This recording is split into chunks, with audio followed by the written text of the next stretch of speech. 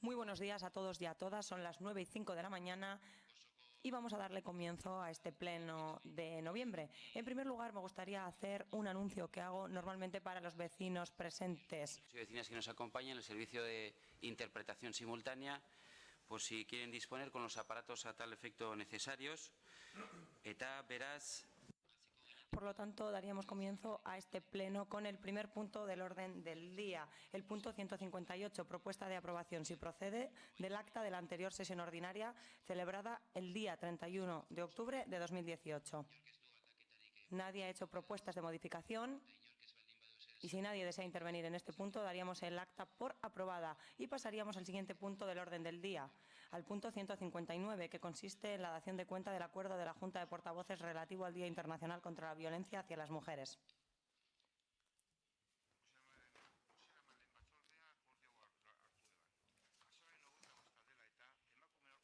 Con motivo del 25 de noviembre, Día Internacional para la Eliminación de la Violencia contra las Mujeres, queremos reiterar nuestro compromiso con la construcción de una sociedad libre de violencia machista.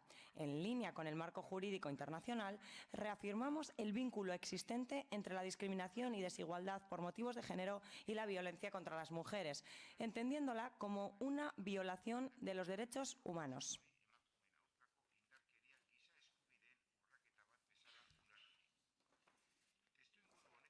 En este contexto, queremos hacer hincapié en el derecho a la reparación de las víctimas de la violencia machista.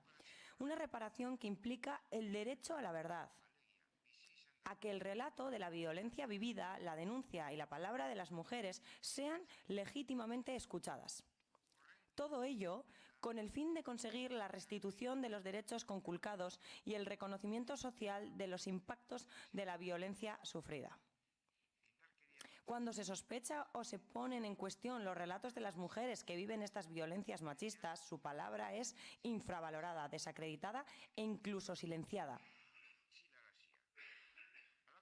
Se produce entonces una doble victimización, agravando el daño sufrido por las mujeres víctimas con sentimientos de vergüenza y culpabilidad, a la vez que se justifica así a los agresores. Desde las instituciones locales debemos asumir nuestra responsabilidad social y política en la construcción de una sociedad que garantice el derecho a la verdad de las víctimas. Desde Berdin Sarea, Red de Municipios Vascos por la Igualdad y contra la Violencia hacia las Mujeres, se viene trabajando en articular la respuesta municipal ante las violencias machistas, ajustada al marco del Convenio de Estambul y desarrollando prácticas locales para la reparación de las víctimas. Se hace necesario dar voz a las mujeres, autoridad a su testimonio y legitimidad a su relato de la violencia vivida. Esto significa contar con la palabra de las mujeres violentadas para reparar el daño, restaurar su libertad para reconocerlas como supervivientes y para que puedan recuperar su sentido de dignidad y ciudadanía de pleno derecho en sus comunidades. Para ello, el Ayuntamiento de Getxo se compromete a lo siguiente: contribuir en la mejora de los servicios en aras de desarrollar una red de servicios de apoyo para garantizar así la atención integral a las mujeres en su recuperación desde el enfoque feminista. Banakako erreparazio ikuspegi nagusi harturik. Bizirik atera diren emakumeak entzun, prebentzio eta segurtasun neurriak diseinatzeko, emakumei bizi dauten eta babesten balio dieten aurre emate estrategia balioan jarriz. Emakumen ondoan egon, laguntza zerbitzuetatik hasita eta bizi izandako indarkeriari buruzko beraien errelatoa sortzeraino, ulertzen baita indarkeria hori menderapen eta kontrol mekanismoa dela gizarte sistema patriarkalean eraikia. Ekimen kolektiboi laguntza eman, laguntza taldeak eta plataforma. Hartara bizirik irtendako emakumek indarkeria horri buruzko errelate kolektiboa landu dezaten eta ditako eskubideak zein erreparazio aldarrika ditzaten. Biktimen salaketa eta reklamazio prozesuetan laguntza eman, emakumek adierazitako testigantza eta beharrak egiaztatzeko. Aldiro indarkeria matxisten biktimen aldeko aitorpen publikoa eta erreparazio ekitaldiak egin, individualak zein kolektiboak, emakumen erresistentzia memoria berreskuratzeko ikerketak, omenaldi ekitaldiak, emakumen memoria eta errelatoak jakinarazteko jardunaldiak, gazteekiko sentsibilizazio tailerrak eta abar. Elkarlanean jardun mugimendu feministako erreskariaekin, adituekin eta indarkeria matxistatik bizirik izendako emakume biktimen kolektibo eta elkartekin. Era berrean, herritarrak gonbidatzen ditu emakumenganako indarkeriaren aurkako nazioarteko eguna dela eta instituzio eta agente sozial desberdinek ditutako deialdi eta ekimenetara. Eskerrik asko, Ezker jauna. Geltze guren.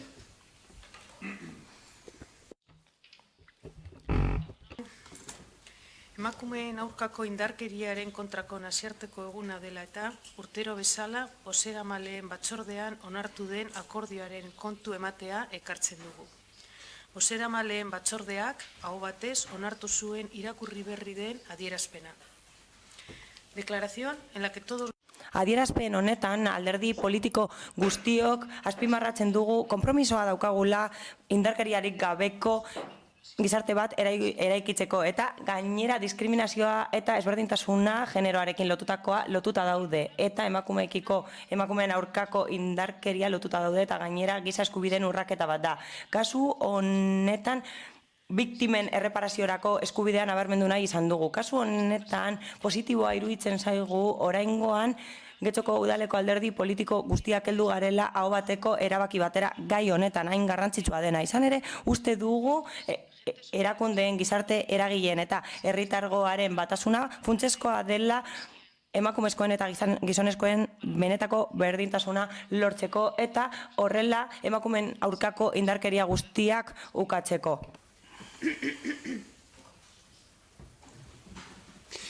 Susana Andoio. Eskerrik asko, alkate jauna. Egun on guztioi. Gure alderdi politikotik erakunde aitorpena babestuko dugu. Izan ere, konpromiso bat da eta helburu batzuk ezarri ditu eta guretzat horiek oso garrantzitsuak dira indarkeria matxistaren biktima diren emakumeentzat eta aitorpenean esan den bezala gure erantzukizuna da gizartea eraikitzea eta bertan neurriak ezartzea eta berdintasuna lortzea eta emakume guztiak ahaldundu ahal izatea. Asko gustatuko litzaidake berdintasun kontseiluan parte hartzea eta neurri zehatzak ezartzea horrela helburuak lortzeko. Urrengo urtean gure helburua da kontu ematea aurkeztu ahal izatea non konpromiso guzti hauek gauzatuta egongo diren. Mila esker. Beste norbaitek? Beste urrengo puntura pasatuko gineteke, bai? Egun eta 63. puntuan 2018ko Euskararen nazioarteko egunari buruzko bozeramaile batzordearen akordioaren berri ematea. Mila esker jauna. Bozeramaileen batzordeko akordio hau da. Egunero delako Euskararen aldia, bizi prest. Alaze datorkigu Euskara bere aurtengo nazioarteko egune. Eta alaze doa etorkizunerantz. Mingainetan, pantailetan, uinetan, bizi-bizi, zer nahitarako prest. Etxean bizi-bizi, kalean bezala, bizi-bizi eskolako jolastokian, ikasgalan bezala, lantokian bizi-bizi, lagunarteko solasaldietan bezala, bizi-bizi osagilearenean, saltokian bezala, zuzeneko harremanetan, bizi-bizi virtualetan bezala, bizi-bizi kirolean, liburuetan edo zineman bezala.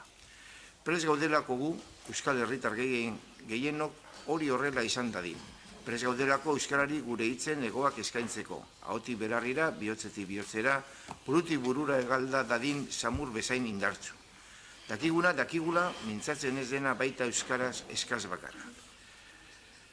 Prest gaude eta gogotsu Euskara gure hauan bizi-bizi dantza egin dezan. Gogotsu gaude eta prest gure belarrietan atseginez onartzeko Euskararen soinua. Dakigula, entzuten ez dena baita Euskara kaskar bakarra. Prest gaudelako eta ezin gogotsuago Euskaraz ere gero eta gehiago bizitzeko, ingurune guztietan, eginkizun orotan, natural, bizi-bizi. Euskal hiztunok horretarako egin behar dugun urratza ez da txikia, ez erraza. Borondate aktiboa eskatzen digu. Erosokeriari izkin egitea eskatzen digu. Sakon errotutako iturak aldatzea eskatzen digu. Kontzientzia ahal egin sendoa eskatzen digu. Euskaraz ere herritar izateko aukera egitea eskatzen digu. Eta eskatzen digu batez ere Euskaldun izatetik Euskaldun bizitzera doan tartea gainditzeko jokaera aktiboa. Eta etengabea. Euskararen erabileran egin beharreko urratz erabakigarri hau zinez da gizarte eraldaketa zabal sakona, neurri historikoa duena, gure gizartearen bilakabidean mugarri izango dena. Eta neurri horretako aldaketa guztien antzera, adostasuna du elikaigai nagusi, prestasun eta prestutasunarekin batera. Euskararen gizartea, gizartearen euskara. Adostasuna eta batasuna dira beraz, bidea euskara batura behar duelako, eta kenketa biderketa behar du, ez zatiketa.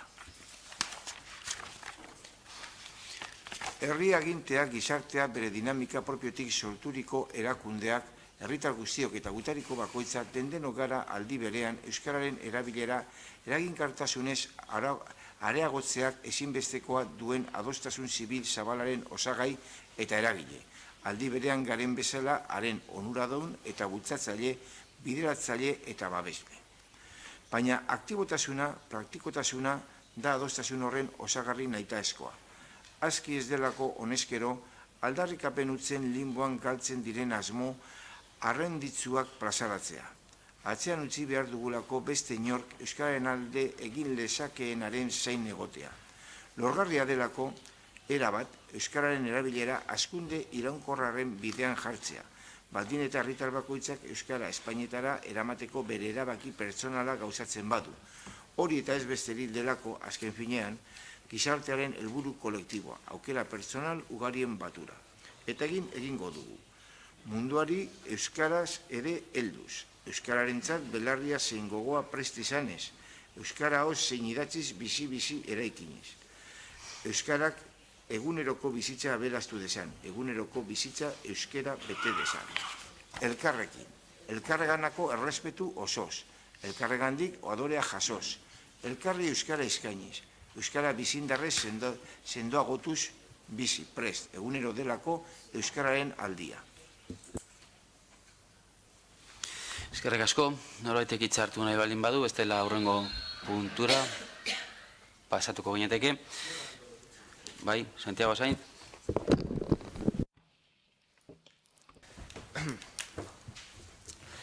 La verdad que cuando...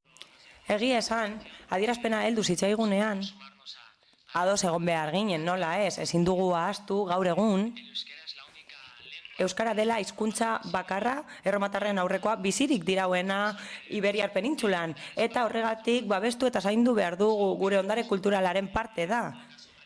Eta edonola ere errespetatu behar dugu, horregatik bat egin dugu adierazpen honekin, beste hizkuntza batzuk egon ziren beste herri batzuetan, batzuk oso ospetsuak izan ziren, adibidez Fenizioekin, Biblian, tartesoak agertzen dira, eta horien hizkuntzan bertsoz idazten zituzten legeak, baina gaur egun ez du bizi iraun.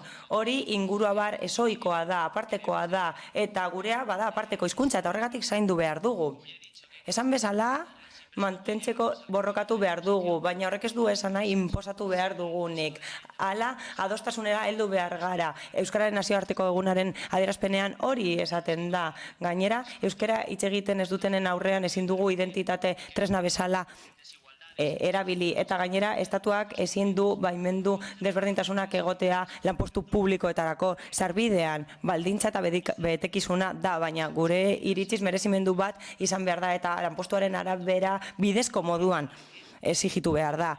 Hala, guk esan nahi duguna da, euskara mantentzea nahi dugula, ez dugu nahi hiltzea eta historian horrela agertzea hildako hizkuntza bezala, ez dugu euskara hastea nahi guretzat, gure ondarea delako, denon ondarea delako eta Espainiaren ondarea delako. Mila esker.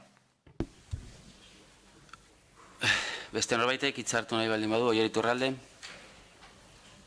Bueno, labur erabat ados gaude noski aipamen, hasierako aipamen horrekin, adierazpenarekin, eta Santiagori erantzutearren eskertzen ditugu bere hitz batzuk, ez denak noski, aberastasuna direla, euskara aberastasuna dela esaten duenean, erabat ados gaude noski. Ez gaude hain ados berarekin esaten duenean Espainiako ondasun bat dela, Espainia euskara baino askoz ere zaharragoa da, beraz, berriagoa da beretzat, eta ez gaude ados esaten duenean Espainiaren ondasun bat dela. Ez gaude ados ez da ere esaten duenean erraminta bat dela euskara konfrontaziorako, agian konfrontazioa berak bilatzen du, eta ez euskarak berak. Horregatik guk babesten dugu euskara, eta ez dugu uste erraminta batenik inoren kontra jartzeko eta inoren kontra ibiltzeko. Eskerrik asko. Beste norbaitek? Santiago Sainz. Zehazteko gustatuko litzaidake esatea ez dela erabili behar tresna bezala eta gatazkak sortzeko, ez da horrela erabili behar. Hori esan dut, besterik ez.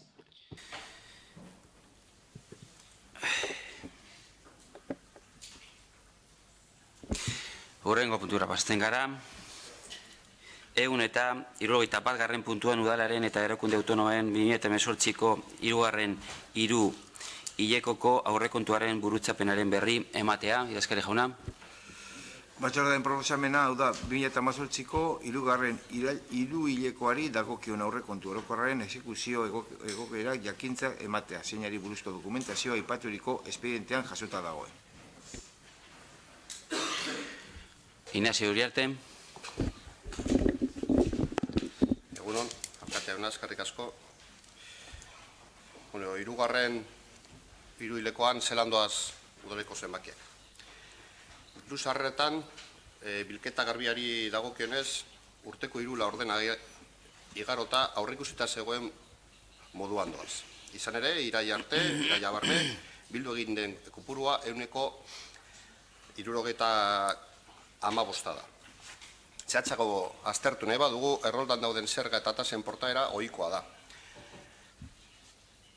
Ondo biratuta daz. Bestaldetik, getxoko mugimendu ekonomikoari lotuta dauden zerga eta tasen eskubide garbiak gorantza doaz. Jarduera ekonomikoaren gainekoak eta irekitzeko lizentziek ia 80% jotzen dute. Halare, nabarmen hasten direnak eraikuntzakoak dira. Eraikuntza, instalazio eta obren gaineko zergak urte osorako aurreikusita zegoen, baino 42% gehiago lortzen du. Eta erigintzako lizentziek oraindik gehiago. 77%. Datu hauek getxon ekonomia berpisten ari dela esan nahi dute. Egia da hazkunde hori batez ere eraikuntzan nabaritzen dela, baina egia da baita ere sektor horren atzetik gainontzeko sektoren igoera somatzen dela. Gastuetan, beti esaten dudan moduan, urte osoko likidazioa ikusi arte arlo bakoitzaren balorazioa egiteak ez dauka zentsu handirik, nire ustez behintzat. Baina egiterapen orokorra ikus dezake. Udaleko aurrekontuan hasierako kredituak 87,9 milioi euro ziren. Lehenengo hiruhilekoetan 96 milioi euro baimendu ditugu. Horrek esan du, udalak aurreko urteetan aurreztuta daukan diru kopurutik aldi handi bat inbertitzeko erabiltzen duela. Eta diru hori inbertsio errealetan sartu egin ditugun 27 milioi eurotan argi eta garbi islatzen da. Bestaldetik eta inbertsio realak aparte, gastuen egiterapena 178 heltzen da. Bukatzeko, askotan aipatzen ez dugun datu garrantzitsu bat, esan behar da, egiterapenaren emaitzan kutsako likidoa 6 milioi eurotan hasi egin dela. Datu honek indar gehiago hartzen du, zergak eta tasak aurten izoztuta daudela jakinda.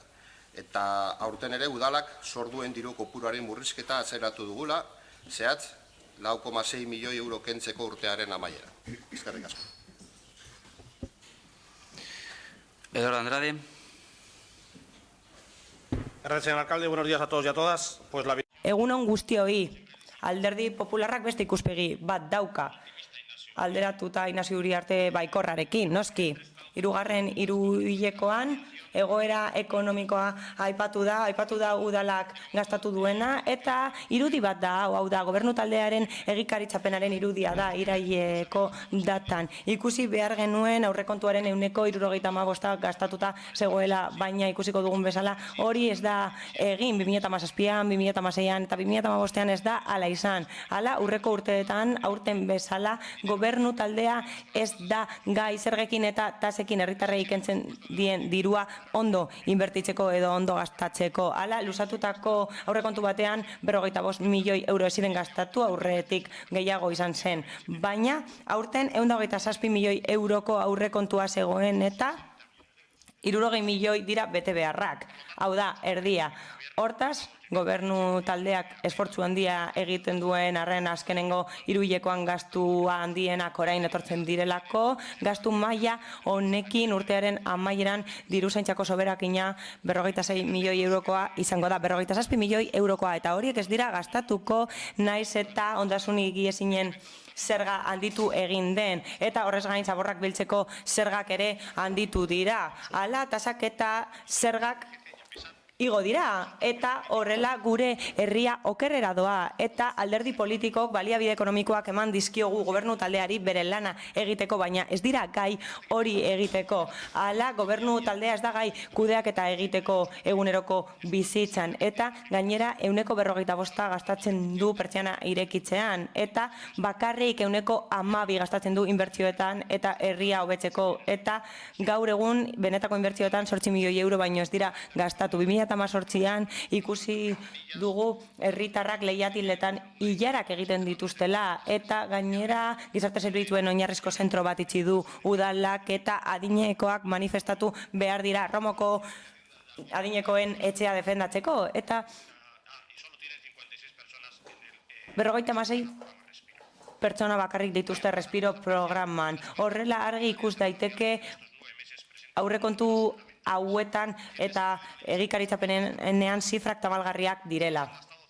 149.000 euro bakarrik gastatu dituzte, eta zahartze aktiboko legeari dagokionez 29.000 euro bakarrik gastatu dituzte, eta aurrekontuan gehiago jasota zegoen. Etxez etxeko zerbitzuan 1.000.000 euro gastatu da, aurreikusitakoa den erdia, edo ez da heltzen.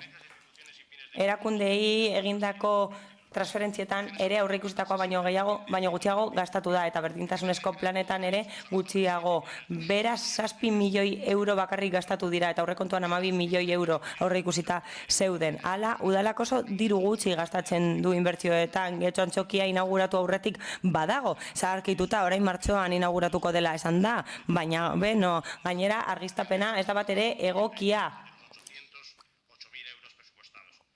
8.000 euro aurreikusita zeuden, baina 80.000 bakarrik gastatu direlako, eta argiztapena oso txarra da. Hala, birbilgune batzuk oso gaizki daude planifikatuta, eta oso diru gutxi gastatu da aurreikusitakoarekin alderatuta. Gaur egun ikus dezakegu 21. mendean alkantarilek estanda egiten dutela, oso gaizki daudelako eta diru gutxi gastatu delako horretan. Hala, irigintza arloan 17 milioi besterik ez dituzte gastatu, eta irigintza arloan dago ez doitze mailarik handiena. Badakigu denak bere epeak dituela, administrazioa geldoa delako, baina Getxoko administrazioa oso geldoa da. Errege maguak edo lentzeroa daude hurbil, eta udal hauteskundeak oso gertu daude, eta orain marketing kanpaina ari da egiten gobernu taldea, eta 3 urtetan egin ez dutena aurkezten digute orain. Hala, iragarri digute txopoen etorbidean hasiko direla obrak, iragarri dute pedala jarriko dutela eduki ontzientan, edo horiek hobetuko direla, igogailuak egingo dituztela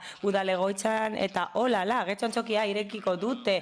Obra faraonikoa da. Hauze, alkateak egindako obrarik faraonikoena, eta inork ez du esan, usategiko kafetegia zenbat denboran egon den itxita, noiz jarriko dituzten Antzokiko aparkalekuak eskuragarri herritarrentzat, Alangoko aparkalekuak noiz egongo diren eskuragarri herritarrentzat, noiz eraikiko diren babes ofizialeko etxe bizitzak gure udalerrian. Hori oso zaila da, aurrekontuan dagoena oso gutxi delako horretarako. Sarriko basoko etxe bizitzak noiz eraikiko duten, Lagaleako gotorlekua noiz konponduko duten,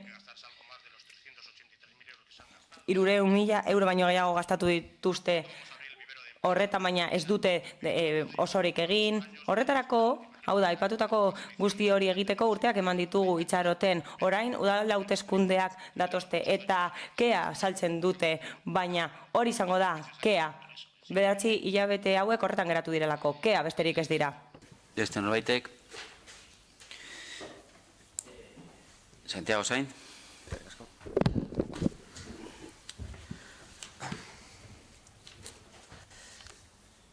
Bueno, estamos a final. 2018ko amaieran gaude, eta oraindik ere kudeaketa akats berberak egiten ditu Getxoko udaleko gobernu taldeak. 2016an honetxitako aurrekontu bakarrak izan genituen 2017an luzatu egin ziren, eta 2018an gauza berbera egin da, eta 2019an dirudienez gauza bera egingo dugu. Hori, hala da, naiz eta beste osoko bilkuretan esan dudan, kontuak aurkeztu beharko liratekeen 2019koak, alegia, ekitaldi honetan eta berriro ez luzatu behar izateko urte berrian. Eta hori egin beharko genuke. Hemen udalkontu batzuk aurkeztu beharko genituzke. Eta udalkontu horiek herritarrei azaldu beharko liekete zer nahi duen gobernu taldeak udalerriarentzat, herritarrek hori jakin nahi dute. Hau da, zuek zer nahi duzuen egin herritarren diruarekin, eta diru hori urtero biltzen duzu zergekin eta tasekin, eta gauza bat esatea nahiko nuke ez duzu foru araudia betetzen, ez arete betetzen ari lege agindua. Eta gainera, lege agindu hori, zuek karguaz jabetzean, zin egin zenuten. Areto honetan, eta ez dituzue karguaren bete beharrak betetzen, eta ez dituzue egokiak diren udal aurrekontuak aurkezten, eta lurraldeko foru araudiak horiek eskatzen ditu, eta OHS-etari dagokionez, hasierako aurre ikuspenetan 2016an aurrekontuak egon ziren une bakarrean 14 milioiko zifra aipatu zen, eta luzapenean, 2018an sinatutako horretan, diru sarreren aurre ikuspena handitu egin zen, 7.000 eurotan gutxi gora bera, eta hori aztertu behar dugu, eta hemen edukiko genituzke eskubide likidoak, eta ekitaldi honetan 150.000 euro baino gehiago bildu nahi dituzue. 150.000 euro inguru gehiago. Beraz, katastrofoa begibistakoa da. Hau da, zuek ez da diru sarreren aurreikuspenak gehitzen ere, ezenuten aurreikusten bildu duzuena biltzea. Eta gehikuntzetan, plusbalia horietan, deigarria da. Hau da, 2016an ezenuten asmatu, ez da orain ere ez dakit konstituzio auzitegiaren epaiaren gatik izango den, baina 2016an egikaritzapenean ez doitxe bat egon zen, 23.000 eurokoa kasu horretan, gutxi gora bera, eta doitxe horietan, hau da 2018ko luzapenaren ez doitxe horietan, zuek sinatutako horretan, esan dezakegu, murrizketa bat egin zenutela, milioi batekoa zehazki, eta zuen aurreikuspenen arabera, diru sarrerak milioi bat baino gehiagokoak izango ziren, eta hirugarren hiruhilekoan, eskubide likido bezala 813.000 euro inguru dituzue, eta egikaritzapen egoeran 6.000 euro baino gehiago falta zaizkizue, eta horiek bildu beharko zenituzkete aurreikuspenak betetzeko. Esan bezala 6.000 euro inguru falta zaizkizue aurreikuspenak betetzeko.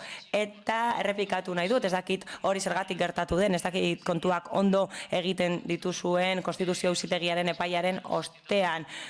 23.000tik 6.000ra doalako doitxe hori, eta espero dut zuek hori azaltzea. Hala jarduera ekonomikoen gaineko zergari dagokionez, 2016an saldo positiboa zen eukaten likidazioen 1.000 eurokoa baino gehiagokoa, eta aurten naiz eta aldaketak egin ez diren eta doitxeak ez diren egin 2018ko luzapenean egikaritzapen egoera negatiboa izango da. Naiz eta bildu behar zenuten guztia bildu duzuen, eta hori da deigarriena eta bitxiena, eta beraz hori zuen kudeaketa txarra da. Sustapen ekonomikoaren kudeaketa txarra, eta albisteetan egunero ikusten dugu Bilboko udalak fakultateak eramaten dituela Bilbora. Europako beste lekuetatik ekartzen dituela fakultateak, fakultate ospetsuak zergatik ez dugu esango, startup berritzaileak ere erakartzen dituzte, eta ez datoz getxora Bilbora doaz, hain zuzen ere bertan egiten duten kudeaketa onagatik, eta gainera gure kokapena Bilbo handiaren eskualdean okerragoa da zuen kudeaketaren erruz. Horrez gain, aipatu da osoko bilkuran, aingeruaren etorbidearen enpresen aztegia egingo zen, eta zerga ordenantza bat ezarri zen, tasak egiteko, baina ez daukagu diru sarrerarik ez delako martxan jarri. Beraz, ez da ezer egin, eta sustapen ekonomikoko zinegotziak ez du behar zuena egin, eta trakzio mekanikoko ibilgailuen gaineko zergari dagokionez, 2017tik ez da mugitu, esen luzapenean doitu, 2018an eta 2016an ere ez, eta eskubide likidoak, barkatu, 2016an esan bezala, likidazioan 65.000 euro gutxiago bildu ziren, eta 2018an hirugarren hiruhilekoan 113.000 euro gutxiago, gutxi gora beherako zifrak dira. Eta diru-sarreren egoera aztertzen badugu gaur egun eskubide likidoek 84.000 euroko bilketa egingo dela aurre ikusten da, baina zuek egin zenuten aurre ikusten bat, zergen bilketari dagokionez, eta 53.000 euroko aldea dago, beraz ez da kudeaketa ona egin bilketan, eta ikus dezakegu ez direla diru-sarreren aurre ikuspenak bete, eta porrot handia da, eta urrengo puntuetan, Getxo Kirolakeko presidentearen kudeaketak aztertuko ditugu, baina nik uste dut errua zurela dela 2019ko kontuak ez aurkezteagatik. Dituzun 5 minutu horiek, beraz, eskerrik asko. Beste norbaitek, Ignacio Uriarte. Eskerrik asko, alkate jauna. Bueno, bigarren, eta ez dakit, bigarren txanda bat ere agortu barko dudanik, baina printzipioz ez neukan aurrikusita erabiltzea. Eduardok esan duerarekin, bueno, ohituta gaude, bere datuak, datu bereziak plazaratzeko, eta, bueno, horiek ez ditu erantzungo, baino, el concejal de Ciudadanoseko zinegotziari erantzungo diot. Euskadin dagoen kargu hautetsi bakarra da, hemengoa, Ciudadanoseko kargua, eta ematen du foro hau erabiltzen duela berak bere hauteskunde kanpaina egin ahal izateko. Hauteskundeak dauden leku guztietara edatzeko kasu honetan. Nik esan beharra daukat. Eta datu batzuk errepikatuko ditut lehen aipatu ditudanak. Lehenik eta behin, gastuen aurrekontu egikaritzapena hirugarren hiruhilekoan 100%koa da baimenei dagokienez, eta datuak hor daude, zutabe bat hartzen da, bestearekin zatitzen da, eta 109 ateratzen da aurreikusitakoaren baimenen kopurua. Lehenengo zutabea aurreikusitakoa, bigarren eta hirugarrena eta laugarrena baimenak. 109, lehen esan dut, 96 milioi aurreikusi egin dira. Eta zergatik da zifra hori, 27 milioi gehitu ditugu inbertsio errealetan, 27 milioi inbertsio errealetan. Inbertsio errealetan, esan bezala, eta eraikinetan, bai, eta azpiegituretan ere bai. Norbaitek zalantzaren bat badauka, azpiegiturak egiten dira udalerri honetan. Norbaitek hori jartzen du zalantzan, herritarrei galdetu, igogailuak egiten dira, parkinak egiten dira. Espaloia konpontzen dira, estolderia, argiztapena, dana hobetzen da eta aldaketak egiten dira eta kaletik doan edonork ikus dezake. Beraz, begiratzearekin nahikoa da. Eta 27 milioi inbertsio errealetan. Diru-sarrerei dagokienez, hirugarren hiruhilekoan, hau da, urtearen 3 eta 175 bildu egin da. Zehazki, 175,04. Norbaitek aurreikuspenen bat aurkitzen badu eta doituago badago, mesedez, esan nik matematikak ezagutzen ditut, eta nik dakidanaren arabera aurreikusitakoaren 3 egikaritu dira. Badakit ez daukazula prestakuntza matematikorik, baina kalkulu horiek egin ditzakezu. 3 eta 175, eta aurrekontuaren egikaritzapena aztertzen ari gara hirugarren hiruhilekoan, eta nik uste dut ezinezkoa dela gehiago fintzea. Esan bezala, zifra zehatza 175,04 da. Y vuelvo a recordar. Gogorarazi nahi dut, lehen aipatu dudan bezala. Tasak ez ditugu igo, bat ere ez dugu igo, eta osoko bilkura honetan ez dugu tasa bat ere igo. Ez da zerga bat ere. Ez dira zergak eta tasak igo, esan bezala. Eduardo Andrade.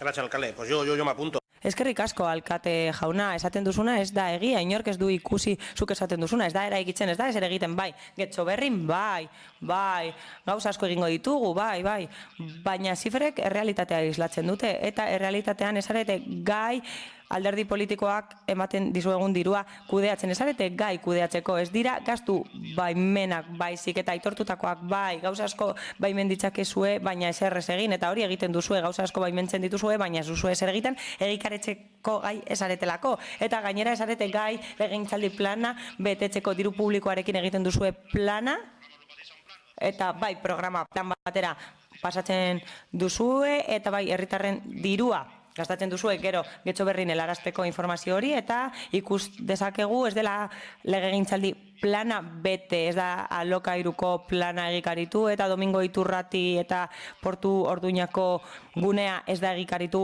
babes ofizialeko etxe bizitzak egiteko Benturillenako enpresen astegia aipatu zenuten, eta bai gune mistoa nahi zenuten enpresak eta etxe bizitzak eraikitzeko, eta baliabide turistikoak sustatu nahi zenituzten, bai fadurako instalazioak hobetu nahi zenituzten, eta parke publikoa egin nahi zenuten, eta areetako geltokiko plaza hobetu nahi zenuten, bai, gauza asko zin egiten dituzue, bai, hiri hondakin solidoak batuko zenituzten, baina ikus dezakegu bilketa hori okerrera doala, eta gainera mugikortasun iraunkorreko plana proposatu zenuten, eta Langoko parkina erabilgarri jartzea zin egin zenuten, eta gainera udaltzaingoa herritarren gandik hurbilago egoteko proposatu zenuten, baina ez da hori egin, eta gainera delinkuentzia gora doa gure udalerrian, baina hori zin egiten duzue, eta herritarrek badakite hori ez dela egiten, eta zifrek hori islatzen dute. Mila esker.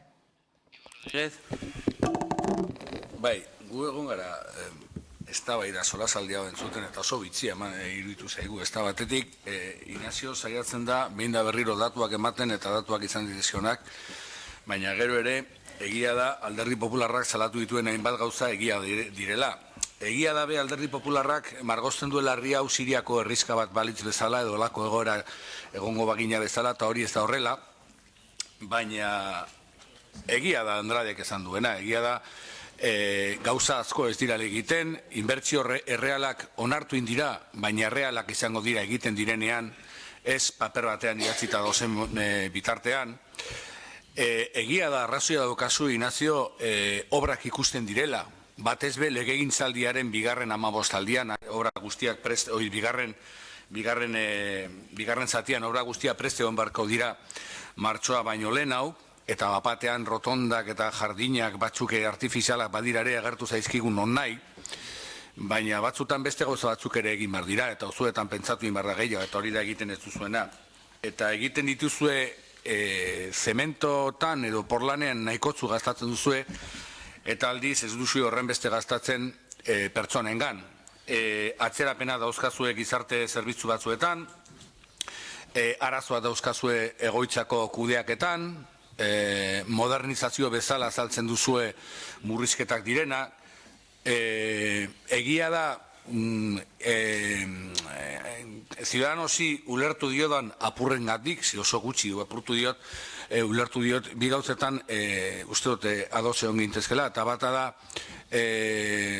sustapen ekonomiko arlo kudeatzaile iaia soil bat dala, bestek ematen dutenaren kudeatzailea, ekimen gutxikoa, eta emaitza are gutxi urriagoak oraindik.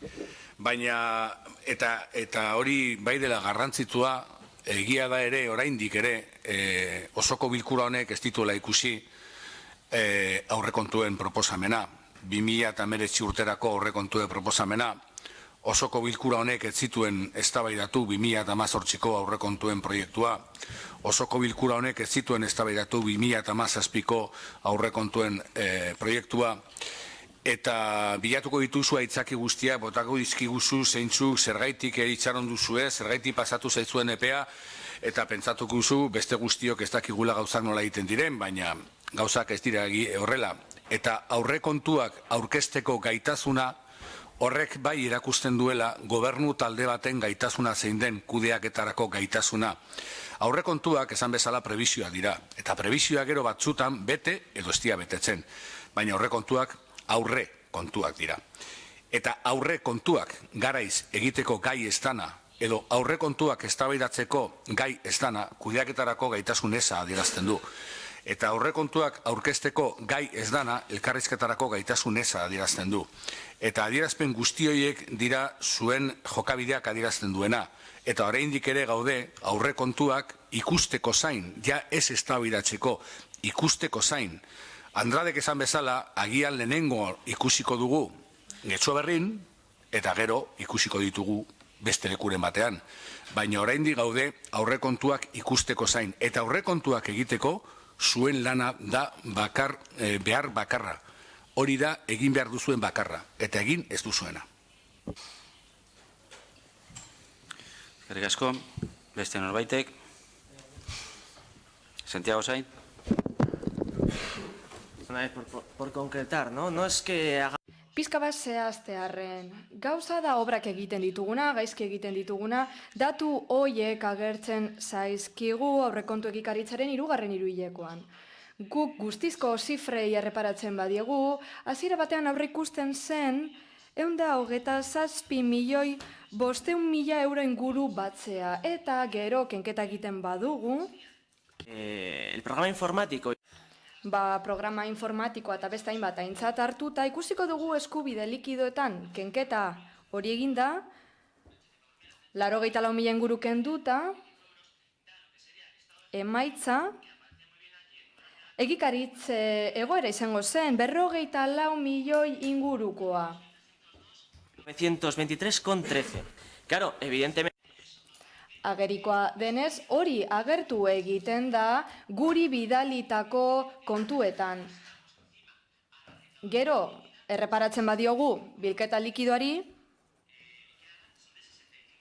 likidatu hori hobet esan da, 65 milioi dauzkagu, baina hori beste kontu bat. Kasu honetan zertaz ari gara, eskubide likidoez eta egikaritze egoeraz. Hala, konparatzen baditugu 3 taula hauek ikusiko dugu, 53 milioi hoietan, egikaritze egoeran zerbait sartzeko geratzen dela oraindik. Esker, urrengo puntura pasatzen gara, inork ez baldin badu askatzen berriro, 172. puntura zuzen, 2 dekreturen berri ematea, transferentzien bidez aurrekontuak aldatzeari buruzkoak. Eskari jauna. Batzordearen proposamen hau da. Transferentzien bidezko aurrekontu aldaketaren dekretuetaz jakitun geratzea. Bertan zerrendatzen dire dekretuak eta kopuruak.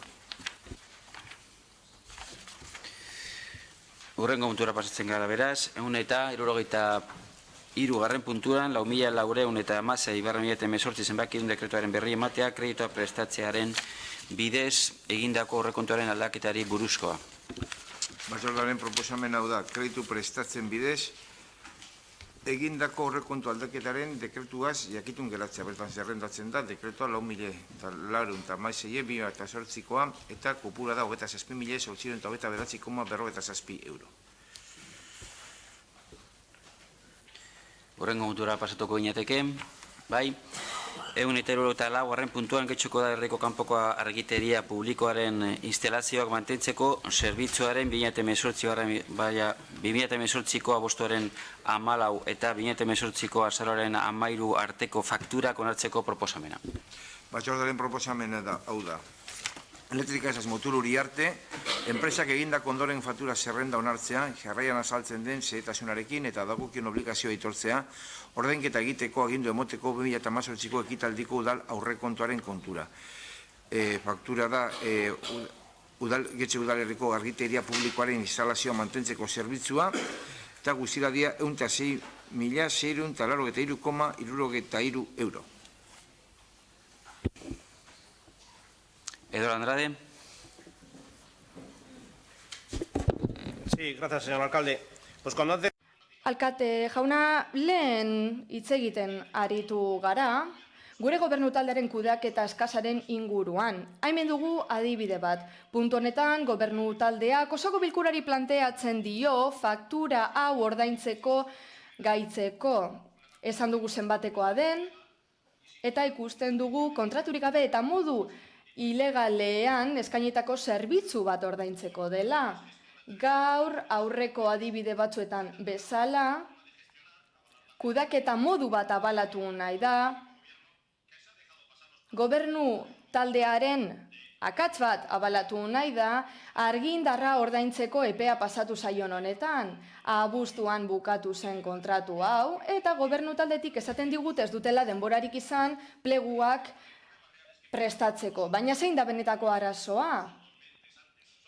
2 hilabete lehenago, kontratua bukatu ino 2 hilabete lehenago, bazegoela garaia opor aurretik, baina azkenean berandu ibili dira. Beste legezkanpoko faktura bat daukagu, legezko bihurtu nahi dena, eta hemen ganera esaten da beste kontratu bat esleitu behar dela. Eta hala egin ez bada egiten zer?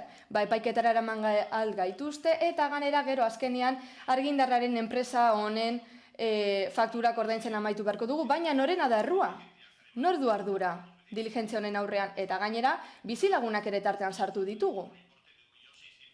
1.600.000 eurotan esleitutako kontratu baten inguruan ari gara. Beraz, igortzen diren fakturen prezioa lehengoa zela pentsa dezakegu, desberdintasuna ikusita. Eta nork emango dit erantzun bat, kundaketa ona izango balitz, bain buruko min aurreztuko gintuzke.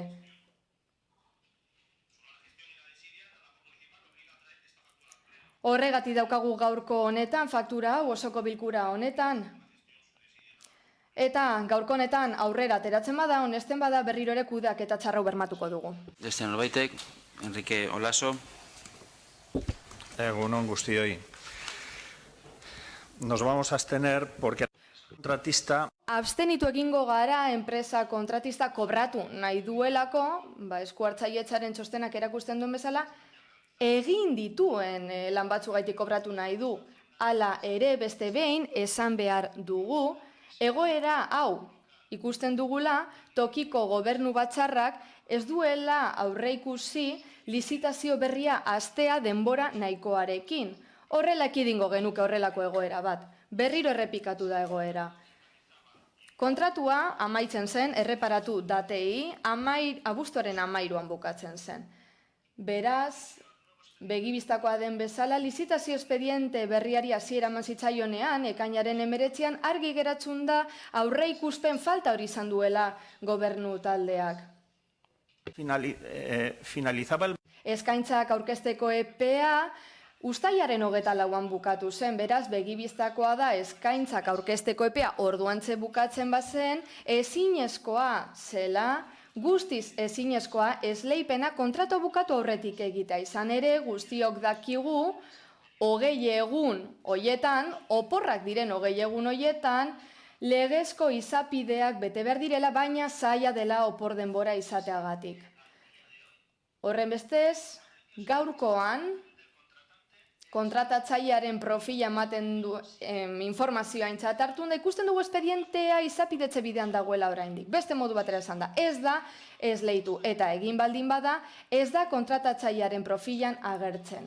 Hori dela eta berriro diogu, egoera hau honen ondorio dela. Tokiko gobernu batzarraren aurreikuspen gaitasun falta. Berandu eta gaizki gaurkoan ere.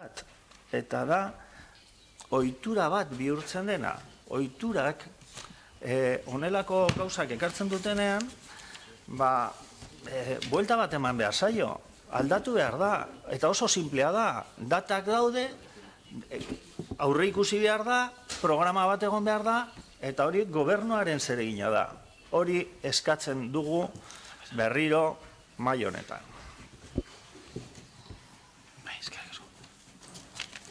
Joseba Arregi. Egunon. Bueno, yo creo que antes... Egunon, baieztapen hauen aurrean, errez egin den baieztapen hauen aurrean, eta datuak oso zehatzak ez direla kontutan hartunda, goazen bat datuetatik hastera. Lehenik eta behin baldintza teknikoen plegua egiten hasi ziren martxoan. Hau da, kontratu bukatu baino 6 hilabete lehenago. Apirilaren 4an bialdi zen kontrataziora, eskaera horria sinatuta zegoen uztailetik eta kontratazioan pleguarekin batera onartuta jaso zen orduantxe. Gobernu batzarrak ekainaren 19an onetsi zuen, Ekainaren 20ko Europar buletinaren kontratazio bat honesten da, ikusten dugu eskaintzak aurkezteko epea uztailan bukatzen dela, eta guztia batuz bagoa zen ikusten dugu tramitaziorako diligentzia hori.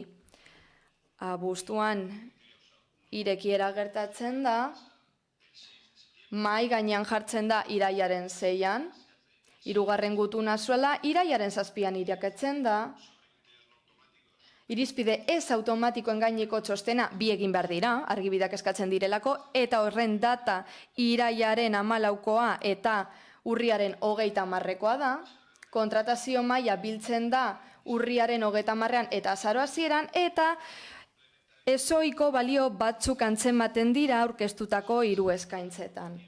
Araudia jarraituz gero, ikusiko dugu Esos valores anormales, con lo cual nos pone... entzunaldi garaia dagoela eta azaro amaieran bukatzen dela.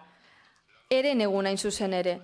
Indarrean dagoen araudia, kontratazio arlokoak, ezagutzen ez duen horrentzat, baloratzen du askoz eta gehiago prozedura hori bermatzea, epeak gora bera, izan ere epeak bikoiztu egin dira, araudiaren arira, zergaitik entzunaldiak eman behar direlako, ezoiko baldintzak aintzat hartu behar direlako, hori da realitatea, eta ez da hemen bakarrik gertatzen, beste toki askotan ere bai. Beste gauza bada fakturak hemen izapidetu behar direla. Izan ere badaude desadostasunak horren inguruan ere. Agerikoa den legez, hau ez da legez kanpokoa, ohikoa da, gero eta gehiago gertatzen da tokiko administrazioan, berdin du gobernuan nor dagoen, eta ondo egon daiteke zergatik badagoelako prozedura garantista bat eskatu egiten duena, prozedura osoa ondo bermatzea eta epeak aintzat hartzea. Izan ere, esan duzuen bezala, ez gaude legez kanpoko ezer egiten. Ez gaude legez kanpoko ezer egiten, hori esan dute talde honetatik. Beraz, 12 hilabete lehenago egin zitekeen? Zenbat denborako kontratuan, momentu honetan, aurreko legearen kontratua gehienez zenbat aldiz izapidetu behar ziren. Zenbat izapidetu behar da gauza berbera. Lehentasuna ematen zaio, eskumen sortze honi. Ez da nik uste dut ulertu duzuela zer esan nahi dudan. Beraz, hori ze da ordaindu behar dugun prezioa prozedura hauen truke. 8 hilabete lehenago, hala da, 3 hilabete lehenago, hori agertzen da formalki kontratatzailearen profilean, baina, klaro, horretarako pleguak oso ondo egin dagoen behar dira lehenbizi, eta horren arabera arrakastatua izango da kontratua edo ez. Horren bestez kontratu hauen kasuan langileen subrogazio bat ematen da, kudeaketa arazoak daude, argibideak eskatzen dira. Nik ez dut justifikatu nahi, normalizatu nahi dut, hau ez da ezoikoa, hobe daiteke eta horren alde lan egiten ari gara, baina mesedez ez esan legez kanpoko faktura denik eta bar, behar bezala justifikatuta dago espedientean egoerau normala dela, eta guk izapidetu dugu, izapidetu beharreko moduan. Esan bezala zerbitzu hauek eskaini dira eta orain ordaindu egin behar dira, mila esker. Ibon Rodríguez. Hombre, egia da ilegala ez dela. Egia da kontratazio legeak epeak luzatu dituela. Eta egia da zentzu horretan zezenak harrapatu zaituela. Zuk bota dituzun data guztiak agerian utzi dute berandu hasi zinetera honekin. Kontratazio legeari egokituta berandu hasi zineten. Eta pizkat kezkagarria, eta bi gauza esan dituzu, batetik esan duzu, azken finean kontratazio legeak behartzen gaituela betikoa maizago kontratatzera. Betikoa baldin bada, pliego teknikoak egitea be errezago izango dela. Beraz, aurre ikuspenak egin daitezke. Martxoan hasi bazineten eta martxoan ikusi baldin bada, berandu dela, agian arinago hasi barko zinatekete. Ez dakit, igual urtarrian edo 2017ko abenduan. Ez dakit, zeuei dagokizue epeak zeintzu diren, epe horiek ekar ditzaketen luzapen ez aurrikusiak, argitalpenak edo aklarazioak eskatzea dorrelako zerbait, baina hori zeuen lanean dago. Orduan, eta gero ez duguna ontzat ematen, eta da, hau inoiz gertatu daitekela, gertatzen baldin bada, kudeaketa kaskarraren eredu izan daiteke, edo adibideatzen daiteke, baina gertatu daitekela, baina ez dugu ontzat ematen hau gertatzea normalizatzeko bide hori, ulertu dizudan bezala. Hau ez dugu normalizatu behar. Normalizatu beharko genukena izango zen aurrerapenak, aurreikuspenak, gehiago aurreratzea legeak horrelako oztopoa jartzen baldin badizkigu. Ez genuke normalizatu behar fakturak plenoan onartzea, baizik eta martxoan hasi beharrean gauza prestatzen, abenduan hasi. Eduardo Andrade. Sí, yo comparto lo que dice Ibon. Ni ados nago. Hemen ez dago aitzakiarik, legeak esaten badio eskakizun batzu daudela eta izapide batzu daudela, egokitu behar gara, baina enpresa pribatuek eta beste hainbatek ere egiten dute. Hau, duintasun osoz, lan egiten duten pertsonek ikusten dute araudi badagoela eta egokitu egin behar garela. Esfortzu egin behar bada egingo dugu, baina ezin duguna egin da faktura hau epezkanpo ordaintzearen egoera normalizatzea. Ni badakit udal honetan ohikoa dela, baina kudeak eta arazoa da, negligentzia da. Eta normala da, udal honetan ez delako gertatzen den lehen aldia. Udal honetan epezkanpo aurkeztu dira otaren fakturak esate baterako, lorezaintza zerbitzua kontratatzeko fakturak, zaborrarena, txiringitona ere berandu ibili ginen.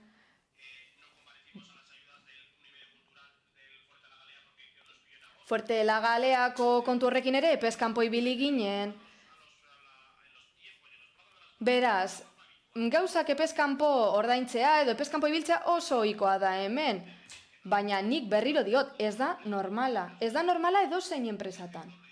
Imaginatu kudeatzaileak esaten diola enpresa buruari, plegu batzuk edo aurkeztu behar direla, baina esaten dio ez berandu da bilela, ez dela zer gertatzen, baina klaro, kasu honetan udalaren dirua izan da inok ez duela erantzunik ematen eta normalizatu egiten dugula. Baina normala ez dena da epez ibiltzea lehiaketetan. Enrique Olaso. Enrique Olaso. Aipatu dituzun datetan ados gaude. Hombre, aipatu dituzun gauza batzuk ez ditugu ikusi perfil horretan. Eta eskartuko genuke gauzak agertu behar diren lekuetan, alden neurrean. Baina argi dago ere, batak ez duela kentzen bestea. Hau da, berma guztiak mai gainean jartzea ezinbestekoa da, prozedura guztietan. Eta hori badakigu, eta holan izan behar da. Baina, era berean, hori dakigunez, aipatu dituzu epe batzuk iraian, beste batzuk urrian, baina argi dago, abuztuaren amaieran amaitu zen kontratua. Eta hau, berriro, normaldu egiten da, normala izan beharko litzatekena, eta hori da ardura, eta aurrikuspen falta ikusten dugu horretan. Eta normalizazio horrekin kontuz, kontuz. Joseba Arregi. No, yo solo una aclaración.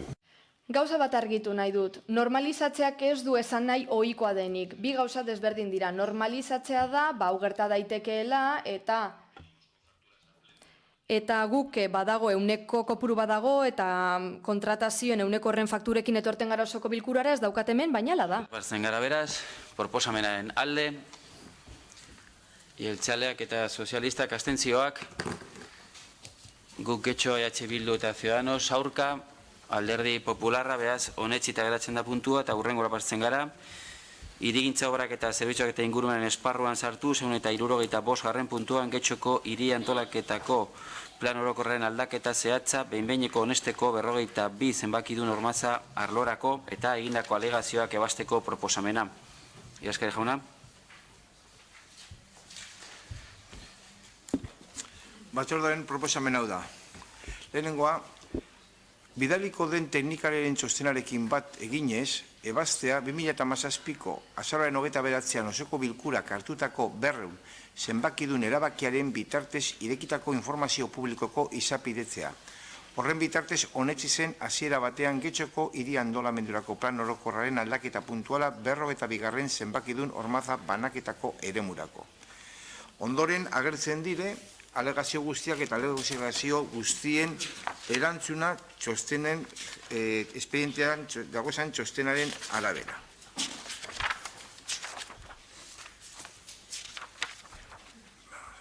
Bigarrena, Udal Planamenduaren batzorde aholkulariak egindako proposamenak erantzutea teknikariek emandako txostena oinarri hartuz. Batzorde horretan jakinaraziko da txostena era berean. Hirugarrena, Bizkaiko Foru Aldundiaren menpekoa den ondare zerbitzuaren idazkia kontutan hartu beharko da hasierako lurzati banaketa zuzenduz. Bilboko aireportuaren sortasun eremu aeronautikoei buruz sustapen ministerioaren menpekoa den abiazio zibilaren zuzendaritza nagusiaren txostenean zehaztutako jarraibidea beteko dira, beharrezko zehaztasuna gehituz. Laugarrena, behin-behinean honestea Getxoko hiri antolamenduko plan orokorraren aldaketa puntuala, arkitektura eta hirigintza bulegoa SA enpresak idatzitakoa, 42. zenbakidun hormaza banaketa eremuarentzat, aurreko atalek derrigortzen dituzten eta funtsezkoak ez diren zuzenketekin, dagokion testu bateratuan gehitu beharko dira. Aldaketaren ondorioz, hiri lurzoruko eremu gisa definitzen dira, EAEko lurzoruaren eta hirigintzaren ekainaren 30-ko 2006 legearen 51. artikuluan ezarritakoaren arabera, 42 bat hormaza egikaritzen unitatean dauden lursailak, bertan sartu behar diren sistema orokorrekin batera antolaketa estruktural nahi zehatua garatuz. Proposatutako antolaketa isolotutako jarduketen bidez zuzkidurakoak eta integratuak gauzatuko da, 42 hormaza banaketa eremutik aterata, eta horren bestez aprobetxamendu tipoaren teknika bertan bera utziz. Horniduraren jarduketei dagokienez dokumentazio grafikoan definitu den volumenen banaketa orientazio utzezkoa da. Behinbetiko zehazteko eremuaren berezko parametroak eta esarritako gehieneko lerrokatzeak izan behar dira kontuan. Berariaz agerratzen da urriaren 8ko 213/2002 dekretuaren 43. artikularekin bat etorriz, etxe bizitzetarako edo ospitale hezkuntza edo kultur erabiletarako bideratzen diren eraikinak eraikitzeko lizentziak eman aurretik, babes akustiko bereziko zona izendatu beharko dela. Hala horrek 45. artikuluan garatzen duen gutxieneko edukiarekin. Zonako plana barne, inpaktu akustikoko azterlanean proposatutako neurriak jasoko dituena. Etorkizunean ematen diren eraikuntza lizentzietan baldintzak izar ager daitezen. Gainera, dardaren mailak ebaluatu beharko dira, aplikatu beharreko kalitate akustikoko helburuak betetzeko eta neurri zuzentzaileak ezartzeko, beharrezkoak baldin badira. Posgarrena, dokumentu idazten ari den taldeari eskatzea, dagokion testu bateratua emateko, erabaki honekin batera dagokion espedientea, EAEko lurralde antolaketako batzordeari bidaltzeko, lurzoruari eta hirigintzari buruzko ekainaren 30ko 2006 legerren 91. artikuluan aipatzen den txostena egiteko. Behin betiko honetzi aurretik egin beharreko izapidetzea baita. 6. Alkatetza udalburutzari almena emango zaio erabaki hauek gauzatzeko behar diren ebazpenak eman ditzan. Eskerrik asko, Joseba Arregi. Egunon berriro. Bueno, traemos a este pleno para su aprobación. Bueno, behin-behineko unespen emateko daukagu, puntu hau, ona dakagu aldaketa zehatz hau, hormaza puntuari dagokiona. Hasiera batean honetzi zenean, duela urte bete, eta ingurumen izapidetza egin zenean, eta eraginaren gaineko txostena egin zenean, aldaketa honek dio, dauzkagun hiri lurzoruak eremu horretan birgaitu egin behar direla. Sus titulares decidan. Eta lanean jarraitu behar dugula tituludunen erantzun bat lortu arte. Gainera, egoitza ekipamendu pribatu egokitu behar dugu araudi egokira. Así, la edificabilidad. Etorkizuneko doikuntzak ere barne hartuta. Hortze daukagu zenbateko azalera den eta zenbatekoak geratzen den, eta hazkunde hori guztia etxe bizitza babestuetara bideratuko da. Beraz, 116 babes ofizialeko etxe bizitza berri izango ditugu. Gane ordenamendu berriaren arira, 5.000 metro karratuko patio berri bat lortuko dugu, ala lurzorua kudeatzea eraginkorragoa izango da, eta onuratsua bertan bizi direnentzat. Labur esan da, honen bitartez, 116 babes ofizialeko etxebizitza eraikiko dira, batzuk tasatuak, eta horrela erantzun bat eman ahalko dugu gaur egun daukagun eskaera horri. Plan hau izapidetu bitartean. Gainera partzela bat gaitzen da, 3. mailako erabilera baterako. Guztia indarrean dagoen araudia aintzat hartuta. Una vez más en valor el acuerdo alcanzado. Proposamen honek argi uzten du EAJak eta PSEek etxebizitza arloan hartutako akordioa. Kasu honetan, Hirilurzoruan babes ofizialeko etxebizitzak eraikitzekoa.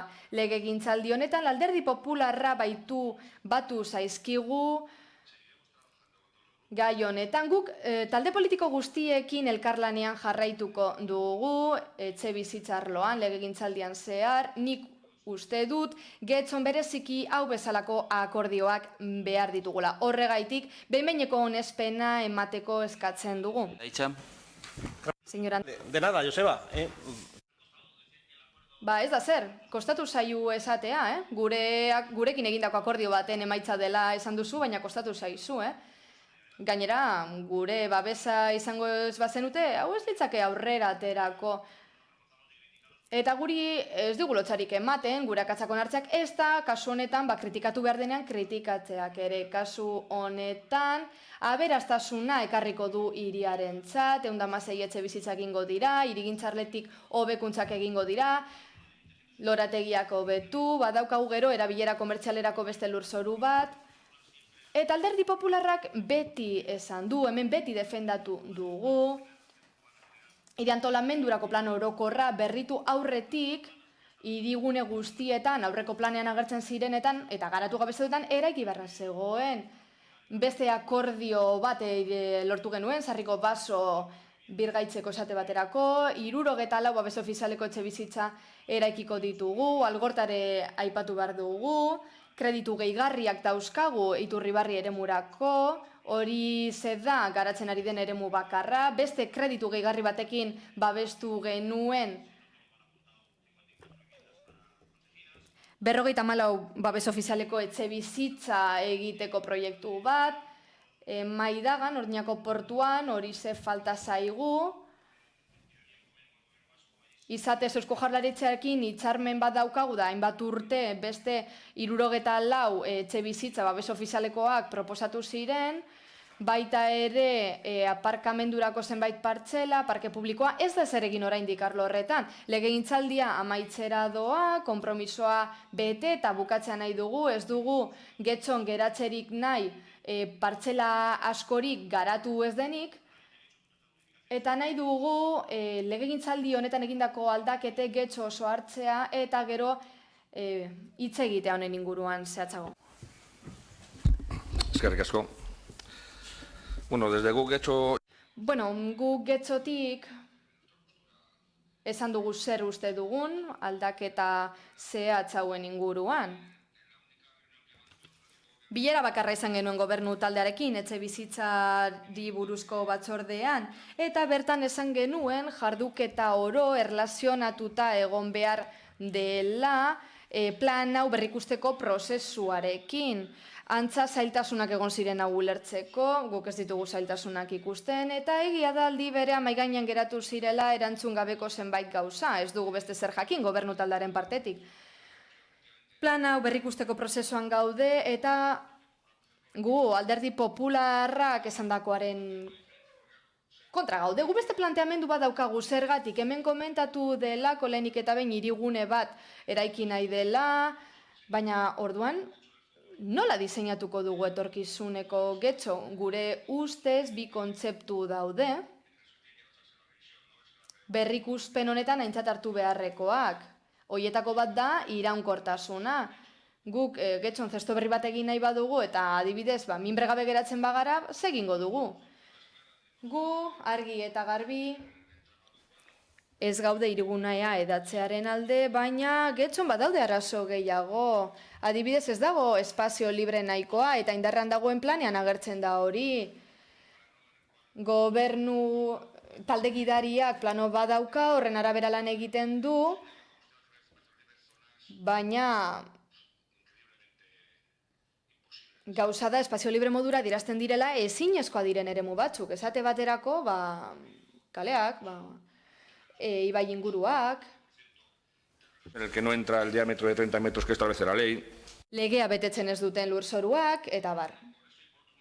Hori dela eta gu ez gaude aldaketa honekin ados, eta hori jakinda, momentu honetan maigaien daukagun proiektuak egoera hobetzen duela, baina gauza funtsan datza, kontu politikoa da, gu ari gara lantzen getxoko etorkizuneko getxoren diseinua, eta hiltzen baditugu ditugun lurzoruak balorazioak egin gabe, espazio libren kasuan bezalaze txarto goaz, ezta? Horren bestez, gure ustez, unitate honek bete beharko luke legeria eta horrez gain defizit hori konpondu beharko luke. Badago beste zerbait kasu honetan, ingurumenari lotutako kontu ez aritu gara orain. Ikusten dugu proiektuan bertan aipatzen dela eremu honetan akuiferoak daudela, eta alegazio batzuei erantzuten zaie, baina guk uste dugu urak erantzun behar duela alegazioien aurrean. Badaude beste atal batzuk, PTS-aren araudi espezifikoari egiten diotenak referentzia, euri uren inguruan. Poco se valora, puede que no sea obligatorio. Hau ere ez da baloratu, behar bada ez da ezinbestekoa, guk badaukagu uraren jakinarazpen bat, hori gomendatzen, baina gero ikusten dugu gai honetan ez dela ura aipatu ere egiten. Esan dakoa nire ustez oso argi dago aldaketa hauen kontra gaudela, berrikuspen fase honetan, gure ustez neurri batean iruzur badela. Iruzurra eta zergatik, etorkizuneko getxo planifikatzeko aukerak murrizten ari garelako, garatzen badugu indarrean dagoen plan hau. Beraz, lehen esan dugu, ez da, zestak egin nahi, baina minbererik gabe geratzen ari gara. Beste gauza bat izango litzateke, beste modu batera landuko izan balitz, baloratuz eta analizatuz, aipatutako guztiak. Eskerrik asko. Nerea Ijarrubia, eskerrik asko. Bai, egunon guztioi. Gure posizioa iazko azaroan Ormazaz ikusi unitatea azteko proposamenarekin ekarri zenuten berbera izango da. Berdin posizionatuko gara eta ezeskoa bozkatuko dugu. Arrazoiak aspaldi edo askotan ekarri ditugu pleno honetara, ekarri izan direnean aldaketa puntual hauek, ekarri izan direnean apoarekin eta hirigintzarekin erlazionatutako gai asko ekarri izan direnean gure posizio eta gure arrazoiak eman izan ditugu.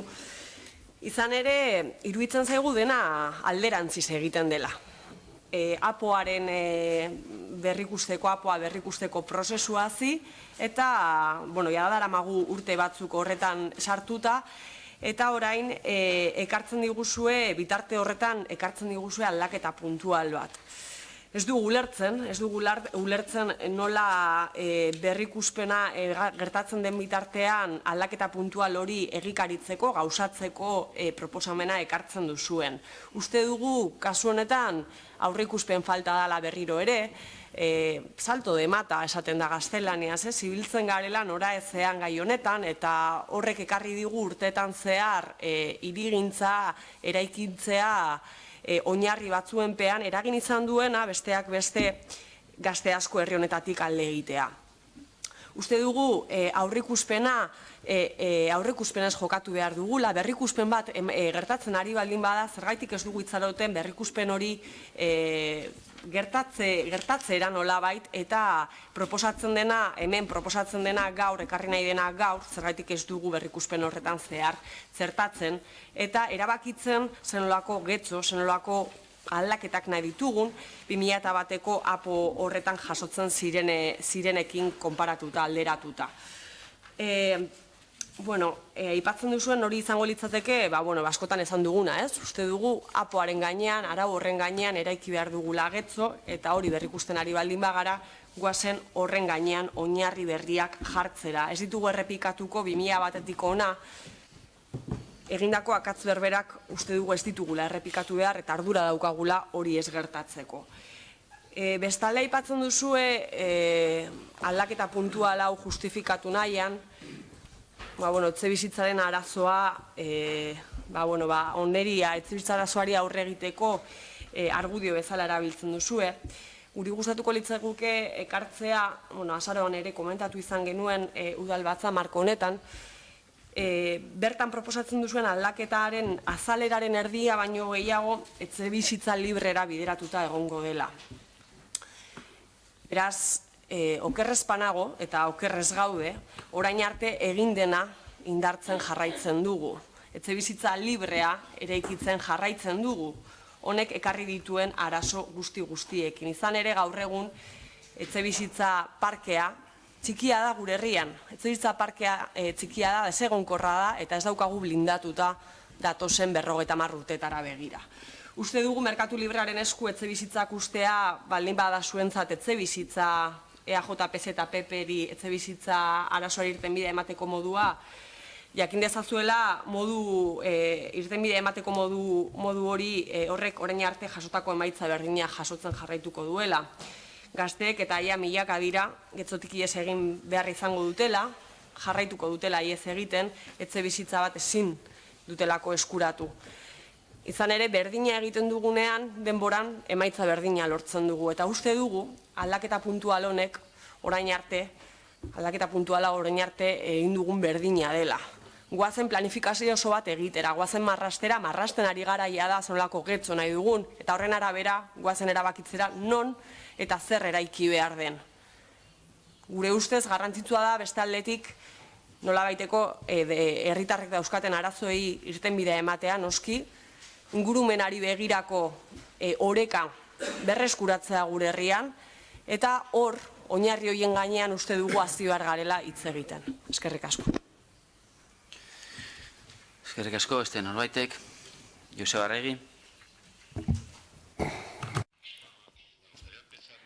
Lehenik eta behin, gustatuko litzaidake hau esatea. Zergatik ez itxaron?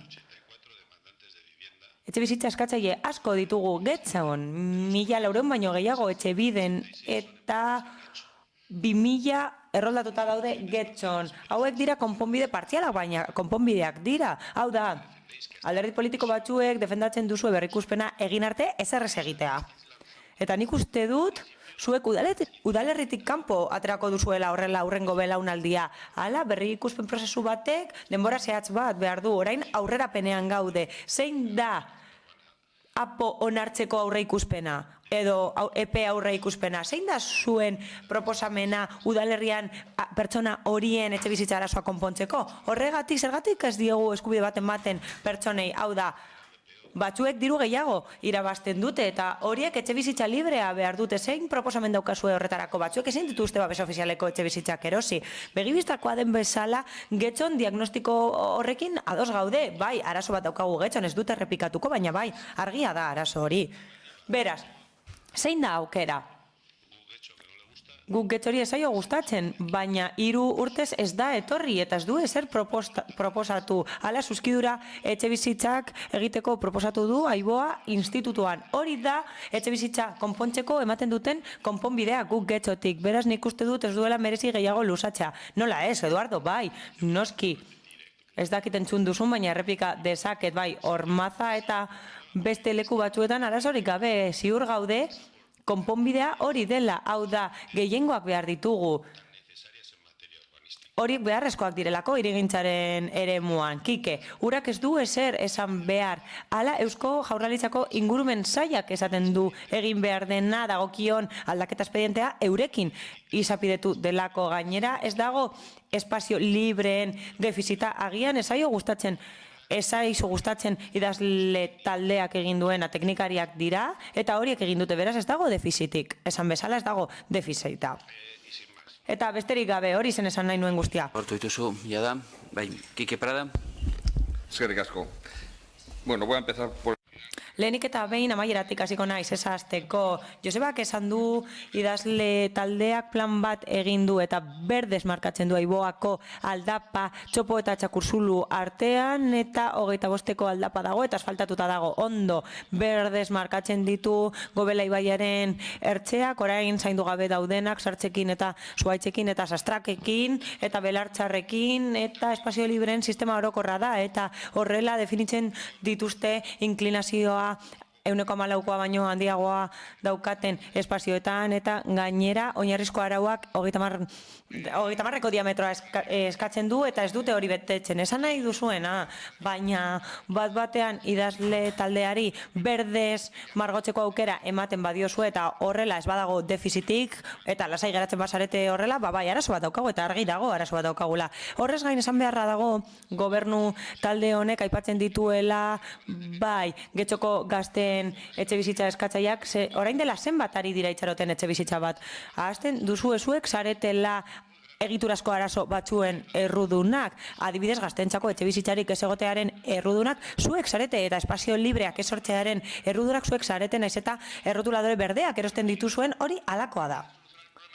Bai, zuek sortutako arazoa konpondu behar duzue, baina modu ordenatuan eta planifikatuan gu ez gaude aurka, baina esan dugu horrelako kontuak integratu behar direla berrikuspen orokorrean. Hala, aplikatu duzu adibidez irizpide orokor bat, bai, udalerri eredu bat esarri duzue, APO aldatzen duena eta plan partzialak epaitegietan daude, udalerriko gune batzuetan, eta bai, ulertzen dugu motivazio hori, eta arrazoi horiek, gobernutalearen arrazoiak ulertzen ditugu, zergatik ez, eta zergatik ez da hori aplikatzen kasu guztietan.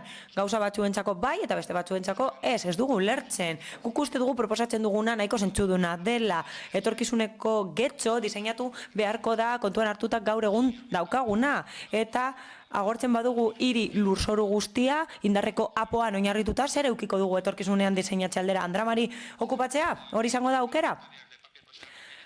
Enpresa parke bat egitea etxe bizitzekin?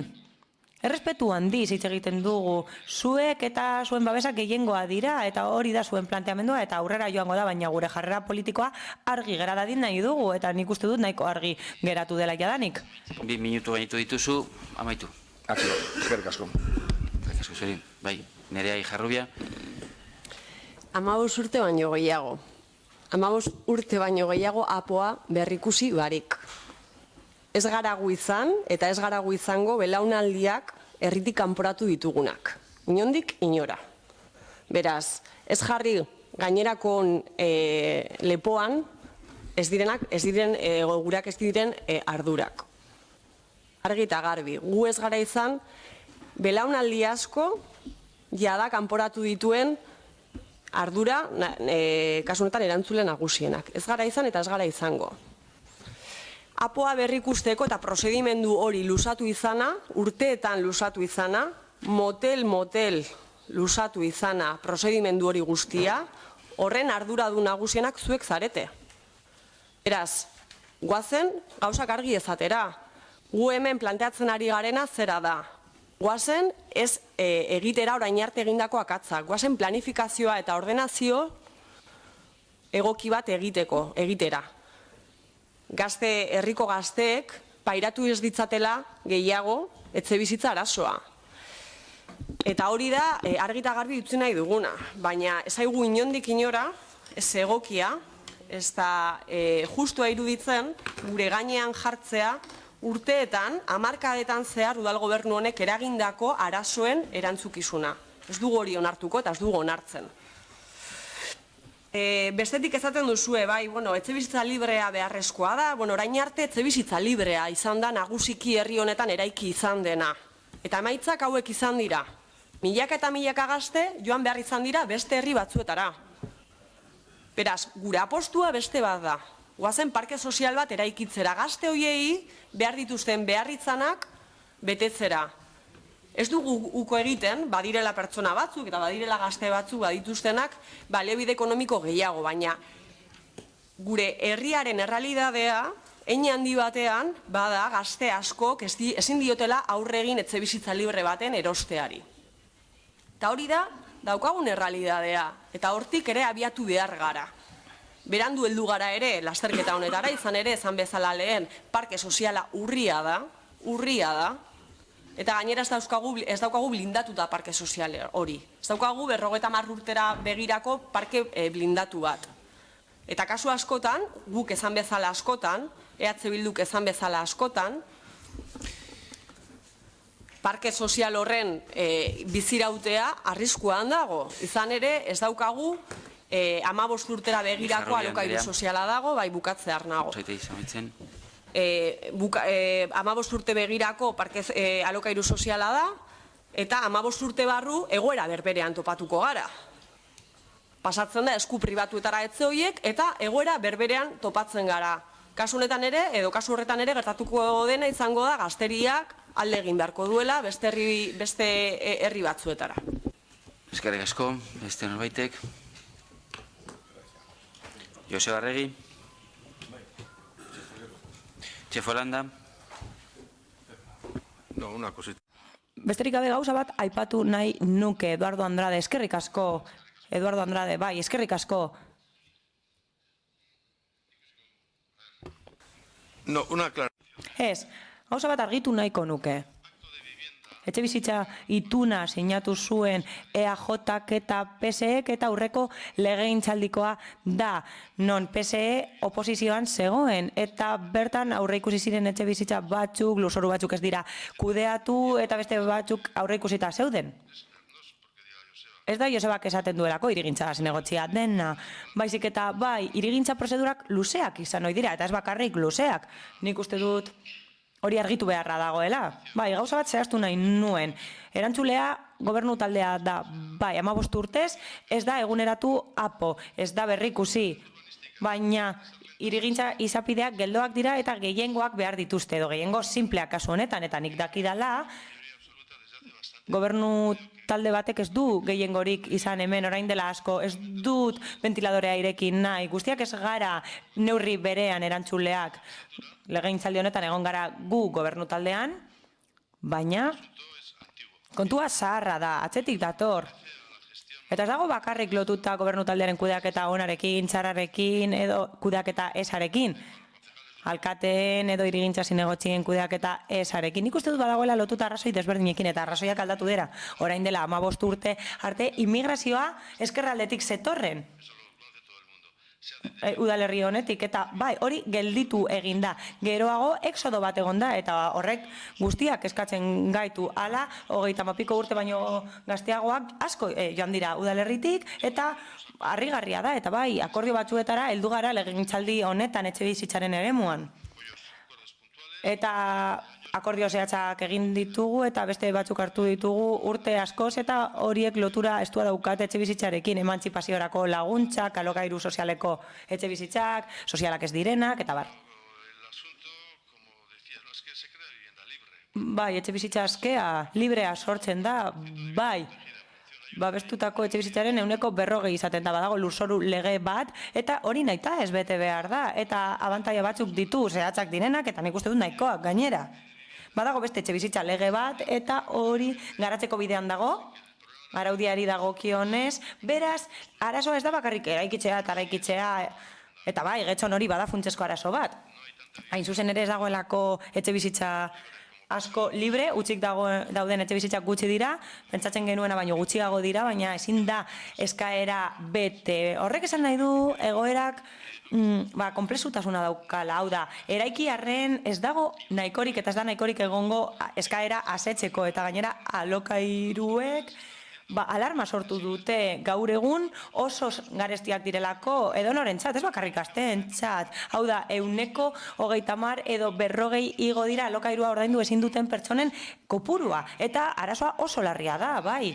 Eta jarduketa unitate honetan 115 babes ofizialeko etxebizitza eraikitzea agian ez da konponbidea, baina bada zauria konpontzeko edo sendatzeko modu bat txikia den arren, baina prozedurak esan bezala geldoak dira eta gehiengoak behar dituzte, lehen esan bezala, eta hori da esan nahi nuen guzti. Joseba Arregi.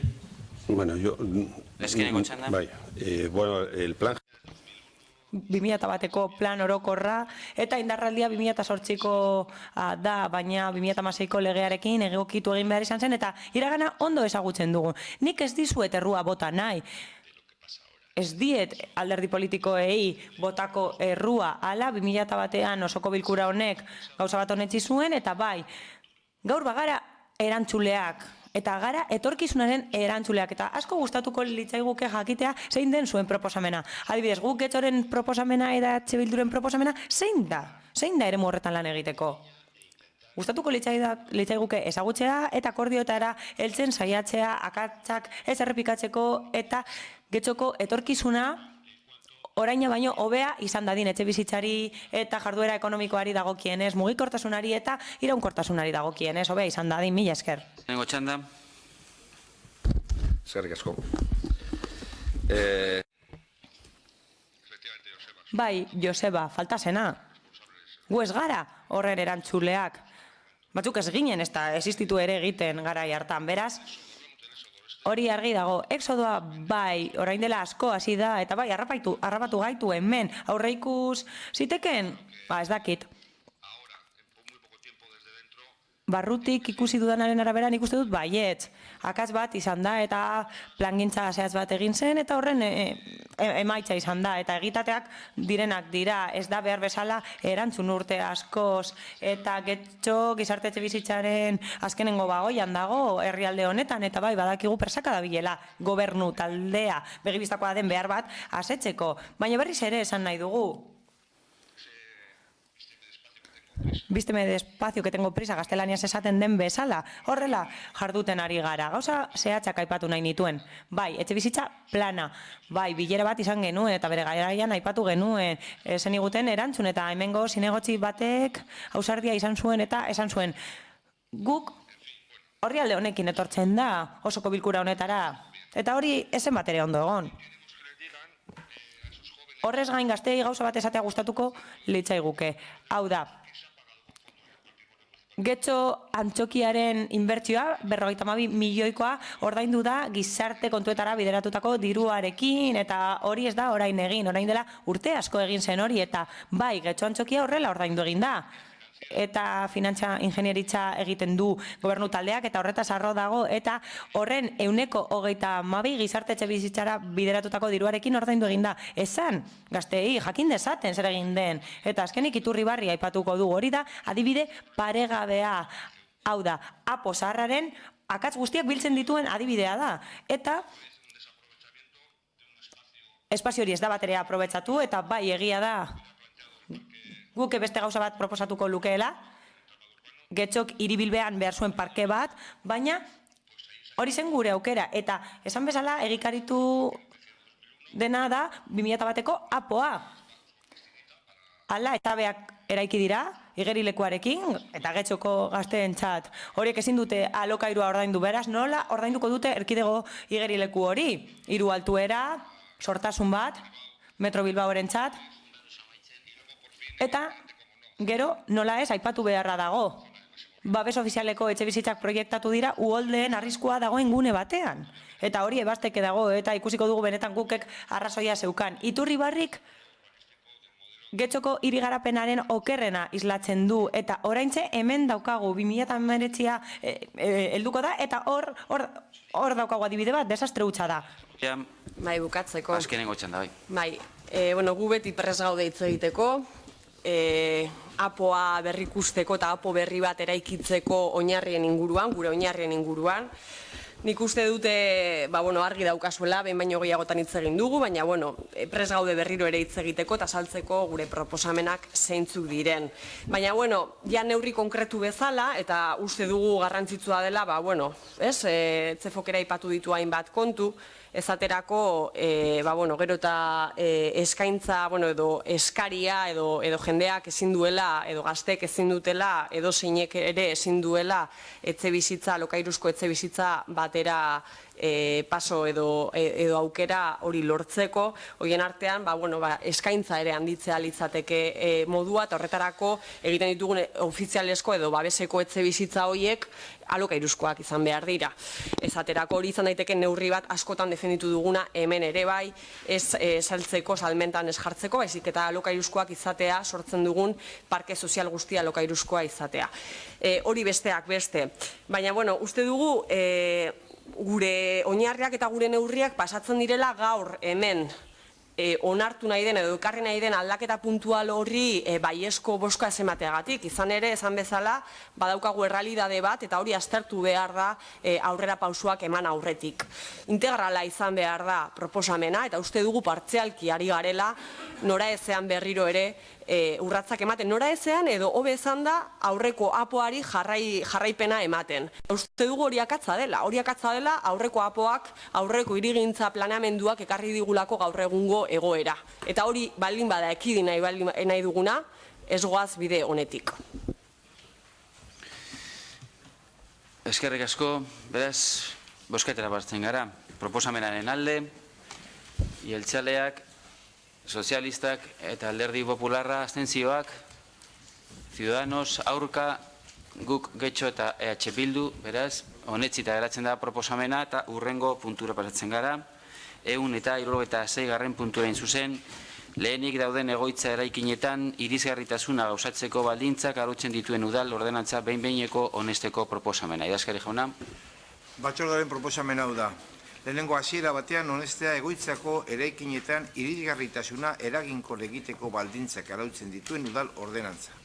Bigarrena, espedientea izapidetze publikoan eta interesatuen entzunaldi izapidetzean jartzea. Horretarako Bizkaiko aldizkari ofizialean eta udaletxeko iragarkiolean argitaratuko da 30 egunean eta epe horretan zehar erreklamazioak eta iradokizunak aurkeztu ahal izango dira. Hirugarrena, ordenantza aldatzeko proposamen honen berri ematea Bizkaiko desgaitasun fisikoa eta organikoa duten pertsonen federazio koordinatzaileari, FEKOR. Era berean egokitza jotzen dituen erreklamazioak eta iradokizunak aurkeztu ditzan. Laugarrena, erreklamaziorik edo iradokizunik aurkezten ez baldin bada, ordenantza hau behin betiko onetziko da eta berau argitaratzea eta egitaratzea alkate presidentearen eskumena izango da guztiz. Posgarrena, berariaz jasota geratzea, toki araubidearen oinarri buruzko legaren 70. artikuluan ezarrita dagoela, ordenantzak probintziako aldizkari ofizialean argitaratzen direla eta ez direla indarrean jartzen behin betiko testu osoa honesten denera arte eta 15 egun igaro arte. Joseba Arregi. Bueno, traemos... Gaur hasiera batean honesteko ekartzen dugu ordenantza honen berrikuspena eta horrela gure helburua da dauden aukeretara egokitzea. Hala irisgarritasuna bermatu nahi dugu egoitza eraikinetan, gure udalerrian, noski, eta horretarako bitarteko mekanimo alternatiboak ezarriko ditugu, igogailuak ez direnak. Hala eraikin batzuetan ezin da igogailuak jarri, baina plataformak, arrapalak edo aulki igogailuak instalatuko dira. Hala, irisgarritasuna bermatuko da barnealdean eta kanpoko sarbideetan eta atarietan ere bai. Horregatik guztiagatik, horretarako barkatu, ezarriko diren aukerak mailakatuko dira eta bideragarriak diren kasuetan konponbideak ezarriko dira eta irisgarritasun legea beteko da. Hala, ez bada praktikabilitate irizpideak ezarriko dira eta beste aukera batzuk emango dira, baldin eta ezin badira instalatu bitartekoak, irisgarriak edo praktikableak ez direnak, baina gai direnak irisgarritasun eziak kentzeko eta horrela herritarrek aukera izan dezaten etxeetara sartzeko. Horrez gain, espazio publikoen erabilera indartzen da, hori guztia bideragarri egiteko eta gainera desjabetzea aurreikusiko da beharrezkoa den kasuetarako eta partikularren artean akordio batera heltzen ez den kasuetarako. Horrekin gure helburua da antzemandako beharrei erantzutea. Hala, erkidegoen ordezkariak dira horiek eta irisgarritasuna bermatuko dugu egoitza eraikinetan. 2000 baino lehen eraikitako eraikinetan eta horrela aukera tekniko berriak eskainiko dizkiegu eta araudia malgutuko dugu eta aukera berriak baimenduko ditugu eta espazioen okupazioa beste modu batera kudeatuko da irisgarritasun hori bermatze aldera. Paula Mieva.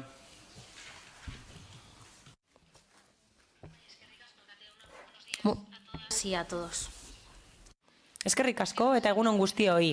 Lehenik eta behin esan nahi dugu esan ez den arren, gu garela talde bakarra ordenantzan ekarpenak egin zituena. Eta hori eskatzen genuen, hau da, ez gaituen kolektiboen eskaerak jasotzeko beste udalerri batean, indarrean dagoen ordenantza batean, hori jaso direlako, eta horregatik eskatu genuen, eta Josebak ez du aipatu hori, ez ditu ez gaituen kolektiboak aipatu, eta agian zuek lehenik eta behin entzun behar duzue hau. Agian gogorra da, baina entzun behar duzue, eta agian inork ez du esango, batzuetan hobe delako isilik egotea eta etekinak ateratzea zerikusirik ez duten gaiekin. Baina guretzat oso indesenteak zarete, eta ez da iraina, RAEren arabera hori da desentzia falta edo modestia falta erakusten duen hitza, eta errespetua eta duintasuna utzi zenuten gobernurako bidean, eta ez daukazue lotxarik, hau da, aretotik ateratzen zarete esanez ez ditugula ekarpenak egiten, baina mespresua bakarrik jasotzen dugu zuen gandik, mespresatzen dituzue gure ekarpenak, gure lana eta gure politika modua argi dagoena ez dela zuen berbera, eta adibidea jar ditzaket, bai, ordenantza hau da horren adibide bat, baina ez hori bakarrik. Moduan eta epean aurkestea emendakinak, udal langileen soldata igotzeko eta txostenik ez izatea eta puntua ezkentzea, organismo autonomoetan, kasoian ustea horrelako ordenantzetarako proposamenak, edo akordio batetik kanpo ustea. Hau da, RSU-ren inguruan hartutako erabakiaren kanpo utzi gintuzten, bilerak ukatu zirelako, denok gaudelako geundelako bilduta eta azkenean bakar batekin hartu delako erabakia. Agian, gainerako taldeak ohituago daude, zuen praktikekin, eta agian horregatik ez dute esfortzurik egiten batzordean hitz egiteko, edo artezkaritza batzarretan hitz egiteko. Soberan dakite EAJak politika zarrarekin jarduten duela, baina guk uste dugu getzok ez duela merezi gobernu talde hau. Talde politiko guztiak berdin errespetatzen ez dituena. Guk uste dugu ez duzuela merezi gobernatzea, argi dago, ez gaudela kartak trukatzen, hau da, ez ditugu kromoak trukatzen argazkietan, eta proposamenak onartzea agian ez da errentagarria kanpainan edo aurre kanpainan ematen du horretan zaudetela, eta horregatik errazaren alde egiten duzue. Agian beste batzuek kontrapartida bat irabaziko duten, naiz eta horrek ez daukan zerikusirik hemen eztabaidatzen den horrekin, eta horrela gaude bai, batzuei eskatzen zaie irisgarritasuna, baina hauze onartzen dute testuari ekarpenak egin gabe, eta zer dago atzean?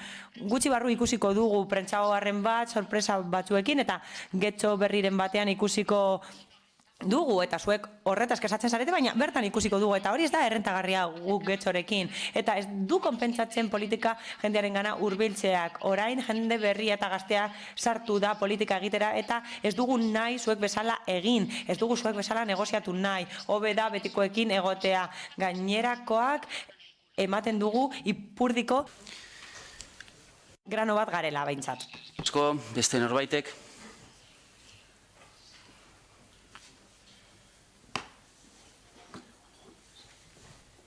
Bosketara pasten gara proposamenaren alde. Jeltzaleak, Sozialistak, Alderdi Popularra eta Ciudadanos, abstentzioak, EH Bildu, aurka, guk getxo. Beraz, honetxita geratzen da proposamena eta urrengora pasatzen gara mozioen eta interpelazioen esparruan, 187. puntuan, PP Alderdiko udaltaldeak aurkeztuako mozioa, ume bonoa. Eduardo Andrade. Gracias, señor alcalde. Eskerrik asko, alkate jauna. Popular udaltaldeko kideok argi eta garbi egiten dugu familia eta merkataritza babestearen aldeko apustua. Eustat erakundaren datuen arabera, 2009-tik getxoko biztanleak 3,1 murriztu dira. Hau da, zahartze indizaigo eta jaiotza tasa jaizi da. Hori dela eta udalerrian erroldatutako familiei lagunduko dien ekimen hau aurkezten dugu. Seme alaba bat edo gehiago jaiotzean edo adoptatzean, haurtxoentzako bonua izeneko diru laguntza ematean nahi dugu, sortzen diren gastuen zati bat ordaintzaldera. Adingabearentzako ondasunak ordaintzeko erabiliko da soilik, eta programan parte hartzen duten udalerriko establezimenduetan erosi beharko dira. Gauzak horrela aldie bilei lagunduko diegu, batetik diru laguntza bat emango diegu familiei, eta bestetik udalerriko saltokietan erostea bultzatuko dugu. Bertan baliatu beharko baita laguntza hori. Horretarako ekimenaren berri eman behar zaie tokiko merkataritza establezimenduei, izpide dugun kanpainarekin bat egin dezaten. Horregatik guztiagatik, Popular udaltaldeak ondoreko erabaki proposamena aurkezten du. Haurtxoentzako bonua sortzea, udalerriko saltokitan soilik erabili izango dena, eta mozio honen berri ematea udalaren komunikabidetan. Ibon Rodríguez. Guziarkako badugu.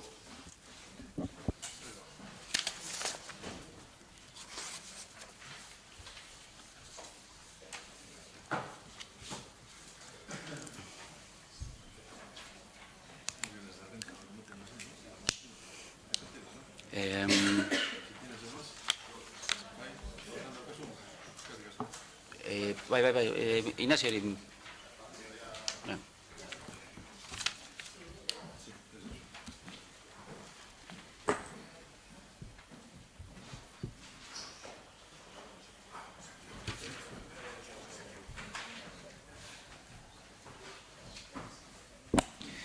Bai, Ibon Rodríguez, zurea da hitza, zeharkako proposamen hori irakurtzeko. Alderdi Popularrak aurkeztu duen aurrentzako bonoa mozioari Euskal Herria Bilduk egiten dion zeharkako osagarria. Bigarrena, haurtzuentzako bonoaren sorreran, arautzean eta bere banaketan kontuan hartuko dira balizko hartzaileen diru sarrerak eta errenta egoera. Alderdi Popularrei dagokio baietza ezetxe ematea. Eduardo Andrade. Sí, gracias, señor alcalde. Agradecemos la enmienda presentada. Eskerrik asko, alkate jauna, eskerrik asko Bildu taldeari zuzenketa honengatik. Gu benetan alde gaude diru sarrera horiek kontuan hartzen dituen oinarri bat barne hartzearekin, eta beraz, bai, mozioan sartuko dugu Bildu taldearen proposamena. Jarraitzen dugu beraz mozioarekin. Eduardo Andrade. Bueno, pues si no hay más enmiendas, pues... Bueno, zuzenketa edo emendakin gehiagorik ez badago, azaldu egingo dugu.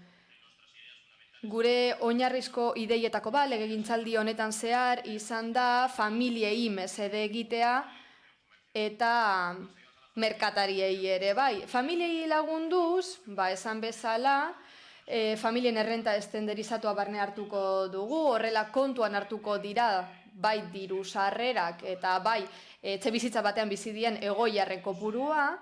Era berean proposatu ditugu zenbait diru laguntza familia nitzentzat, eta orain beste diru laguntza bat, haurtzuentzako bono hau.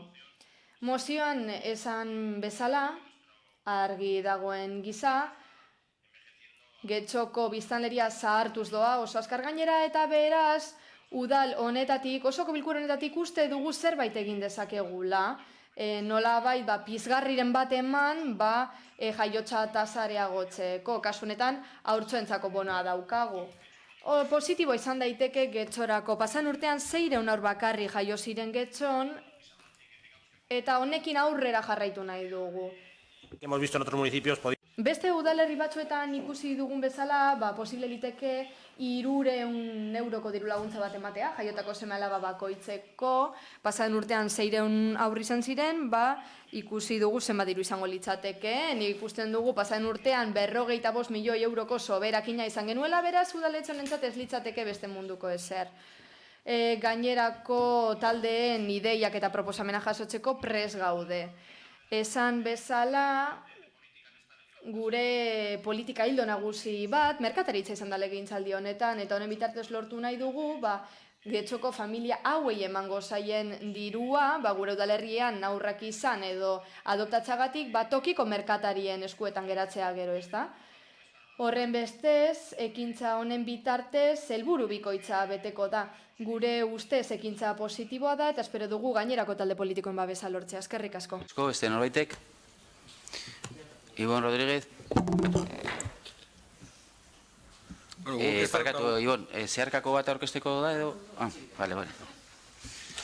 Guk ez daukagu oso garbi peperi zeharkako bat onartzea eta ideia on bat izan duela, hola titularretan onartzea politika egiteko era zaharra edo berria den, argazkiaren bila gauden, edo gure prentzaoharrak Andrade jaunak idatziko dituen. Baina onartzen dugu politika egiteko erazko dauzela eta ideiak onak direnean abestu daitezkela. Naiz eta idei horiek gabeziak izan, eta askotan gabezi hori proposatzailearen ohiko jarduretan egotea. Gure ustez, beharrezkoak dauzkagu aurrak, ez bakarrik Getxon, beharrezkoak dauzkagu Euskal Herri osoan, eta beharrezkoak dauzkagu jaiotze tasa igotzea, eta beharrezkotasun horretan neurri asko hartu behar dira. Batzuk ezin dira hartu udalerri mailan, baina beste batzuk hartu daitezke udalerri mailan.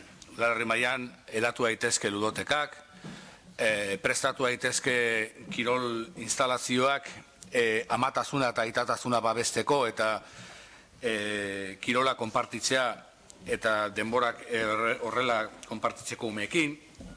egin daitezke aurrezkola gehiago, prestatu daitezke diru laguntzak edo obariak hainbat tasa edo agian hainbat zerretin gauza asko egin daitezke, baina kasu honetan Alderdi Popularra dakarrena da bono bebe bat, eta orain esan behar dugu gure ustez gure zeharkakoak ekiditzen du Alderdi Sozialistak bono bebe jarri zuenean atera zuen edo akatsa da guztiei gauza berdina emon.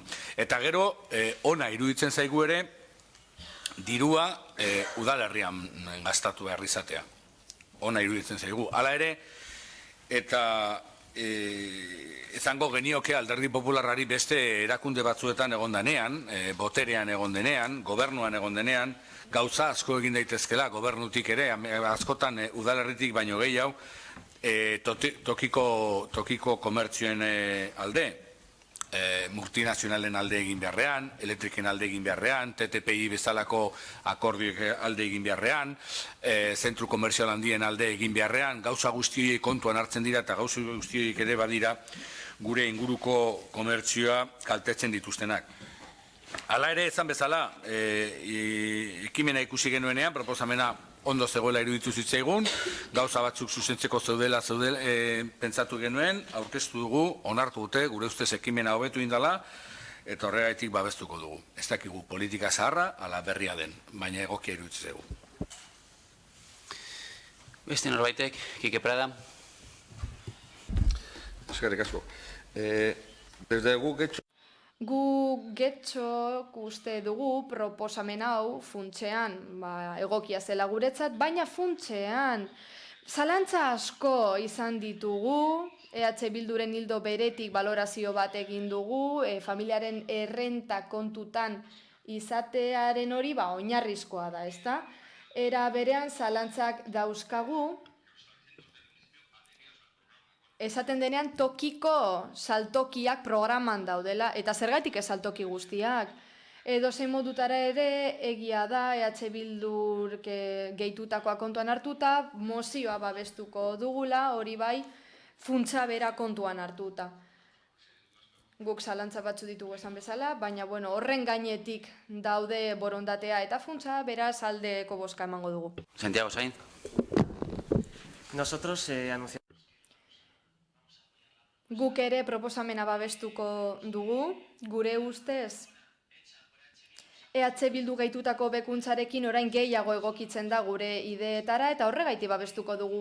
Mozioa izan ere, azken finean, jatorrizko mozioan ezen kontuan hartzen familien gaitasun ekonomikoa eta gauza ez da familia bateri diru edozein arrazoigatik diru ematea edo familia unitate bateri 100.000 euro jasotzen baditu urtean, ez da gauza bera, 20.000 euro jasotzen dituen familia batekin alderatuta.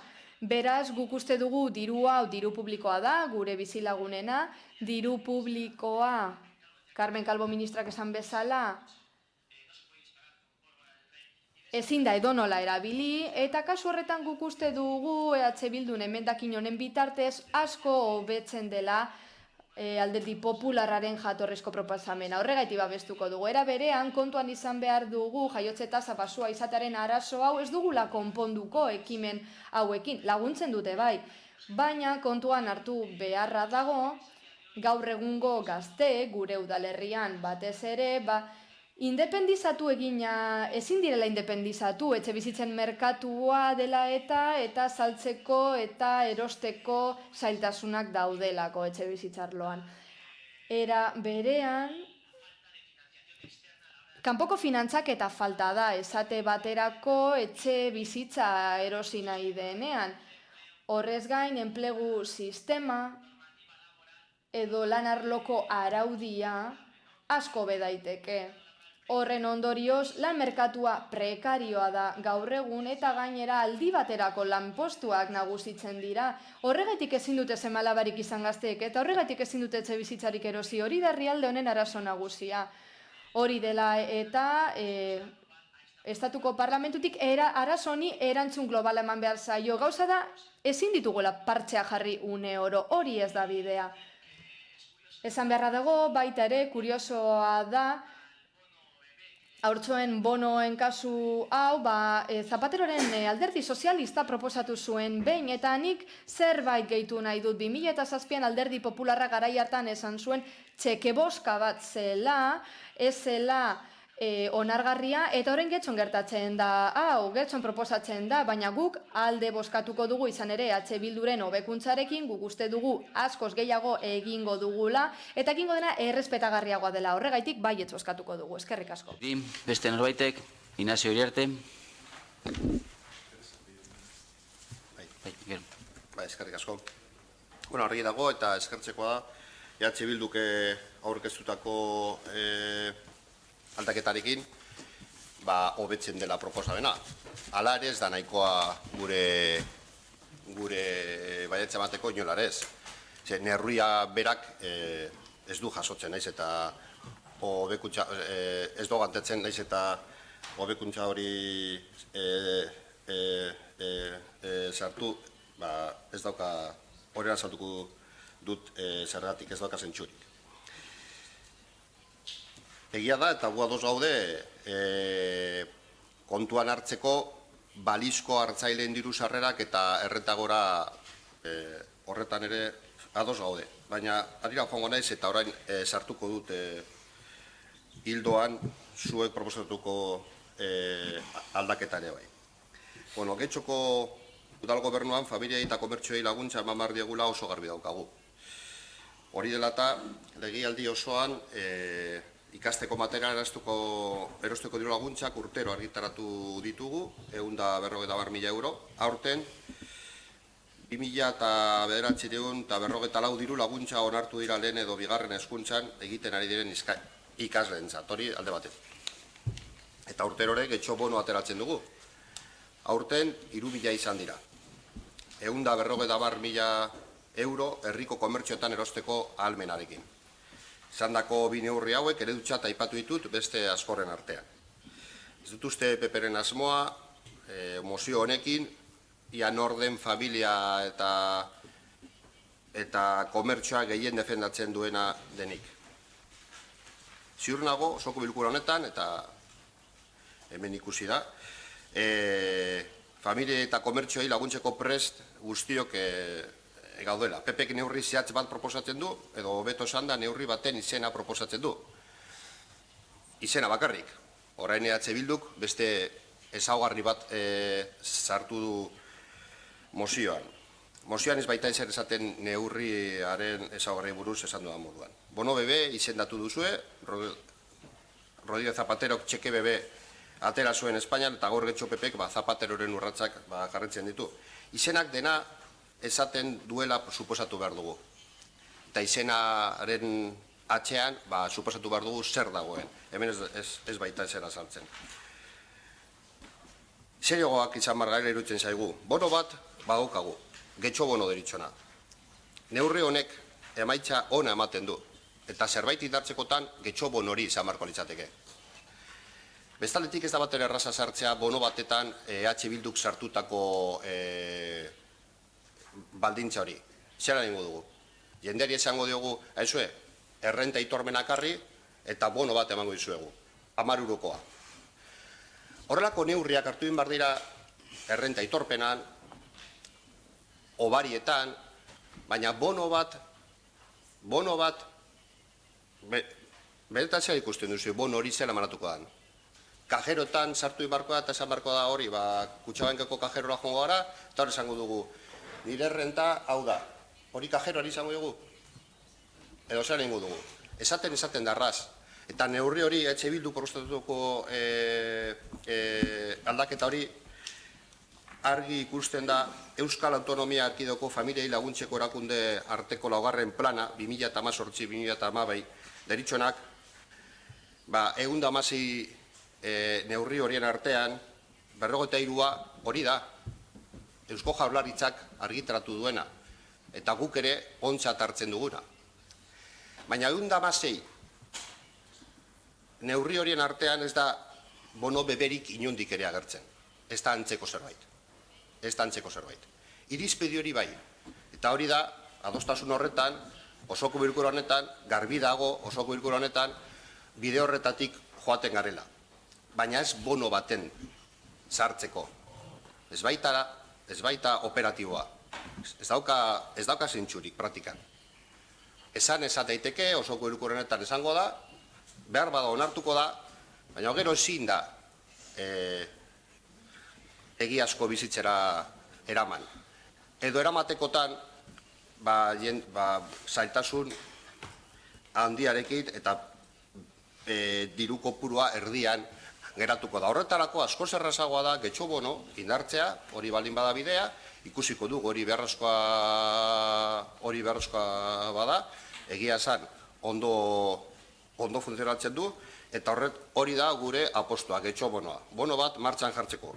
Eta familiei eta umeei laguntza bateko guk erabat ados etortzen gara, Eusko Jaurlaritzak ez bakarrik, baizik eta esan dudan moduan,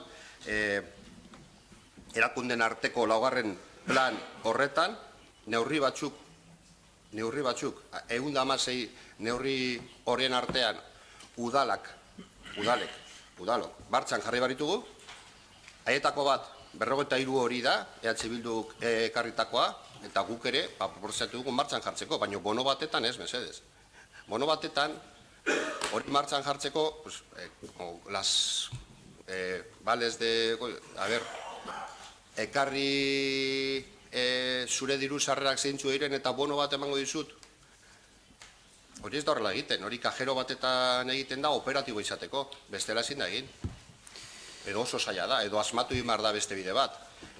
Erraztu egin behar da, eta errazteko bidea egina dago. Uriarte jauna, justiz amaitzen, zerez. Getxo bonoa, hori da bidea, bidazker. Parkatu. Bai, itxadeko zu. Teresa Eskalante. Buenos días a... Egunon guztioi.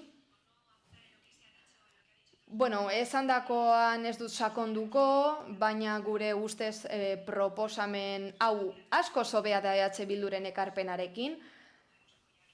Baina hala ere guk ezin dugu aldeko bozka eman, zergatik? Proposamen hau partziala, improvisatua delako, gainera ikusten dugu ez duela aintzat hartzen getxok duen arazo zehatza, hau partxe badat ezin da arazoa horrekin konpondu. Instituzioek arazo ni ekin diote hori argi dago, ez da gauza berria, eta kezkagarria da egoera. Instituzioak kezkatu dituen egoera da.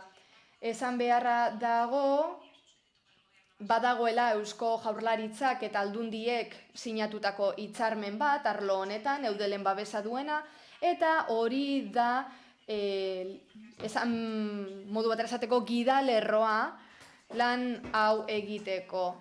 Jaiotza tasa basueri aurre egiteko. Dena den badaude oztopo batzuk zaildu egiten dutenak, pertsona batzuen kasuan, familia proiektu bat hastea.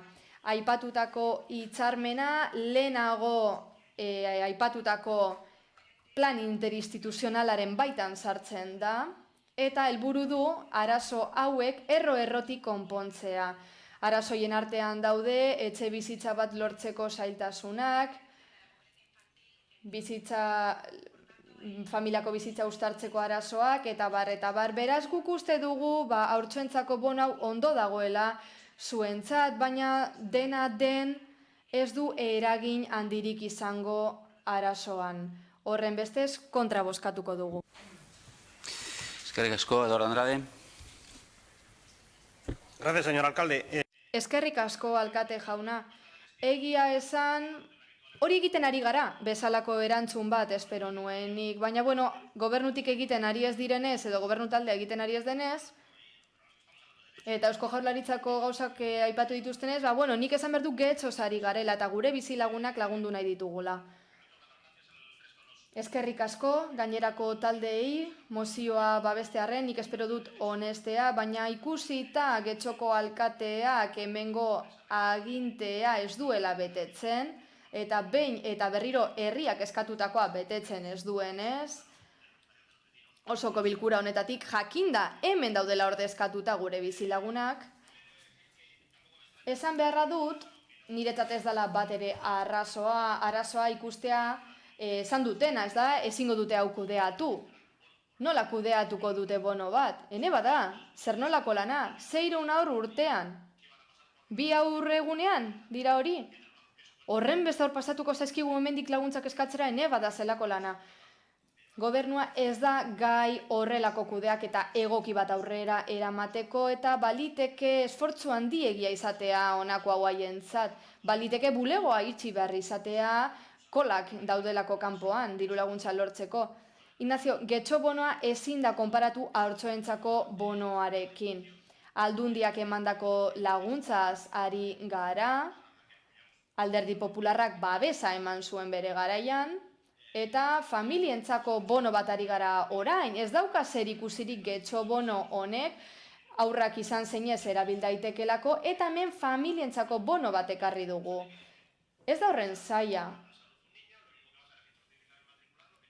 Haur bat jaiotzen denean erregistro zibilean bere izena ematen dugu eta gero errentarekin onazatoz laguntza bat eskatzen duzu eta jasotzen duzu bono bat, 600, 700, 800 ez dakizen bat eurokoa eta truka dezakezu saltokietan. Eta badar bada saltoki bat denek ez duten nahiko proposamen honetara batu, baina, bueno, badakit hau zuen kudeaketarako arazotsua izan daitekela. Horren bestez, nik badakit asko matizatzen denean mozio bat, gehiegi matizatzen dela eta gero arazoa agertzen da. Kontrakoa gertatzen denean ere arazoak agertzen dira, beti dago zerbait.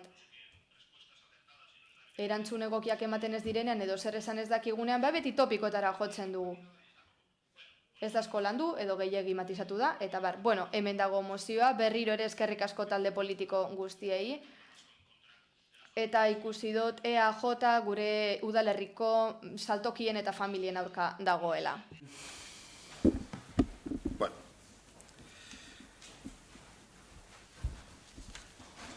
Se gestiona el getxo bono no por la Diputación. Aldundiak ez du getxo bono kudeatzen. Getxoko udala kudeatzen du. Tokiko merkatarien elkartekin batera. Deialdi bat egoten da, diru laguntzena. Eta Alderdi Popularrak proposatzen duena bono bada, beste bat. Gai konkretu baterako bono bat. Nik diodana zera da. Plan badago. Lehen aipatu dut planaren izena. 2018-2022 aldirako plan bat dago. Bertan diru laguntzak aipatzen dira, ez bonoak.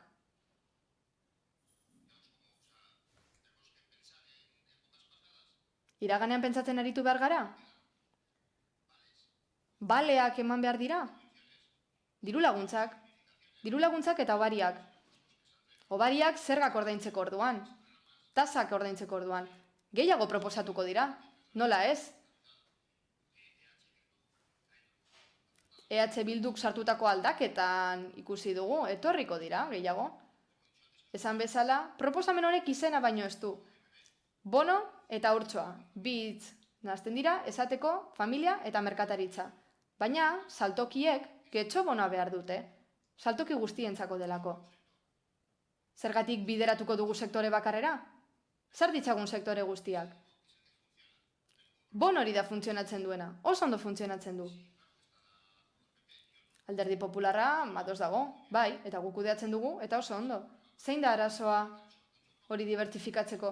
Getxo bono funtzionatzen badu, behar bada hitz egin beharko dugu hori indartzaren inguruan, edo ez. Horretarako aurrekontu ez ere hitz egin beharko dugu.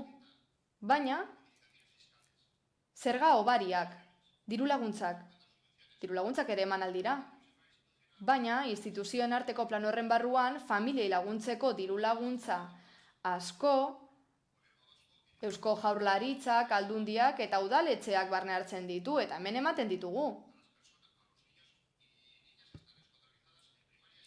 Lehen eta bigarren hezkuntzan dauden aurrek eskolako materiala erosteko diru laguntzak ematen ditugu. Diru laguntzak eta ez bonoak. Tresna desberdina dira. Oso desberdina.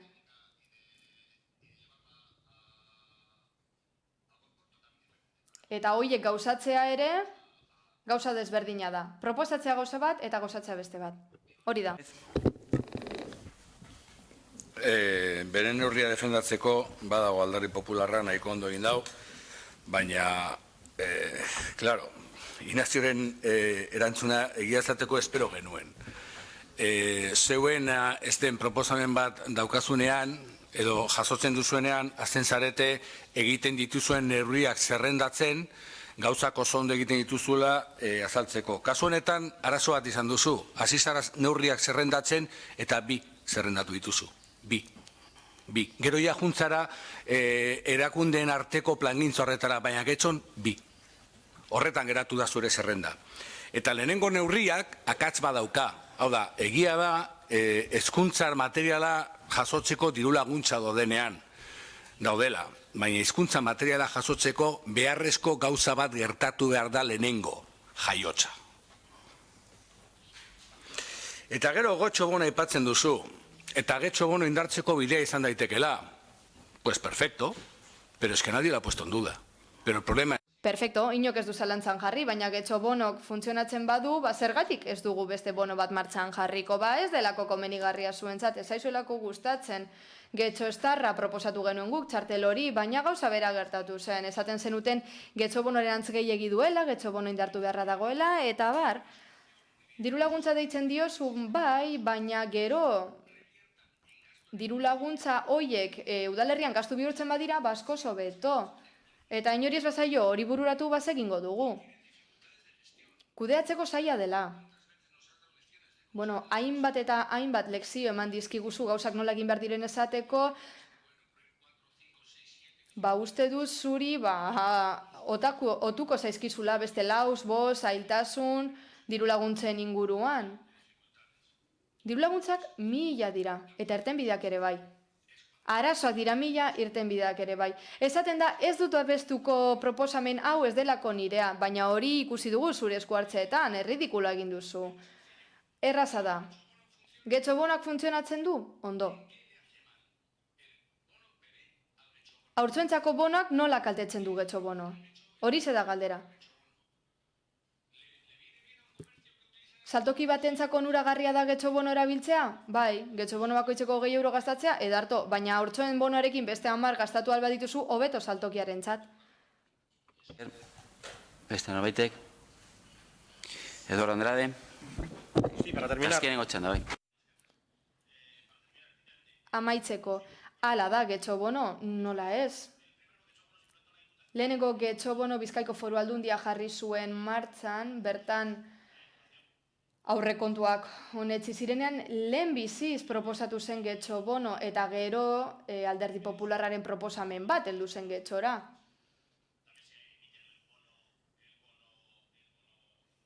Kultura bonoare daukagu hor, lehengoa, lehenbeste bono bat zegoen, baita ere, altzariak erosteko, hainbat bono jartzen dira martxan, eta ibonek dioen bezala, ze kalte dakar bono batek?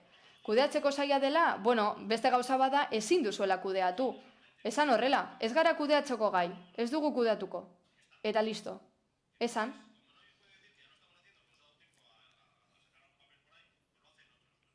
Azkenean, zuek ezin izan duzuen ez esan, beste batzuek egiten dute. Guk nahi dugun bakarra da, getxoko familiei eta saltokei lagundu. Proposamena babesten ez baduzue, badakigu beste behin, zuen agintea ez duzela errespetatuko, eta hori da guztia. Ignacio Uriarte, azkenengo txanda. No he dicho más medidas antes porque... Helen ez nuen nire eskuartzeak gehiago luzatu nahi, badaukagulako beste mozio bat, zer gehiago esan dezakegu. Urtero 200.000 euro baino gehiago ematen dira diru laguntzetan, 6 hildo desberdin gaur egun. Orain honetan merkaterin elkarteari diru gehiago eman zaio gainera, merkateri elkarte guztiei zetako lankidetzan aritzeko izan ere behar izan hori dute. Lankidetzan aritzeko behar izana, askotan esan dut, gainera prestakuntzarloan, aholkularitzarloan, beste bat arlotan laguntzen zaie. Lankidetzan aritzeko hori eskatzen dute. Eta guztiz beharrezkoa da. Bono bat gehiago badaukagu, sektore konkretu bati ez dio lagunduko. Ez du lagunduko. Gauzak zailduko ditu, badakit zuentzat ulertzea zaila dela, Baina, ekonomiaren ardatza da lankidetzan aritzea. Giro hori lortu behar dugu eta esate baterako horregatik aritzen gara lankidetzan beste instituzio batzuekin, merkataritza arloan. Hainbat aldiz esan dugu. Merkatarien elkartekin lankidetzan aritzen gara, baina aldundiarekin ere bai, adibidez, bagarala ez gara kanpaina dago abian aste honetan aldundiarena. Merkatariei laguntzeko, kontzientzazioa sustatzeko, gure saltokietan erosteko. Horrere lankidetzan ari gara, ez da? Baina hemen nahaztu eginda izan ere bakarrik nahi dugu hitz egin eta Alderdi Popularrak familiei eta saltoki lagundu nahi diela esan eta gero asmatu du haurtxoentzako bono bat inongo edukirik gabe. Ondo atera zaizu jokaldia, gero EH Bilduk familien errenta estandarizatorena sartu duelako, gehiegi zehaztu gabe, baina bueno, ematen du horrekin neurria ondo dagoela, baina ez da hala badaude beste neurri asko ezarri aldirenak. Nik esan dut, 6 diru laguntza hildo desberdin baditugu, saltokientzat hoietako hainbat, zozegaitik izango da. Badakizue nola funtzionatzen duten diru laguntza horiek. Helburu dute lankidetzan aritzea, eraikitzea, prestatzea, aholkularitza ematea, beste administrazio batzuekin lankidetzan aritzea, eta udalaz gaindiko beste elkarte batzuekin, esate baterako aldundiarekin ematen dugu orain bat. EH Bildurentzat erredikulo izango da, gobernuarentzat ez? Bai, Ibon Rodríguez, azkenengo txanda. Beitu jauna, asko saltze dituzu ematen dituzuen diru laguntza, baina horietan egiten duzuena Eusko Jaurlaritzak ematen dizuen dirua kudeatu. Hori batetik. Bestetik. Hainbat laguntza ematen dituzue, baina gero, adibidez, neurri batzuk elkarti hoiei gustatzen zaizienean, Mesedes, ez dezagun eztabaida zabaldu, posera mela dauka hitzak.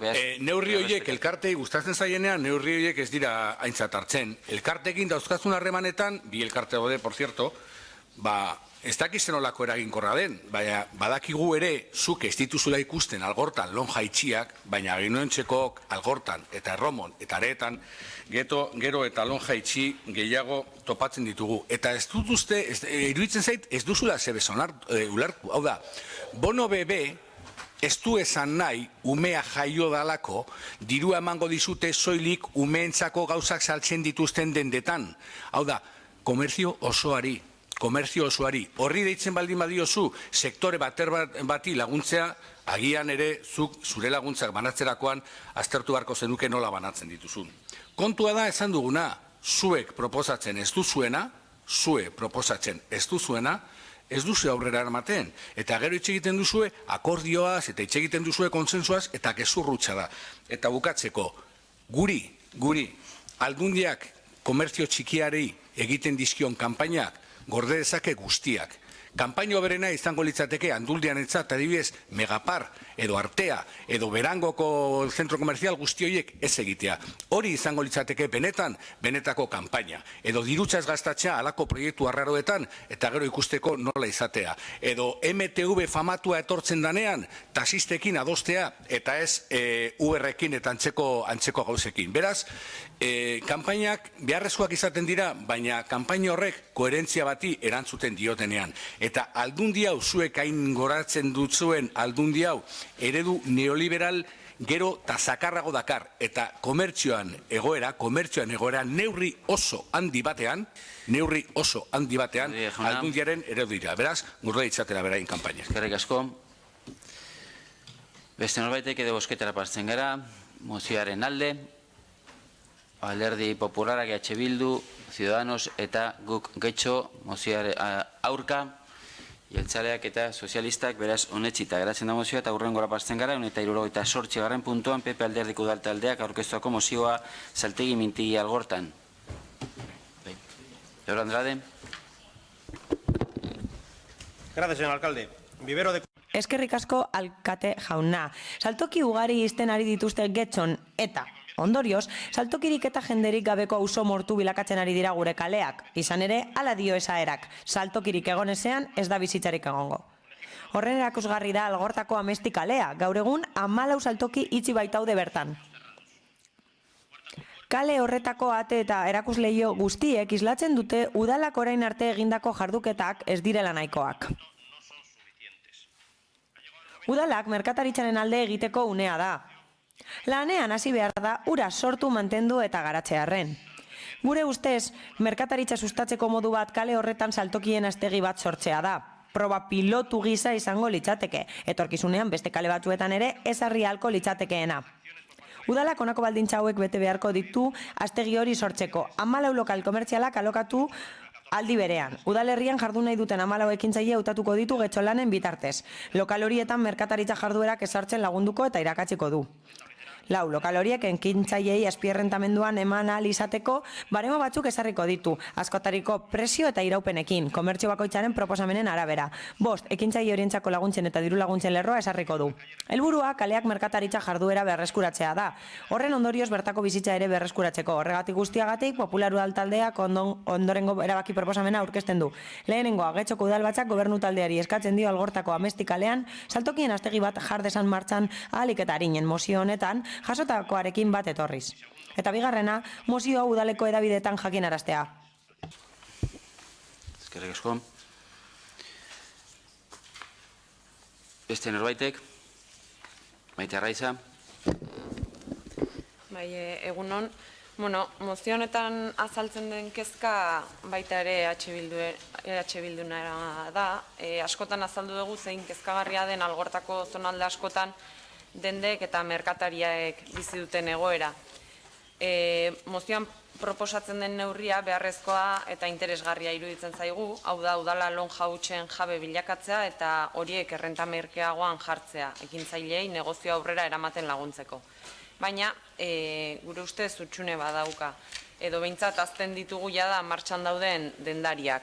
Une honetan euren eguneroko ogiagatik borrokan dauden dendariak. Horregatik oroar, Getxoko merkataritza eta merkatarien alde egiteko neurriak behar direla uste dugu. Adibidez, orain dela hilabete batzuk, Getxoko EH Bilduk moneta lokalaren proposamena egin genuen udalbatza honetan. Uste dugu neurri horrek merkatari guztiak lagunduko dituela eta ez batzuk bakarrik. Beraz, aprobetxatu nahi dugu dei egiteko neurri hori martxan jartzeko lantaldea osatu da edin. Izan ere, ezin dugu ahaztu merkataritzari gabe herri gabeko herri hila daukagula. Beste norbaitek? Kike Prada?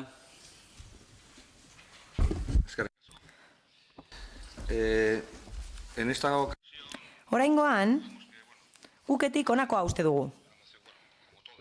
Guztiak bezala, ez da bai, baina mozio honek ere baditu helburu honak. Algortako saltoki astegiari dagokionez zalantza eta galdera asko ditugu. Kale zehatz batez ari gara kasu honetan eta beste batzuk daude Romon, Areetan, non lonja gehienak hutsik dauden. Eta denok galdetzen dugu, zein da irizpidea? Hori aukeratzeko proposamena ez zaigu txarra iruditzen, baina guketik uste dugu horrelako kontuak beste era batera bideratu beharko genituzkeela, horretarako sare bat sortu beharko genuke eta saltoki mahai bat sortuko zela zein egin zeniguten eta horregatik esku hartzeko txanda hau aprobetxatuko dugu osatzeko eskaera egiteko. Guk uste dugu maila osatu behar dela, hori delako foro egokia horrelako proposamena aztertzea, kale zehatz batean dagoelako zentratuta, baina getxon badaudelako gune asko horrelako ekimenak aurrera ateratzeko eta guk uste dugu hilo horretan lan egin behar dugula mahai batean. Horregatik guztiagatik proposamenean abstenituko gara eta berriz ere eskatu nahi dugu saltoki mahai bat sortzeko. Teresa. Y esker. Buenos días a todos y a todas. Egunon guztioi berriro ere. Alderdi sozialistatik argi utzi nahi dugu gure iritzia mozio honen gainean. Guk uste dugu Alderdi Popularrak pilotu proiektu deritzona besteentzat froga akats sistema bat dela, eta horrela gauzak ezin dira egin, horrelako sistema batekin, baina mozioa bitxia da. Zergatik? Alderdi Popularrak ekonomia plangintza defendatzen duelako da bitxia, eta hori harrigarria da, eta gainera ekonomia plangintza modu arbitrarioan egiteko proposatzen da. Zergatik kale bat eta bestea ez. Hori da adierazi dena osoko bilkura honetan, zergatik merkatari batzuk bai eta ezarrita daudenak ez. Zergatik lehenetsi egingo dira jarduera batzuk, hori suposatu egin behar da, gutxi esaten delako zergatik lehenetsiko dira jarduera batzuk eta besteak ez. Noiz arte iraungo dute diru laguntzek, zer gertatuko da merkatari horiekin diru laguntzak ez dituztenean, hau da, administrazioak diruz laguntzen ez dituztenean?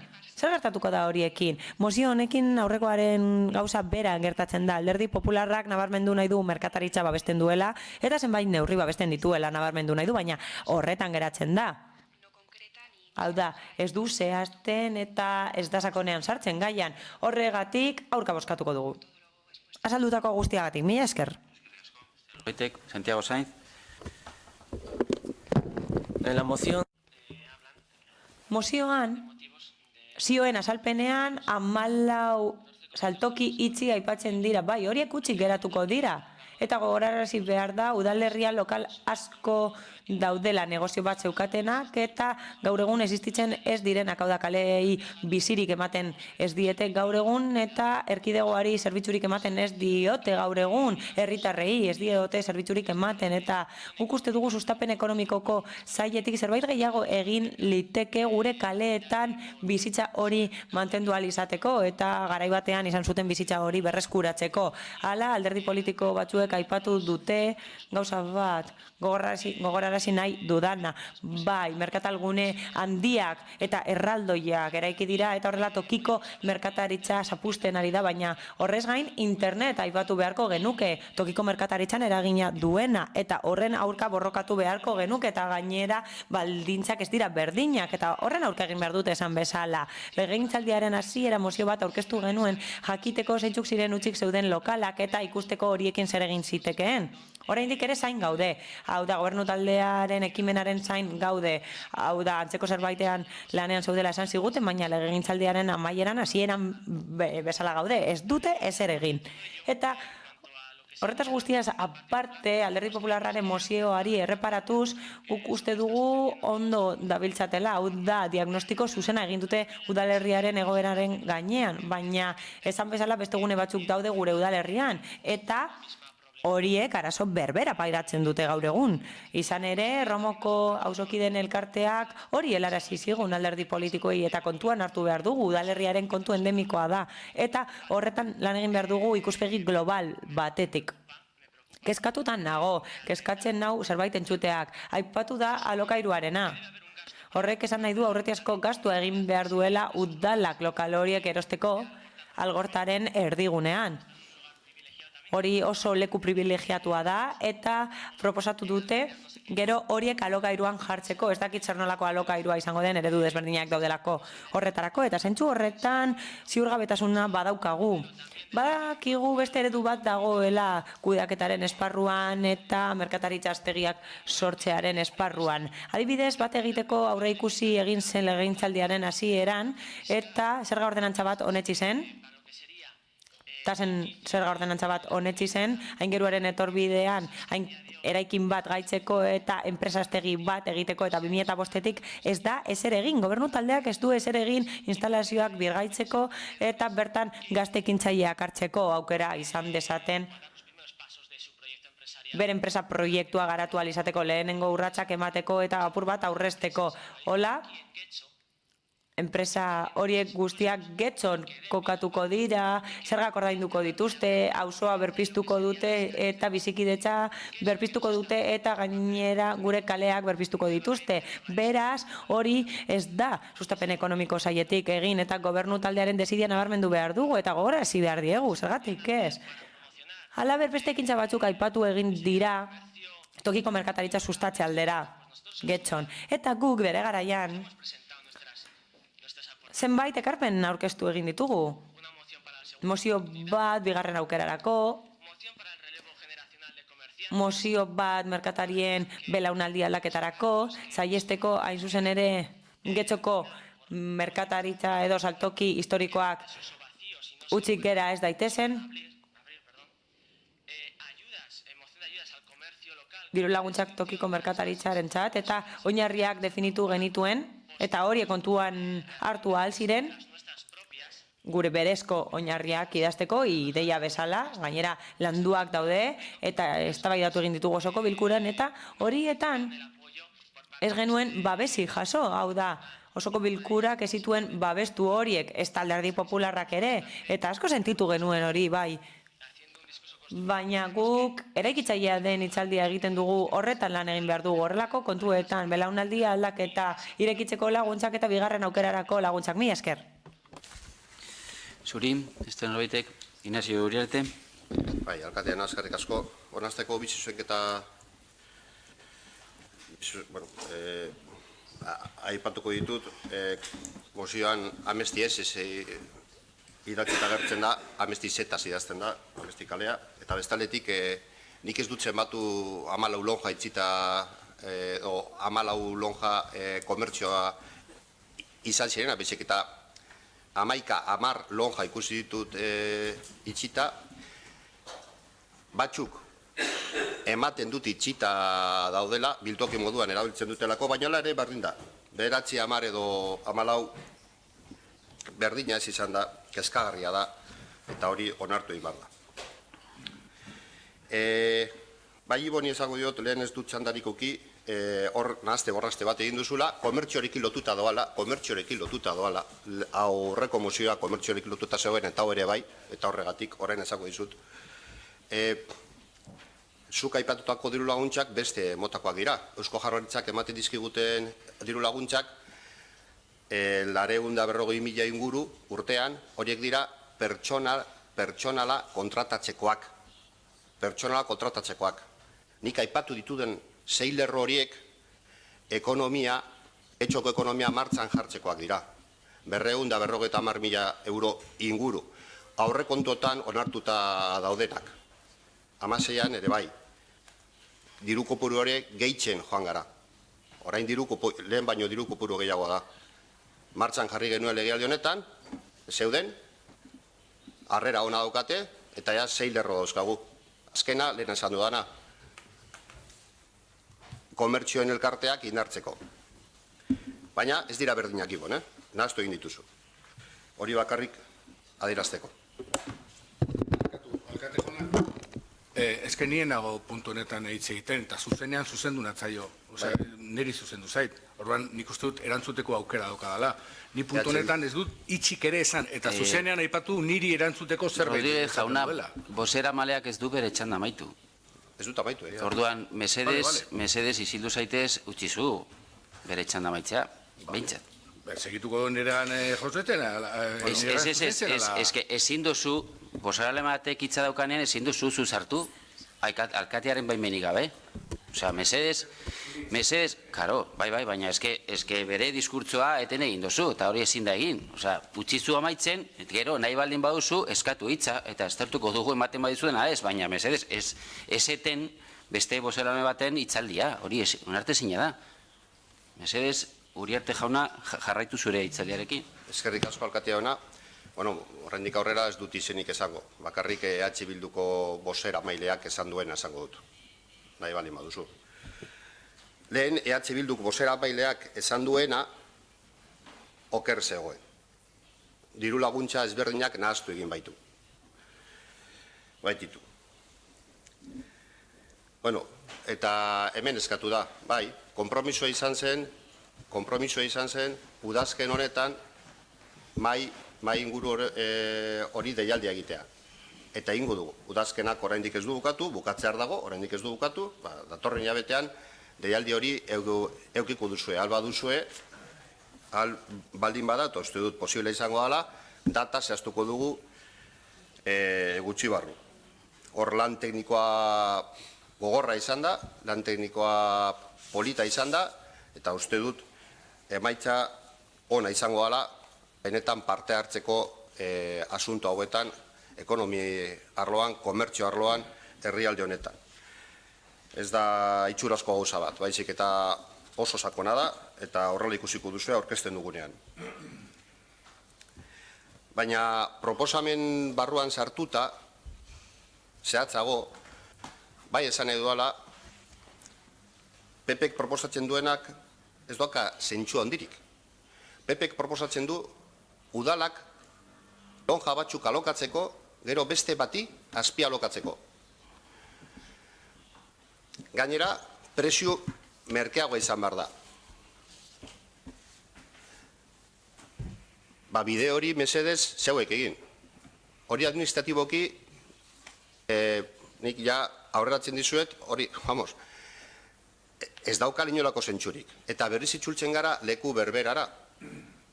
Horretarako hobeda diru laguntzak egitea. 6 hildo dauzkagu.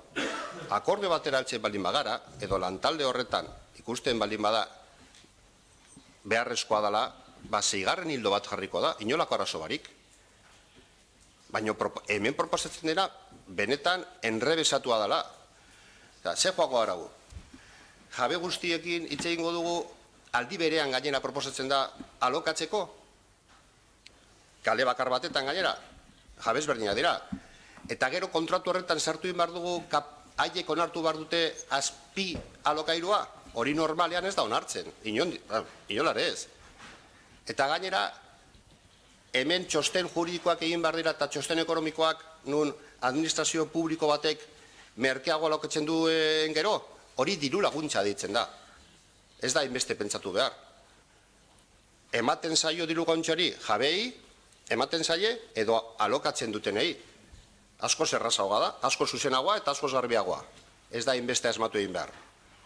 Eta horretarako esan dut, 6 lerro ezberdina dauzkagula, zuen proposatzen duzuen lerroa horretatik ez da identifikatu teknikoki oraindik, baina longe lasterketa ere egiten ari dira, emaitza etorriko da, lehenengo esan dudan mai eraketari, mai ingur hori edo mai lantalde hori osatuko da, eta hor joango dira emaitzak botatzen, baina mesedez nerri hauek pentsatu inbar dira bizkatxo bat. Benetan, eta benetan niot, enrebesatua dela PPek proposatzen duena. Eta uste dut, onartu dezakezuela, askoz garbiagoa dela, esatea nola, hori askoz hobeto konpontzen dela diru laguntza batetan. Eta esan dudan moduan, oraindik ez da identifikatu hori berrezkoa dela. Behar bada, proposatuko da neurri baten moduan. Junzaitez amaitzen, mesedez. Baina ikusiko dugu orduan, ia akordioa dagoen, eta ziurrenik, hori proposamen bat ikuste bali madaldez horretik, proposamen ona izan detekela, akordioa gongo dela. Horren arte euki dugun moduan, getxo bono ere horrela martxan jarri zen. Esker, Edor Andrade, parkatu. Nahi zu hitzartu, baina da EH Bilduren txanda gortuz, nik aluzio bezalak ez dituk onartuko. Eta zergaitik ez? Garbi dagolako aurreko mozioaren defentsan aritu zarelako bozeramale bezala, eta berak apelatu indu azken batean zure aurreko mozioaren diskurtsora. Zuzenean aipatu nahi? Beraz, ez da aluzio pertsonala, da bozeramale bezala aurreko nozioan aritu zarelako. Hori ez bada aluzio pertsonala, esango diazu noiz dan aluzio pertsonala arduan. Aluzio pertsonala da gaia pertsonalare denean, adibidez, baina zuk aurreko mozioan bozeramale bezala aritu zara, eta berak mai gainean jarritako argudiak izan dira zuk aurreko mozioan mai gainean aurkeztu edo azaldu dituzuen arabera. Beraz, hor ez dago aluziorik, ez dut onartuko, nahi baduzu hitz hartu, baina EH Bilduren txandai dagokion hitz izango da. Beste bi txanda dituzu. Edor Andrade. Alkalde. Eskerrik asko alkate jauna. Hau da nire lehenengo txalda mozioa lehen irakurri dudalako, besterik ez.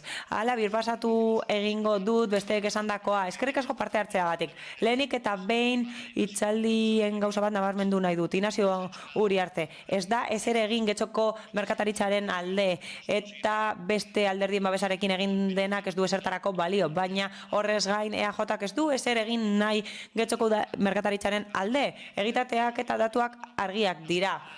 Bai, gure udalerrian saltoki asko daude itxita 30 piko eta Amestin harrigarria da egoera. Eta horregatik aipatu dugu Amesti mozioan eta areetan batez bestekoa merkataritzaren 120koa da itxita dagoena.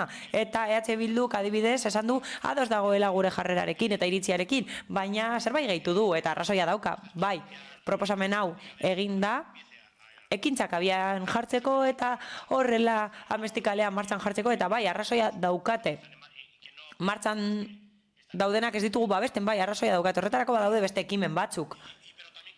Baina horrez gain nik uste dut errespetu osoz lortzen badugu Amestikale osoa funtzionamenduan jartzea martxan daudenak onurak izango dituztela.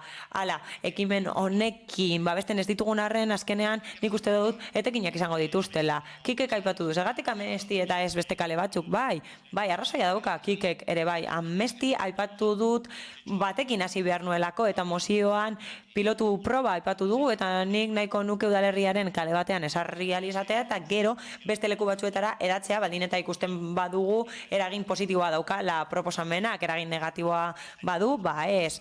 Kikek arrazoia dauka zergatik hau eta ez besteak danak aldi berean uste genuen gehiegi zela.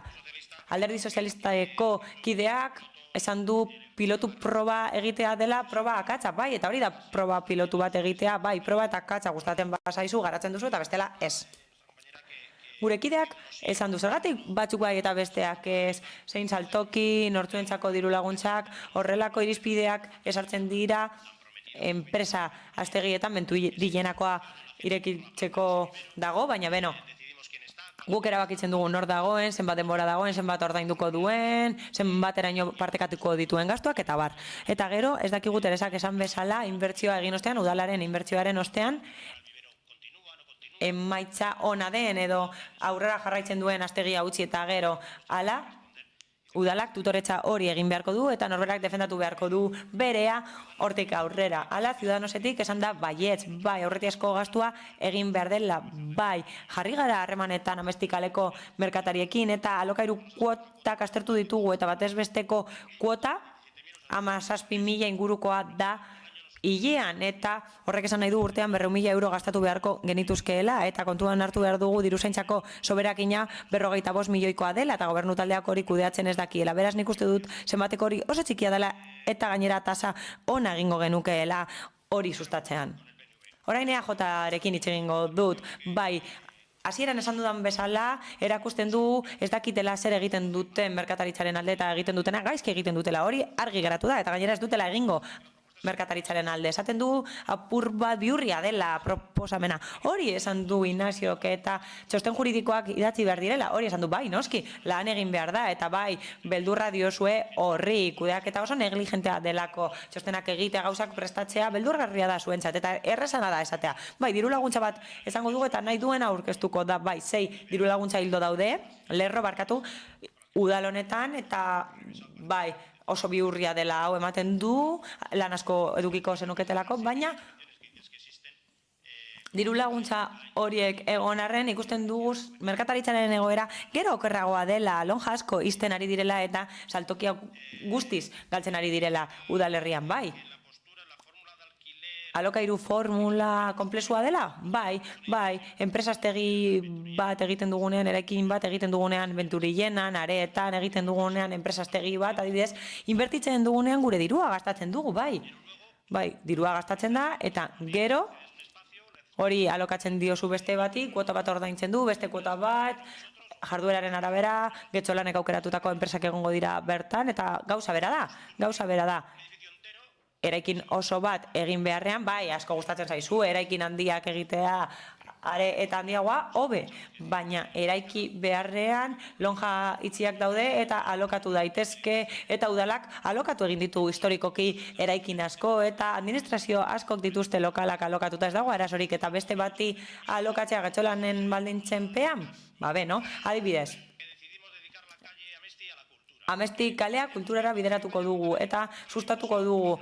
Establezimendu bat irekitzen duenak zerikusia izan beharko duela kulturarekin, aurrentzako jokoarekin, kirolarekin.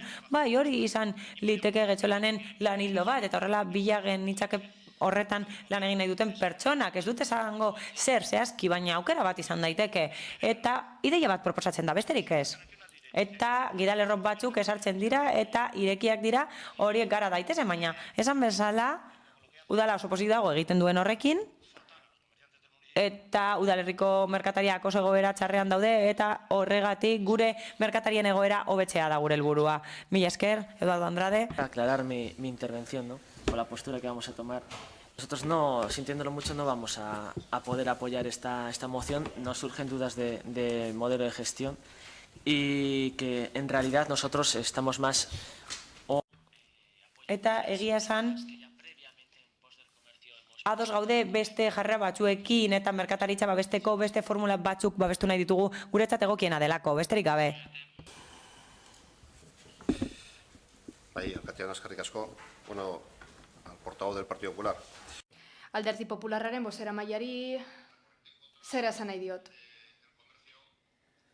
Merkataritzaren kontrako korronte honek hirigunetako saltoki txikien aurka egite honek ez du getxo bakarrik kaltetzen. Kalte orokorrak ditu eta honek zerikusia du zenbait politika liberalekin, esate baterako lanegun gehiago sartu, ordutegiak malgutu edo luzatu, lanbaldintza prekarioa bultzatu, beza eta beste zerga batzuk areagotu, Alderdi Popularra gobernutik egin zuen bezala, neurri hoiek guztiek saltokien egiturari eragiten diote, eta asko gainera.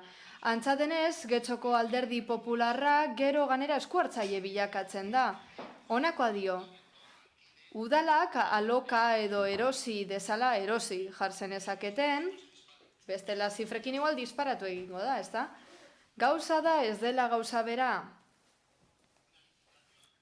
lizitazio bat ateratzea, norbaite kontzesio bat alokatzeko, edo guk alokatzea beste batek aloka dezan gero, komplikatzen hasten da. Igual zuen nahi duzue guk erostea, baina aurrekontuan ditu beharra dago, eta kausu horretan ez daukagu babes hori. Bestugu neurri hau babestu badaudelako beste irtenbide batzuk. Lonjak erostea, baina horiek badituzte jabeak, nik ziur nago eta diot neurrietako bat, pertsona horietza presioa jaistea litzatekela horrela, jendeak, bai, noski. Diru laguntza esaten zaio horri. Edo bestela lokal hori hartzen duenak gehiago ordaindu ahal izatea, edo beste neurri batzuk ezartzea. Neurri horiek aterako dira, ze erremedio. Etxe bizitzarloan atera da, eta lonjen kasuan edo aterako da momentua denean, baina argi izan behar dugu zein erabaki hartu behar diren. Esate hemen ez dugula saltokien alde zer egiten, merkataritzaren alde, horrek ez du bat ere laguntzen. Ez merkataritzari ez da udalaren irudiari ere. Alderdi Popularrak hori ze badio gobernua zigortzearen esan, baina dena den gezurra da. Igual zuek posago geratuko zarete, baina ez da egia. Hor daude diru laguntzak. Aholkularitza eta prestakuntza doakoak biak hor daude. Saltokiak gaitzeko programak ere hor daude. Lankidetzan aritzeko eskatzeko aukera ere hor dago. Erabakitasun osoz gainera. Esan bezala korronte globala da. Internet bidezko salmentak, merkatalgune handia, kasu horretan ere bai, baina merkatalguneek okerrago pasatuko dute saltoki txikiek baino internetaren ondorioz. Saltoki txikiak abantailak aurkituko ditu beti, ezin delako ordezkatu da defendatu beharra dagoelako. Defendatu eta benetan sinestu egin daitekela. Eta ez, pentsatzea, korronte global bat dagoenez horren kontra, gainean bota behar garela. Ez, politika hori egin daiteke, baina politika horrek oztopoak dakartza onura baino gehiago. Zuek behin eta berriro saiatu arren udal gobernu taldeari horren errua botatzen, korronte global bada kontrakoa. Eskerrik asko. Igon Rodríguez. Beitu, Inazio jauna. Nere horretan mantentzen naiz. Sustapen ekonomikoak egiten duena nagusiki da bestek ematen dioten dirua kudeatu. Ekimen gutxi dauzka, oso ekimen gutxi, eta dauzkanak ez dute eraginik izango, edo ez dute eraginik izaten. lerro aipatu dituzu, 7 edo 17 izan daitezke, berdin dio. Kontua ez da lerro edo dirulaguntza lerroen kopurua, baizik eta horien eraginkortasuna. Eta zuen dirulaguntza eta lerroen kopurua neurtzen baldin bada lonja hutzen neurrian, zure dimisioa aurkezteko denbora gehiegi ematen ari zara, ze lonjak hutsak gero eta gehiago izaten dira. Eta hori baldin bada zure kudeaketaren neurria, hor da kasu. Hainbat gauza aipatu dituzu, korriente global, eta Alderdi Popularrari leporatu dizkiozu hainbat gauza, eta gu horiekin ados gaude. Karo, gero zuri ahetzen zaizu, neurri guzti horiek zuek babestu duzuela. Madrilen, bai. Neurri guzti horiek babestu dituzuela Madrilen, eta babesten dituzue Foru Aldundian, eta babesten dituzue Jaurlaritzan. Beraz, pizkat koherente izan behar da. Aipatu duzu planifikazioa. Zuek, hemen badago, gobernu taldeak badauka plangintza bat, komerzioa, hiri osasuntza eta osasuntzuaren negozioa eta wellness eta ez dakit zenbat gauza. Gero badago komertzio plangintza bat, 2008koa okerrez banago, osea, 10 urte dakana. Baina ikusten duguna da, dendak izten direla, eta zabaltzen diren dendak, dira, atzazkalak konpontzeko dendak, fruteriak, ileapaindegiak eta immobiliariak. Hau ere, immobiliarian aikotzu daukagu herri honetan, hori ere nahiko zanguratsua da. Denda guzti horiek oso ondo daude, baina denda guzti horiek ez dira nahikoak. Denda horiek ez dute aniztasuna erakusten. Aipatu dituzu baita ere, lonjekin zer gertatzen den jakin egin behar dela. Bai, baina garaiz. Aber gu hil aurretik egiten dugun, ze lonjen inguruko ikerketa eta lonjekin plangintza bat egiteko egin behar zala, hori adostu genuen 2016ko horrekontuetan, eta horretan ere ez duzue ezebez egin. Beraz, gauza garaiz, ez esan hemen zer egiten ari zareten, baina noiz bukatuko duzuen, hori da jakin barko genukena, zeinoz dituzue zer bukatzen.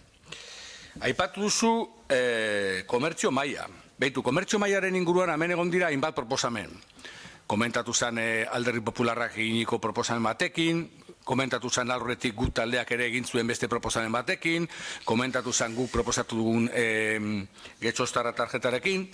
Rodi jauna, eta inoiz, hartzen duzu hurrengo txanda? Eta inoiz ez dugu horrekin bukatu. Beti esaten da. Eta egia da, azkenengoan iragarri zenigula, zeuek erabaki duzuela, eta horrek ere zuen ikuspuntuaren eredua ematen digu, erabaki duzuela merkataritza eta turismo batuko duen mai bat eratzea. Hori da aurreratu zeniguna, oraindik ez dugu ikusi. Baina merkataritza eta turismoa bateratzen duenak ere, esaten digu zenolako ikuspegi daukan merkataritzari buruz. Eta agian, hori ez da guztioi gustatzen dugun ikuspegia, eta agian, ondo legoke horren inguruan eztabaidatzea, edo agian, ondo legoke horren inguruan komertzioekin ere hitz egitea, aber beraiek zer pentsatzen duten. Ze, jakin badakigu, azken finean, zuk gauza guztietan topatzen dituzun zailtasunak, baina helen esan dugun bezala, zure zailtasunak bakarrik daukate, edo zuk topatzen dituzun zailtasunak bakarrik dute eredu edo arrazoi bat, eta da, zeuek proposatu ez duzuena. Hala ere, puntu honen eztabaidan hasi zaren moduan, hasi zaren modu horrek erakusten du argi eta garbi zure diskurtsoaren eta egiten dituzuen gauzen sakontasunak. Horrelako eztabaida batean aritzen garenean eta hasten zarenean akats ortografiko bat dagoela, amesti esos, eses edo zetaz idatzita dagoelako, lotxa gutxi izan behar da horretarako, oso lotxa gutxi. Beste norbaitek, Kike Prada. Zerkezko. Bueno, vamos a aprovechar la intervención para... Bueno, eskuartzeko txanda hau aprobetxatuko dugu gai honen inguruan aritzeko. Alderdi Popularraren proposamena baliozkoa da oso, gukarri eta garbi esan dugun nola eta noiz eta non baita ere landu nahi ditugun horrelako gaiak, kasu honetan merkataritza mahai bat promestu ziguten eta horren inguruan bi iritzi emango ditut. Bata, talde politiko bezala, guk benetan sinesten dugulako foro hoietan lan egin daitekeela, adostasuna bilatzeko, eztabaida sortzeko, eta bar.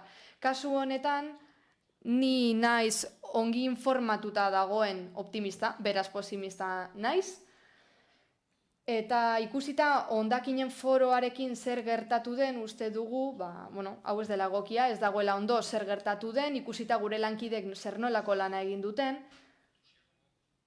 gogo biziz gainera, baina, gauza bera diot. Guk ulertzen dugu laneko mahai hauek martxan jartzeko beharra, eta bide batez Ignazio Uriarteri esango diogu badela garaia lanean hasteko, izan ere askotan aipatu dira hainbat mahai eta hemen gaude. Esandakoa, gure ustez gai hauek foroietan landu beharko lirateke, mahai desberdin hoietan, modu ireki eta argian, baina sinesmen osoz eta leialtasunez, eskerrik asko. Eduardo Andrade? Alkate jauna, egia esan pena izugarria da, gure udalerrian ekonomia sustapeneko zinegitzia den honek esandakoa esatea, gure saltokiak sustatzeak horrelako resignazioa badakar, oso zaila da saltokien aldeko neurriak hartzea. Arke uste du olako oztopo global bat dagoela, saltokien aurkakoa, baina pena da, izan ere mundua bukatuko dela uste duenez ez du ezer egingo tokiko merkataritzaren alde, horrek argi ikusten du ez dela ezer egingo, eta errealitatea da, ez da ezer egiten eta egindakoak ez du ezertarako balio. Mozioan ez da aipatzen lokalak erosteko aukera hori. Erostea posible litzateke, ikusita 45 milioi dauzkagula soberan pasadan urtetik, posible litzateke nahi beste lokal erostea gure udalerrian. Baina, gu alokatzea ari gara. Proba pilotua da, esperimentatu nahi dugu, guk Alderdi Popularrak zerbait egin nahi dugu merkataritzaren alde. Eta ez Ignazio Uriartek bezala. Neurriak aipatu dira, esate baterako prezioa jaistea, diru laguntzak ematea, sustapen neurriak modu batera esatearren, eta zuk esaten zenuen aterako direla neurri gehiago.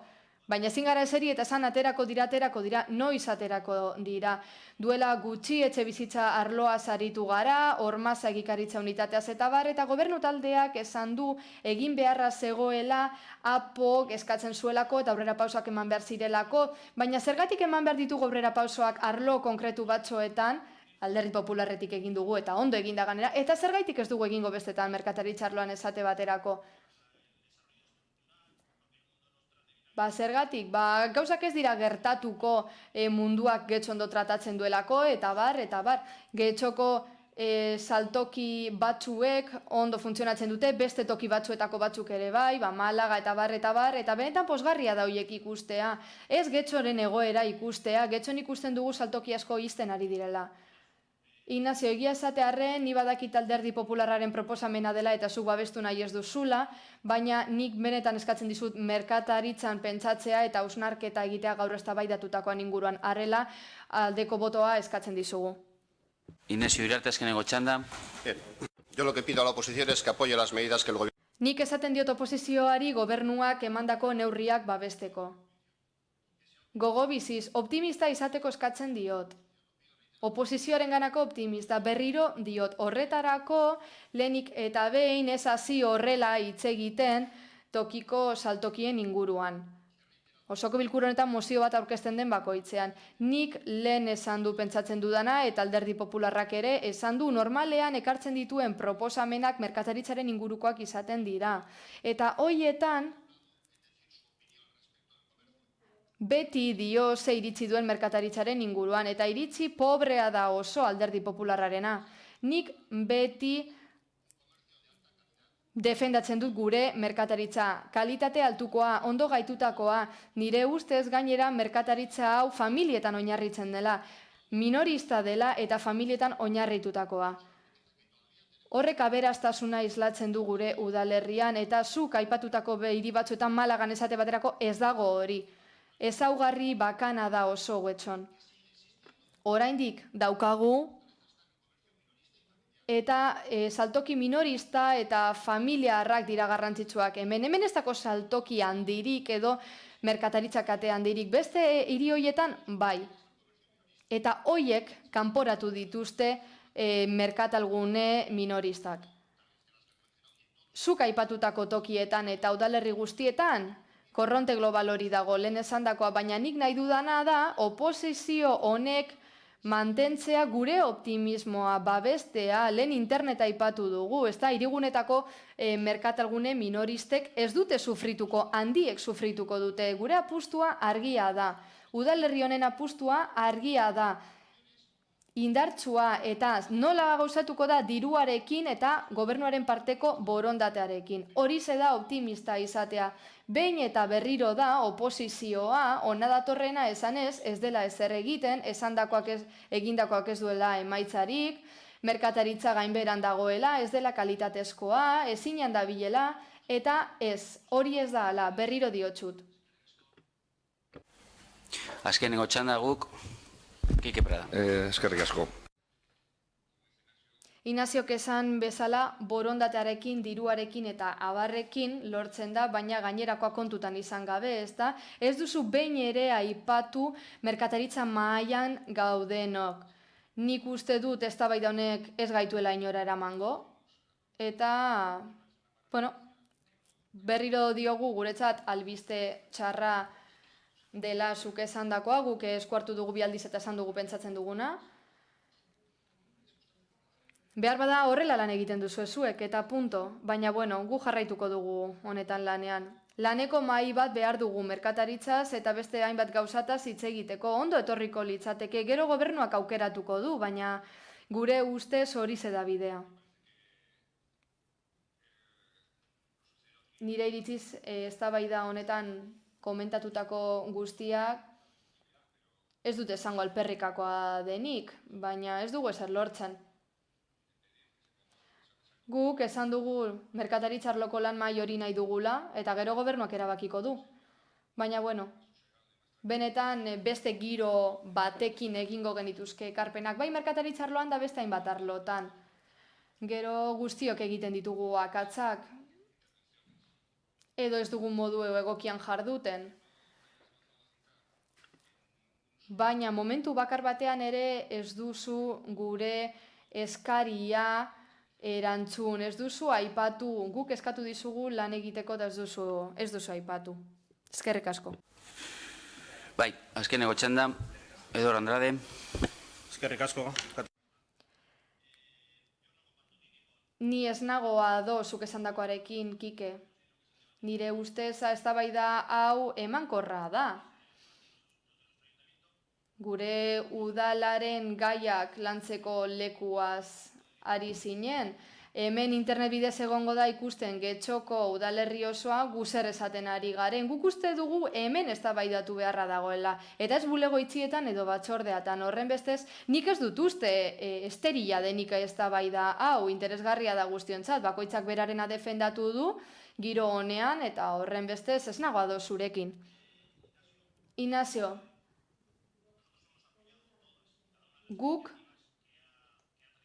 zure gobernu taldearen ekimen guztiak babestu ditugu merkataritzarloan, eta gainera lege asko alderdi popularrak ekarri ditu. Merkataritzarlotik etorri dira asko, eta azkenean alderdi popularrak ekarri ditu osoko bilkura honetara. Ez dago bakar bat ere, eskaera bakar bat ere, merkataritza babestea helburu duenik, alderdi popularrak babestu ez duenik. Horregatik diot betiko hasieran bezan bezala, gobernu taldeak ez du ezer egiten duena beste alderdi politiko batzuen laguntzarekin egiten du, eta ez du balio. Ignacio, egindakoak ez du balio. Merkataritzak okerrera egiten ari da. Gero eta saltoki gehiago izten ari dira. Horren bestez ezin gara horrela geratu. Zerbait egin behar dugu. Galdetu merkataritzarloko jendari, egindakoa eskasa da, ez da ondo kudeatu, ez da ondo bideratu. Hainbat saltoki aipatu ditugu, segurtasuna, kaleatan argiak itzalita daude, udalerri osoa tristea utzita dago, zuek ezaretelako gai, merkataritzarloko politika kudeatzeko, zuk uste duzu egiturazko arazoa dela eta ezin dugula zer egin, baina horrela ez duzu konponduko. Zuk esan duzu ni beti nagoela udalerri honetako merkataritzaren inguruko gauzatxarrak esaten ez. Nire familian ere merkatariak dira, ni arlonetan lanean aritu izan nahi zinegotzi zain baino harinago, eta aldudan guztia egin izan dut. Getxoko merkataritza hoberena da, Euskal Herriko hoberena. Gauza da sortetzarra duela, zergatik EAJ kudeatzen duelako udaletxetik eta krisialdirik handienak arri diolako. Bosketara partzen gara, mozioaren alde, Alderdi Popularra, abstentzioak, guk Getxo Bildu, aurka, jeltzaleak, sozialistak eta Ciudadanos. Beraz, bertan bera geratzen da mozioa eta hurrengora partzen gara, 179. puntuan, PP Alderdiko udaltaldeak aurkeztuako mozioa, Errekaganeko pabelloiak eraistea eta parke publikoa sortzea. Pedro Andrade, zurea da hitza. Bai, gracias, señor alcalde. Eskerrik asko alkate jauna, gai hau komplikatuago izango da, baina ni saiatuko naiz argi eta garbi kudeatzenea mozioa aurkitzen dudan. Bai, derribo dos pabellones Errekagan y creación de un... Udalak dagokion batzordean informaziorik eman ez digun arren, gobernu taldea Romoko gaztetxearen inguruko auzotarrekin bilerak egiten hasi dela jakin dugu. Gaztetxea eremu horretara eramateko lanen berri emateko asmoz. Gogoan izan da pabilloi horiek mantentzeko Arenas Kluba zalekoa suntzitu zela eta kontuan izanik 500.000 euro zautu zirela urra berriztatzean eta obrak amaitu bitartean ezin zirela erabili, gertatutako zuteak argi utzi du beste behin akatsa izan zela pabilloi horiek mantentzea. Ondo gogoratzen ditugu auzotarren keza, gaztetxeak auzoan eragiten zituen eragozpenen ondoriozkoak. Horiek horrela, Gobela ibaiko brengatik gaztetxea ustu zutenean auzotarrek posarren ospatu zuten. Pabilloiak ez ziren mantendu behar izan, hobeto zen eraistea eta hala adierazi dute hainbat auzokidek behin baino gehiagotan. Getxoko Popular udaltaldeak argi adierazi izan du bere jarrera. Eremu horretako pabilloiak eraitzi eta espazioa berreskuratu behar dugu aisialdirako parke bat sortzeko. Lorategiekin, familientzako eta adingabentzako erabilera eremu desberdinekin, adinekoentzako gimnasia aparatuekin eta gure txakurrak solte ibiltzeko eremu batekin. Izan ere, ingurumenarentzat hori onuragarria izateaz gain, Gobelako kiroldegirako osagarri bikaina izan daiteke. Gainera gure ustez, eremu horretan bizi diren auzotarrentzat bidezkoa da zona horretan parke hau sortzea. Etxe bizitza asko geratu direlako bi sistema orokorren artean, hau da, metroaren eta ibaiaren artean, harrapatuta. Bestalde parke hori eraikitzeak Arenas Kluba zalekuari jarraipena ematea ekarriko luke. Eta gainera bat dator ibaiaren ertzetik doan pasealekua zubiletaraino luzatzeko Alderdi Popularrak egin duen proposamenarekin. Non ibai parke handi bat eraiki nahi dugun. Horregatik guztiatik osoko bilkurari erabaki proposamen hau aurkezten diegu. Errekaganeko pabelloien ondarra behin betiko eraisteko, zon horretan parke bat sortzeko aurretiako azterlanak egiteko, eta mozio hau udaleko edabidetan jakinaztera emateko. Bai, Ciudadanosen aldetik zeharkako mahai gainean jarri nahi du, beraz, banatzen baldin baituzu eta...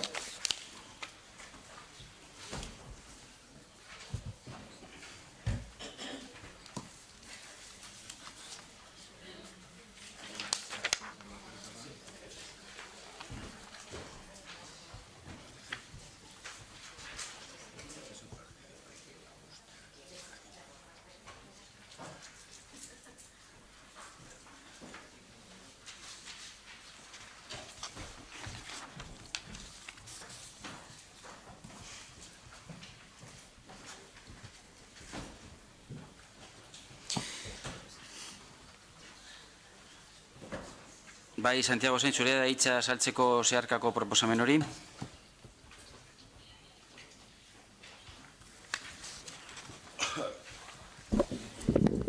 Transaccional del grupo de sustitución. Getxoko Ciudadanos taldeak aurkezten duen ordezkapen zeharkako emendakina, Getxoko udaleko azaroko gai zerrendaren 179. puntuan. Ados gaude udaltalde popularraren keskarekin, hau da, Errekagane guneko birgaitzeak keskatzen gaitu. Hala, Getxoko Ciudadanosetik ordezteko zeharkako emendakina aurkezten dugu. Bat, herritarren artean parte hartze prozesu bat abiaraztea, Errekaganeko pabioiak hartzen zituen gunerako nahi duten erabilera jakiteko. Bigarrena, behin prozesu parte hartzailearen emaitza ezagututa, horren bideragarritasuna aztertzea eta hala bada, hau da bideragarria bada, udalak egikaritu egingo da. Eta, hirugarrena, mozio honen berri ematea udal edabideetan. Alderdi Popularrai dagokio ezetze baietza ematea. Eduardo Andrade. Bai, eskerrik asko. Agradecemos la enmienda de la... Asko eskertzen dugu Ciudadanosen emendakina, baina zeharkakoa da eta bertan ez da pabilloiak eraisteko aukera aipatzen. Gure ustez beharrezkoa da gero bizilagun guztiek erabili ahal izateko. Eta beraz ezin dugu onartu emendakin hau. Mozioa aurkeztua izan den bezala geratzen da, eta jarraitzen dugu eztabaidarekin, beste norbaitek, Oier Iturralde. Bai, eskerrik asko guztioi eta egunon. Argi geratu da urteen, ekintzen eta adierazpenen poderioz, PPk ez duela bat ere argi eta ondo ikusten gazteen autogestioa, oraingo mozio honetan berdin ere, argi geratzen da zein den beraien postura. Alderdi Popularrentzako gazteak ez dira euren kabuz antolatzeko gai, eta gazte libre eta aktiboak baino gazte domestikatuak nahiago dituzte eurek. Horregatik, beti egon dira Itzubaltzetako gaztetxaren aurka.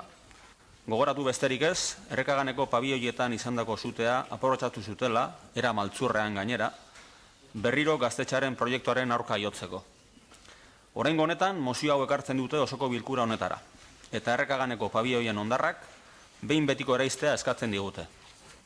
Bide batez, zonalde horretan, parke bat sortzeko aurretiazko azterlanak eta proiektuak gauzatzea aldarrikatzen du Alderdi Popularrak. Gure bozka, noski ezezko borobila izango da. Alde batetik, Itzubaltzetako gaztetxaren proiektua aurrera eramaten ari diren gazteengan konfiantza osoa daukagulako. Eta bestetik, orain arte egin dugun moduan, gaztetxeetako erabakigunetan adostutako erabaki guztiak errespetatuko ditugulako aurrerantzean ere. Eskerrik asko. Beste norbaitek, Paula Mieba. Bai, eskerrik asko alkate jauna. Por nuestra parte. Gure partetik errepikatu egingo dugu behin esandakoa, okerrez banago, erabaki proposamen hau 2017ko apirilean planteatu zuen Alderdi Popularrak, zute hori gertatu zenean, guk berriro diogu.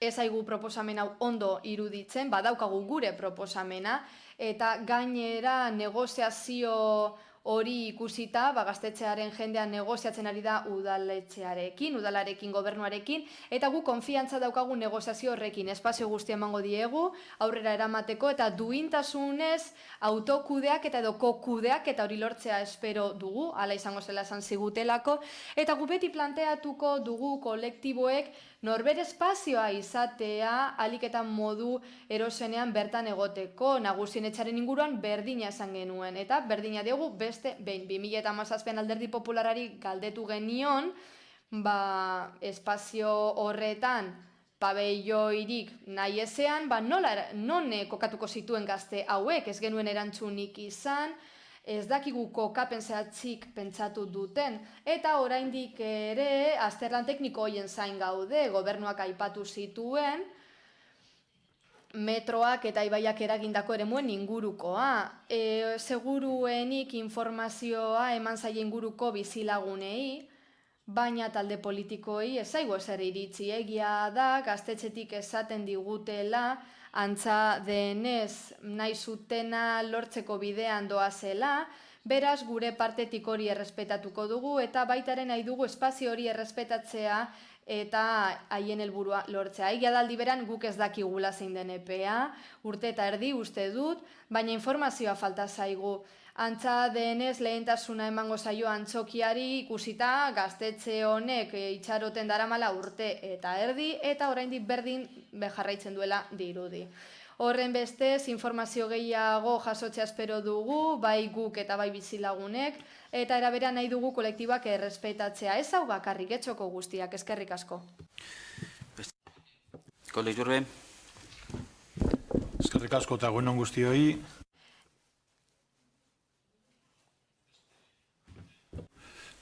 Mozio hau edo antzeko mozio bat pleno honetara. Eta nik uste egokia dela historia purtsu bat egitea, ez? 2008ko goldeek Getxoko udalerria gogor kolpatu zuten, eta bereziki Errekaganek kaleko etxe bizitza, garaje eta lokalak urpetu zituen. Honen aurrean, Getxoko udaleko uholdeen komisioak eta udaleko bilkurak urak proposatutako hobekuntza hidraulikorako eta Gobela ibaiaren ingurumena lehengoratzeko proiektuari oniritzea eman zioten eta ostean martxan jarri zen. Itzubaltzeta gaztetxea aurkitzen zen Errekaganeko pabioiak kaltetuak ez izan arren. Gobela ibaia zabaltzeko obren ekintza eremuaren baitan kokatzen zenez. 2013ko otsailean ateak itxi behar izan zituen. Egoera honen aurrean, Itxubaltzeta gaztetxeak eta udalak, behin Gobela ibaiaren obra amaituta, espazio berdinera bueltatzeko eta gaztetxearen proiektuari jarraipena emateko helburuarekin elkarlanean hastea adostu zuten. Gazte politiken baitan, autogestioa aberasgarria delaren ideatik abiatuta, Romo Getxoko gazteriaren mesedetan, bi aldeen lan bateratuari ekin zitzaion. Obrak irauten zuten bitartean, Romoko gaztez osatutako Igaki Itxubaltzetako gazteriaren aizialdi eta kultur elkarteak eta Getxoko udalak behin-behinean gaztetxea beste leku batean, Ezekiel Agirre kaleko bigarren zenbakian kokatzen den udaleko eraikinean, kokatzea adostu zuten. Erekin hau, autogestioa ardatz izango zuen proiektua aurrera eramateko tresna bezala definitu zen. Bitartean eta paraleloki, behin obrak amaituta jatorrizko lekura bueltatzeko, elkarlanean oinarritutako akordio bat landuko zen. Urte hauetan zehar, bi aldeak lagapenaren baldintzak hasierako proiektuaren printzipio eta filosofiara eta gazte politikaren planteamendu lokalari egokitzeko akordio baten oinarrien inguruan lanen ibili dira. Honela, etorkizuneko errekaganeko erekinaren lagapen baldintzak arautuko duten hitzarmena, horrela, etorkizuneko errekaganeko erekinaren galpena, batzilditzak arautuko dituen hitzarmena. Hitzarmena honek, akordioaren aspektu ezberdinetako zehaztapenak barne bilduko ditu. Hala nola, funtzionamentua, bi aldean arteko komunikazioa eta elkarlana eta auzokideekin bizikidetzarako markoa. Gehien bat, burutuko diren ekintzen ordutegei dagokiona. Modu berean, gutxi barru, gaztetxaren proiektua barne bilduko duen eraikin berriaren eraikuntzarako proiektu berria definituko da. 2008ko abuztuan, Errekaganeko lurzoru eta pabelloen jabetza udalaren eskuetara pasatu zen.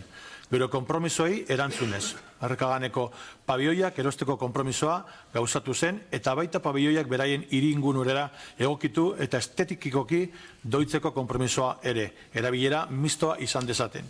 Zati bat okupatzen zituen gazte kolektiboarentzat, auzokoekin bizikidetzerako marko orokorra lehenago adostuta eta beste zati bat udalaren erabilerarako. 2017ko apirilean eta denok ezagutzen dugun zuteren ondoren, garraio partzuergoarekin, Metro Bilbaorekin, baita uraren Euskal Agentziarekin ere, aukera urbanistikoak egiaztatu egin ziren eta gaztetxearekin gure konpromisoa berretsi egin genuen. Eta herriarekin baita ere. Amaitzeko, Errekaganeko pabilloiaren eraikuntza proiektuari dagokionez, une honetan proiekturen erredakzioa azken fasean dago, gaztetxekoekin batera. Laster proiektuari egindako ekarpenekin batera diseinatua egongo da, bai kanpotik eta bai barrutik. Beraz udalak, gobernu taldeak eta Eusko Alderdi Jeltzaleak baita ere bere hitzari eutsiko dio. Eta orube horretan gaztetxekoekin adostutakoa gauzatuko da. Gure legealdi planean, gure hauteskunde programan eta gure ekintzetan adierazten dena. Jende serio gara gure akordioak betetzen ditugunak. Horregatik guztiagaitik, pleno honen gehiengoa bezala, zuen mozioari ezezko borobila emango diogu. Eskerrik asko. Eskerrik asko, este norbaitek. Eduardo Andrade. Gracias, señor alcalde. Eskerrik asko, alkate jauna. Hitzaldiarekin hasiko gara lehen mozioa besterik ez dudalako irakurri. Lehenik eta behin taldei erantzungo diet. Lehenik eta behin EH Bilduri. Oierrek esan du bai, ados dagoela, autokudeaketaren alde dagoela, gazteena kasu honetan. Ez dakit gazteen autokudeaketaren alde nagoen, baina ez dakit zergatik Igaki elkarteak kudeatu behar duen. Bai, bagaude gazteen pabilloien autokudeaketaren alde eta alaba da, lehiaketa bat egin beharko litzateke udal elkarteen artean, gazteen udal elkarteen artean eta horrela udal eraikina erabiltzeko aukera izan dezaten, baina ez da kasua badaude mendizalen elkarteak, erlijiosoak eta bareta nahiko lukete pabilloiak kudeatzea zergatik, elkarte hori zergatik sinatu dugu kudeaketa kontratua horrekin eta ez beste batekin. Hori izango litzateke eztabaidaren lehenengo puntua. Gukek aipatu du zerbait, eta esan du ez duela ulertzen, ez da, kontua ez da norekin Igake sinatu duelako, Igake elkartearekin sinatu delako, eta orain azalduko dugu zergatik. Non kokatuko genituzke gazteak? Oso argi daukat, non? Romoko kulturetxean kokatuko nituzke, non? Zehazki, gaur egun nagusien etxeak erabiltzen duen solairu horretan, hala nagusien etxeko erabiltzaileak eramango nituzke bere eraikinera, solairua utziko nuke eta gazteak eramango nituzke. Azkenengo solairua musika jotzeko lekua daukate, musika entsegatzeko, eta kontzertuak egiteko areto bat daukate, taberna bat eskinan. Denetari daukate eta bertan egon beharko lirateke gazteak, bai. Gazteleku bat daukagu gazteagoentzat eta bitarteko gazte horiek, bitarteko solairua joan daitezke, badaukate leku bat hor. EAJ-ari, bai, Koldok aipatu ditu uholdeak, bai, uholdeek eragina izan zuten pabilloietan, baina atzerago joan gaitezke eta uholdeak baino lehen zer gertatzen zen pabilloi horiekin, zer gertatzen zen? Bronkak zeudela, iskanbilak, borrokak, peleak eta hori esen getxo. Ez egoen errepidea asfaltatuta, hortuak zituzten, udal kalean, tomateak zeuden bide publikoan eta igerileku bat zeukaten. Argia zeukaten engantzatuta egitoak bezala eta beldurra ematen zuen horrek, hori esen getxo, beste leku bat zen, beste mundu desberdin bat zen, eta uholdeak baino lehen halakoa zen, eta uholdeak oso onak izan ziren horretarako, arazoak kendu zutelako erditik, bronkak eta iskanbilak zeudelako gauero. Eta kontua da, diru publikoa eman zaiela, gazte horiei eta alde bakarreko erabakia hartu zenuten, eta eraikin bat eman zenieten gazteei, eta bai, hemen, udaleraikin honetan nahi duzuena egin dezakezu eta orain errekeganera ekarri nahi dituzu eta zergatik esaten dut hori, errekeganera itzuliko dituzuela, alebosiarekin, 2018ko azaroaren 19an, astelenean, batzordeen ostean, bai, horietan eman zenitzakeen horren berri, bai, batzordetan horren berri eman alzenuten Euskara, Gazteria eta kultura batzordean hori jakinarazi altzen ala, igaki elkartea bildu zen auzokide erkidegoarekin eta ez dago bakarrik, eta ez dago euskaraz, gaztelanez bakarrik dago, baina euskaraldia izan arren, ez duzu denborarik izan euskarara itzultzeko eta gaztelanez bakarrik dago eta barkamena eskatzen duzu euskaraz idatzi ez izanagatik eta auzokideekin izandako bilera horretan esan zenieten igakerekin proiektu bat sinatuta dagoela, gaztei emango diezuela lokala eta are gehiago elkarte hori izango da eta ez beste bat. Eta zorionez kontsulta bat egingo duzuela auzokideekin zer esaten duten jakiteko eta bai hori esan zenuten lokal horretan tailerrak, hitzaldiak, antzerkia eta horrelako ekitaldiak egingo dituztela eta taberna bat jarriko dutela, hau da gaztek taberna bat izango dute eta lizentzia emango zaie, beitu. Eta hau da divertigarriena, oraintxe datorrena. Bai, eta kontsultatuko diegu auzokidei zer iruditzen zaizkien jaietako ordutegiak eta bai, 10-etik 10-etara, larun batetan 10-etatik 12 arte, bai, etengabe egongo dira pertsona horiek, baina hileko 2 asteburuetan berbenak ospatu ahalko dituzte eta txiringitoa irekiko dute neguan 3:30 arte eta 4 arte udan, beraz, Errekaganeko auzokidek ez dute lorik egingo. Hilean 2 asteburuetan eta tabernek baino ordutegi zabalagoa izango dute eta berbena egin ahalko dute. Bai, eskuartzea hasiko da eta eztabaida, bai, beitu, hau da laburpena, ez dakitzer esango zuten, baina espero dut eta suposatzen dut ezela ona izan. Hala, auzokideak eskatuta daude, eragozpenak sortuko dituztelako espazio honetako gazteek eta gainera esperientzia izan dute, Errekaganeko pabilloia funtzionamenduan egon zeneko garaitik eta esperientzia batzuk oso lesatzeginak izan ziren, okak, oiuak eta bar. Hauze esen getxoz aparteko mundu bat zen eta orain berriz ere ekarriko duzu eta auzokidek jakin behar dute, bai, 2017an ekarri genuen, bai, baina egunerokotasuneko kontu bat da hau, gaurkoa da, eta horregatik ekarri dugu eta inkoherentzia dago baimendutako lokal horien jarduerarekin, eta Errekaganen dauden beste jarduera batzuekin. Hau da, beste lokal horretan mugatuago zeuden jarduera horiek, eta bai, ez dituzte horrelako eragozpenak sortu dituzte, baina ez ziren alakoak izan. Ez dute berbenarik ospatu gaueko 4 arte, eta gobernu taldeari esan zioten, eta gobernu taldeak esan zuen neurri zuzentzailea jarriko zituztela, bai. Las mismas medidas correctoras. Neurri zuzentzaileak agian jartzen dituzue Romon eta Amestin taberna guztiekin, bai, ziurazki neurri berberak izango dira, eta gauza bera, zergatik salduko da alkola gazteen lokaletan. Hori gertatzen da gaur egun, eta horregatik ekarri dugu osoko bilkurara, eta horregatik gauza bera esan nahi dugu. Guk nahi dugu Errekaganeko pabilloiak eraistea, eta bertan parke publiko bat egitea Getxoko herritar guztiek erabil dezaten. Mila esker. Kode Iturbe. Bai, hemen arazoa da Alderdi Popularrak daukan gazteria politikaren eza. Zuek nik aipatutako historia kronologia horren aurrean hartuko zenuten erabaki izango zen jentea kanporatzea hortik, jente gaztea botatzea erromotik. Ez duzue proposatzen, ez duzue proposatu legealdi honetan ez da ere aurrekoetan gazteriaren politikaren ikuspegitik ez autogestian bakarrik, beste edozertan ezer, bat ere ez. Beraz, argi gelditu daia, zuen politika da kanporatzea. Gaztea kanpora. Boteioia dagoen lekutik, kanpora. Gaztetxea dagoen lekutik, kanpora. Hori da zuen politika. Lotxagarria. Ez duzu behar inungo informaziorik batzordeetan, gu baino askoz ere hobeto zaudete informatuta. Akta daukazue, bertako egon direnen hitzak zuzenean jaso dituzue, baina guk hori dana iragarri egin dugu, guk ez diogu inori gezurrik esan, gure hauteskunde programan, gure legealdi programan hori guzti jarrita dago. Guzti hori jarrita dago. Eta hauteskunde berretzita. Eta pleno honetara, zuek ekarri duzuenean mozio bat honen kontra, galtzaile irten zarete. Behin betiko. Beti. Beraz, pleno hona hau, eta zuk esaten duzu moduan, sobiratasunaren adierazpena bada, zuei lepoa eman dizue asunto horretan eta guri aldeko boska. Beti. Hauteskundetan eta plenoan. Eta zertan gauzatuko dan, erekina eginda dagoenean, eta hitzarmena itxita dagoenean, hitzarmen bat egongo da, bien arteko bete beharrak jasoz, lurzorua gurea da, eta zerbitzu bat emango da. Eta zerbitzu hori izango da, gazteria politikaren zati bat. Eskerrik asko. Eskerrik asko, beste norbaitek. Edor Andrade. Bai, noski, eskerrik asko alkate jauna.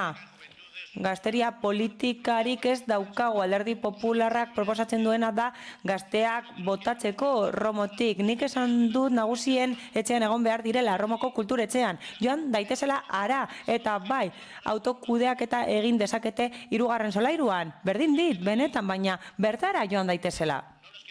Nik ez ditut kanporatu nahi. Eraikin bat eman die, solairu oso bat, eta horrela nagusien etxera itzuliko ditugu gure nagusiak musika daukate, taberna daukate, jaiak egiteko aretoa daukate, eta bertara joan daitezke, eta ez diote eragozpenik eragingo inori, baina hemen gertatzen dena hori da aktan jaso den bezala, hori gertatzen da, nik badaukat informazioa koldo, bai, baina kide batzuek informazioa izango dute, baina batzordean bagaude eta bilera bat izan baduzue auzokideekin, uste dugu benetan, heziketaz jakinarazi beharko zela bertan gertatutakoa. Bestela, beste pertsona batzuek kontatzen digute, eta bestela ez genuke jakingo hori, ala igakeri esleitu zaio eta 3. fasean zaudete, hau da gazten berbena noiz egingo den erabakitzen ari zarete orain, fase horretan zaudete. Zergatik igakekin, zergatik privilegio bat daukate, nortzuk dira horiek ez esateko beste gauza bat, zergatik haiei oparitu egin zaie eraikin hori, argia, ura, tasak, dana ordaintzen diegu bizitza osoan zehar, eta Romon sartu ditugu, eta bai, Romon jendeak etxe bizitzak behar ditu, eta gazteak sartu ditugu, bertan, zergatik gazte hauek eta ez beste batzuk, zergatik? Zer nolako harremana daukazu jende honekin? Badaude mendizale taldeak eta kultura taldeak eta lokalak behar dituzte, baina zuk erabaki duzu hauei ematea. Eta ez bakarrik lagapena egin zai, eraikin berria egingo da, haientzat bere gustora eta dana ordainduko diegu argia, ura eta festak. Zergatik hauei eta ez beste batzuei? Zergatik auzokidek berriro jasan beharko dituzte gazte hauek gaueko 4 arte hilean 2 asteburutan? Zergatik, Antigu Golf, Errekagane auzoak ditugu, eta hilean 2 asteburutan ezingo dute lorik egin, Algortan taberna gutxiago daude, bai, eta arazo asko sortzen dituzte. Agian ez eurek tabernetan eta kontzertuetan, baina sarreretan eta itxieretan eragozpen asko sortzen dituzte, eta gune lasaia izatetik pasako da beste motatako gune bat izatera, eta hori da arazoa. Paula Mieba. Bai, eskerrik. Bueno, aparte que no... Ez nago ados horrekin. Ez dakit zergatik esaten duzuen hori, zergatik talde honekin eta kanporatzearekin ez nago ados, baina gauza bi argitu nahiko nituzke. Zergatik ez den hainbeste informazio eman honen gainean, hau da, zergatik ez den urratzen gaineko informazio eman batzordetan, gure aldetik uste dugulako informazioa falta izan zaigulako, eta espero dugu edo Espero genuke udalak adinekoen espazioa horrela defendatzea eta ez nagusien etxean sartzea.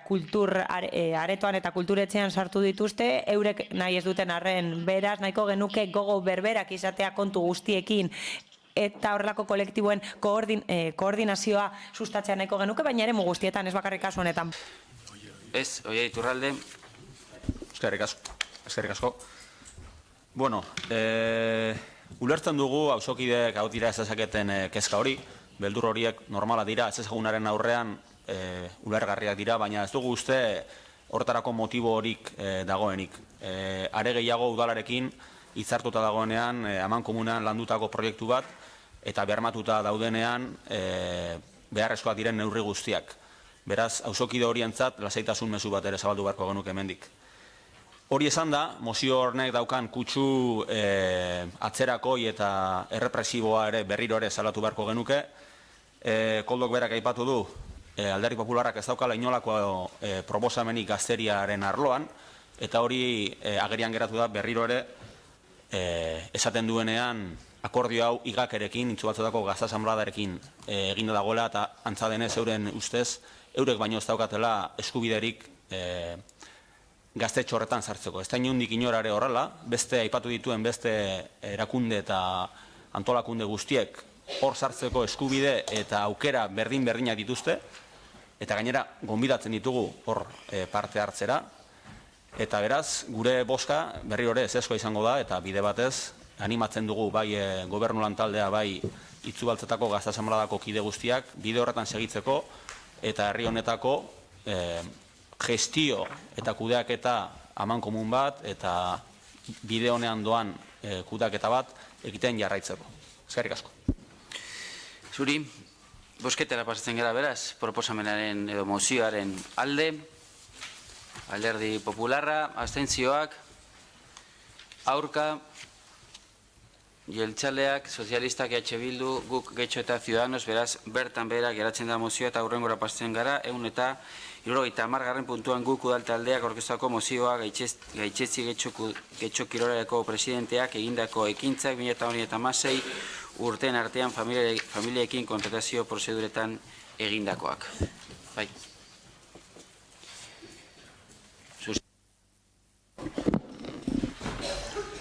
Moción de reprobación de los actos.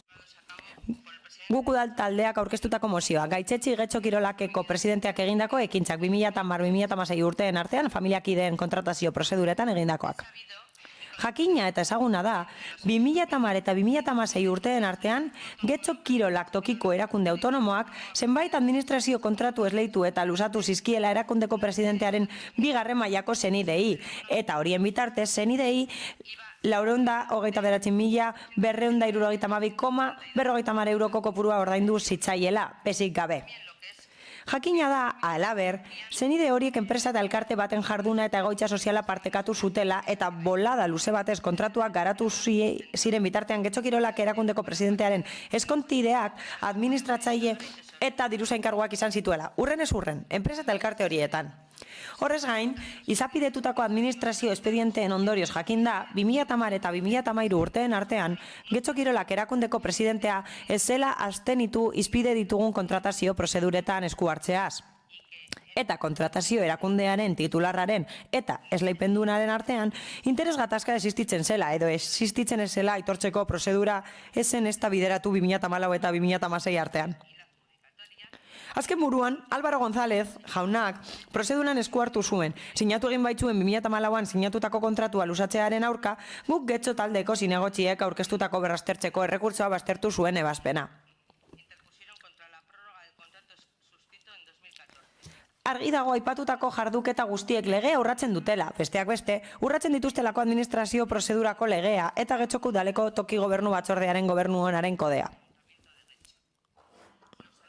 Getxoko alkateak bazuen gertatutako guztiaren berri. Hala ondorioztatu baita Bilboko administrazioarekiko auzietako 2. epaitegiaren aurrean bideratutako prozedura judizialean Álvaro González jaunak idatziz emandako erantzunetatik. 311/2016 zenbakidun prozedura arruntean. 2018ko martxoaren 28ko 50/2010 epaiak funtsean onartu egin zuen guk Getxo taldeko bozeramaileak aurkeztutako administrazioarekiko auzi errekurtsoa, Getxo Kirolak erakundeko presidentearen senidetako batek eta aipatutako erakunde autonomoak 2014 urtean sinatutako kontratua luzatzearen aurka aurkeztu zuena.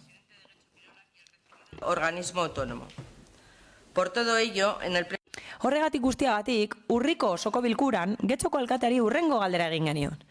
Zure ustez, Getxoko alkatea eta Getxo Kirolak erakundeko berezkoa presidentea zaren aldetik, abstentzio alde batera utzita 6 urtez luzez Álvaro González jaunak izandako jokabida bat aldator Getxoko udaleko toki gobernu batzordearen kode etiko edo gobernu onaren kodearekin? Eta, zehazki, honako hauei dagokienez?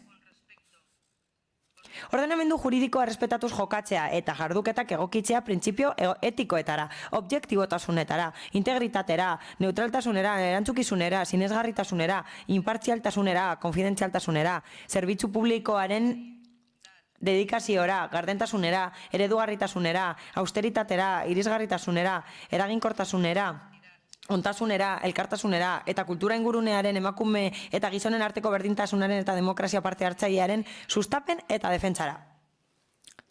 Herritarren interes orokorrak betetzea lortzea, oinarritzat hartuz, interes komunerantz bideratutako ardura objektiboak, alde batera utziz posizio pertsonalak, familia mailakoak, korporatiboak, klientelarrak, adierazten dituen beste dozein faktore edo printzipio horrekin talka egin dezaken beste dozein.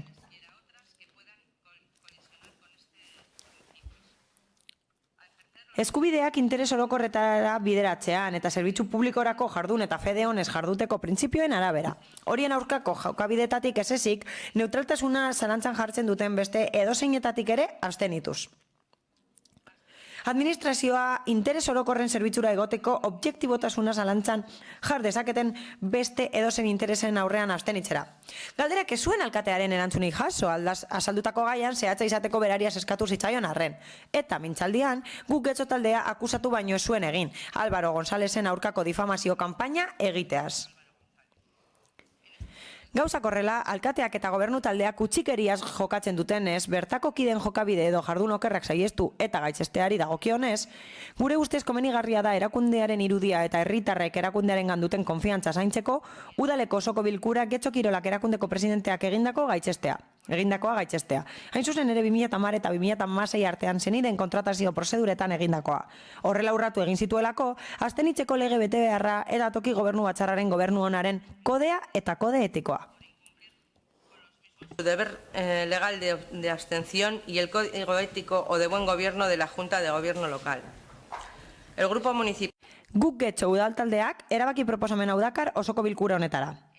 Getxoko udaleko osoko bilkurak gaitzetsi egiten du Getxo Kirolak erakundeko presidente eta 2010-2016 urte artean zenideak kontratatzeko prozeduretan kontratazio arloan ardura zuen zinegotziak egindakoa. Horrela urratu egin zituelako abstenitzeko lege betebeharra eta toki gobernu batzarraren gobernu onaren kodea eta kode etikoa. Local. Beste norbaitek? Kolo Iturbe?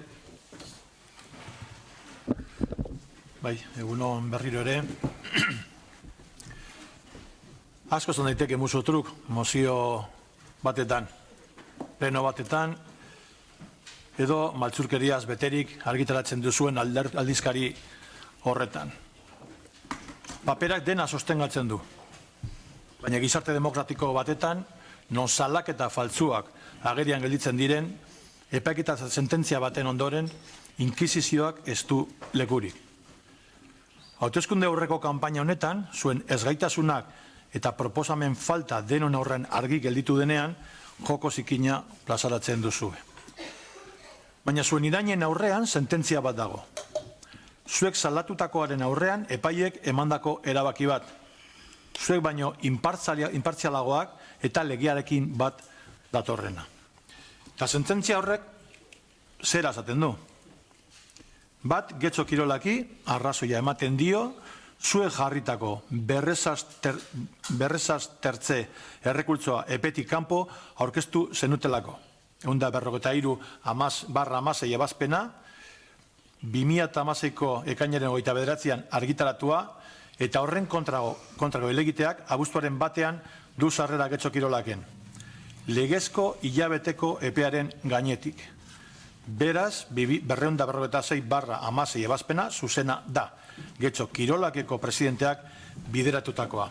Eta sententziak horrela esaten du. El recurso de reposición, barkatu gazteleraz espainoles erakutsa egite, baina horrela dago sententzia, el recurso de reposición se presentó en el registro del ayuntamiento el día 19 de julio. Irakurtzen ari da, beraz ezin dugu interpretazio zehatza egin. Hala, Getxo Kirolakeko erregistrora heldu zen epea bukatuta zegoenean. Hala, eskatzailea udaleko zinegotzia denez eta arteskaritza batzarreko kidea denez, badaki organismo bakoitzak izaera juridiko independentea daukatela eta horregatik daukatela dokumentuen sarrera erregistro berezia. Eta horregatik, zuzenbidearen arabera, ebazpen hori eman behar da. Eta horretan ezetzi egiten da errekurtsoa epeskanpo dagoelako. Hain zuzen ere, Getxo Kirolaken abuztuaren batean aurkeztu zenez, hori egiteko epea bukatuta zegoela, hilabetekoa zena. Bigarren argudioan, sententziak dio 256/16 ebazpena zuzena dela, eta presidenteak sinatu zezakela. Ebazpenak ez duelako funtzean sakontzen, eta soilik elegitea epetik kanpo aurkeztu zenutela, esaten duelako. Beraz, zuzen jokatu zuen. Eta horrela esaten du sententzia berak. Toda vez que el recurso se había presentado fuera de plazo.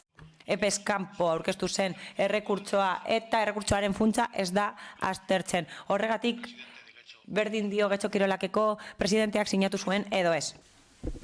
Zer esanik ez. Gauza baten arrazoia ematen duzue. Luzapena esatzen duen ebazpenaren inguruan, egia da sententziak arrazoia ematen diola auzi jartzaileari. Baina sententziak ez du bat egiten, are gehiago, sartu ere ez da egiten zuek argudiotan eta baztertu egiten du. Espreski, honek esaten du. Acerca de las cuestiones que se plantea por la Errekurtsogileak aurkeztutakoari dagokionez, errekurtsoa edo kontratua deusesa zen, pleguak bete gabe egin zelako, eta gainera esleipena egin zenean, esleipendunaren eta organoaren arteko harreman maila kontuan hartu zen, eta horren guztiaren inguruan ezin dira formalizatu hori guztiak errekurtso horretan, demanda jarri duen pertsonak ez duelako horren aurkako errekurtsorik jarri. Beste norbaitek? Enrique Olaso. Ilargeira apuntatzen dugu eta momentu honetan atzamarra daukagu guzti zerreta. Aipatu izan dira maltzurkeria, salaketa faltzuak, joko zikina eta hainbat beste adjetibo. Pero miremos la cuestión con una... Baina begira iezaiogun kontu honi urrunetik, herritarren begiradatik, politikatik urrun dauden getxostarren gandik.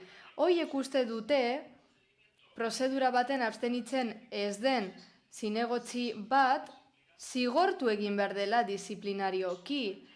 Hori bera uste dute erantzule publikoen kasuan, logikoa da gainera. Guk nahi dugu, udalaren kontratazio arloaren ardura duten zinegotzi batek parte hartu duenean, bere zenidei zerbitzua kontratatzeko orduan, kontratazioaren lehenengo hildoan jarraitzea, albidetzen badugu guk gaur, bihar beste batek egingo du gauza bera, edo nork egin lezake gauza bera, baitanik ere ez da kasu isolatua, gauza da zer erabakitzen dugun kasu guztietarako. Gauza ez da esate Álvaro González jauna erruduna den edo modu honean jardun duen esatea, baizik eta kode etikoak errespetatu dituen edo ez, eta hau epaietatik haratago doa. 4 zinegotzi gara momentu honetan eta 3 geratu gara. 3 planteatzen dugu hau, aski da. 25-etik 4, baina badakigu beste asko garela eta momentu honetan hitz egin nahi diet oposizioko kideei. Badakigu zuek ere kezkatuta zaudetela etika publikoagatik. Uste dugu getxotar gehienak kezkatuta daudela eta hori ona dela. Borondatea gehitu nahi diogu lan hildo honi, salaketatik haratago doan lan hildo honi, eta guztio gure indarra batzen baditugu. eta instituzioen buruan egon behar diren pertsonak adibide modura hartzeko moduko pertsonak izan behar direla uste bat dugunak lanean aritzen bagaren pauso historikoa emango dugu getxoan, baina oraindik ez dugu hori egin dezakegu, ezin dugu horrelako kontu larririk pasatzen utzi, zero impunitate, 40 urte eman ditu alde politiko bateko pertsona batek, udaletxetik normaltasun politika bat sortzen, eta momenturen batean gainditu beharko dugu hori, ezta? Normala da, edo ala iruditu zaigu, gure herrian gobernatzen duten pertsonek politikaren profesional modura bide luzea egitea, eta zenide eta laguna kolokatzea haien leinuak aurrera egiteko, enpresetan jartzea zenide hoiek, edo proiektu politikoaren finantzaketa anonimo lortzeko bidez egitea. Alderdi baten afiliazioaren paradisua baztertu beharra dago. Irregulartasunak salatzen direnean, hau bezalakoak, gu bezalako pertsonak kesatzen direnean, akusatu egiten dituzte acoso kanpainengatik, esan ez difamatzailea direla kanpaina hauek. Normala da hori egitea, irregulartasunen berri eman ordez. Edo akatsak direla esan ordez. Normala da galderei ez erantzutea argiak direnean. Horregatik ez dagoelako erantzun erraz eta argirik. Gau berriro galdetzen diogu alkate jaunari. Zure ustez Getxoko alkate eta Getxo Kirolakeko presidente zaren einean, uste duzu Álvaro jaunak izandako jarrera tokiko gobernu batzarraren kode etikora egokitu zela? Normala da instituzioak eta batez ere gobernu autonomo eta erakunde publikoek presidentzialismo bonatxoi honen bitartez kudeatzea. Askotan entzun dugu, nik erabakiko dut esaldia eta hori zedaguk daukagun egoera. Hain normala da funtzionatu egiten duela eta hori erakusten digute ondo funtzionatzen duela horregaitik guk ez dugu inongo kontrol mekanismorik behar. Jarraipen sistemarik behar, ez da ustelkerin aurkako fiskaltzarik edo batzordetikorik. Praktikan ikusten dugu, argi dago, oso erraza da lan ildo hau lantzea, hori defendatzen duten pertsonak dauzkagunean, normaltasunez jokatzen dutela diotenen hoien kasuan. Gauza da, penagarria dela benetan ez egotea pertsona bakar bat ere herritar modura aurpegia ematen duenik, eta gauza batzutan horrela egin behar da. Zein da arazoa erantzun kolektiboa ematen denean, eta dudagarriak diren jarrerak defendatzen direnak epaietatik haratako. Bagian argiei usten da, guztiok kaltetzen gaituen zerbait. Proposamenekin. 2017ko maiatzaren egin genuen proposamenari berriz ekin nahi diogu. Duela urte terdi guztion talde batzorde bat, lan batzorde bat proposatu genuen. Hain zuzen gauza hauek tratatzeko dezen. Bigarren proposamena. Zinegotzi guztion kode etikoa nahi dugu. 2013an eudelek bera proposatu zuen modukoa. Eraginkorra izan daitela. Eta guztion jauna. Nahi baduzu rengotzen agortu, jarraitu ezakezu. Gobernu talde duen. Gobernu talde duen kodea daukazuen. Ez da guztion kodea da zuena. Eta gu nahi dugu bat guztion. Eta gainera, nahi dugu kode hori izan daitela baino, ez estetiko, datza ezberdintasuna eraginkorra, adierazlea oso simplea da, berma sistema, zuen kodeak ez dauka berme sistemari. Eta hirugarren proposamena, marrazu nahi dugu gorri bat lurrean.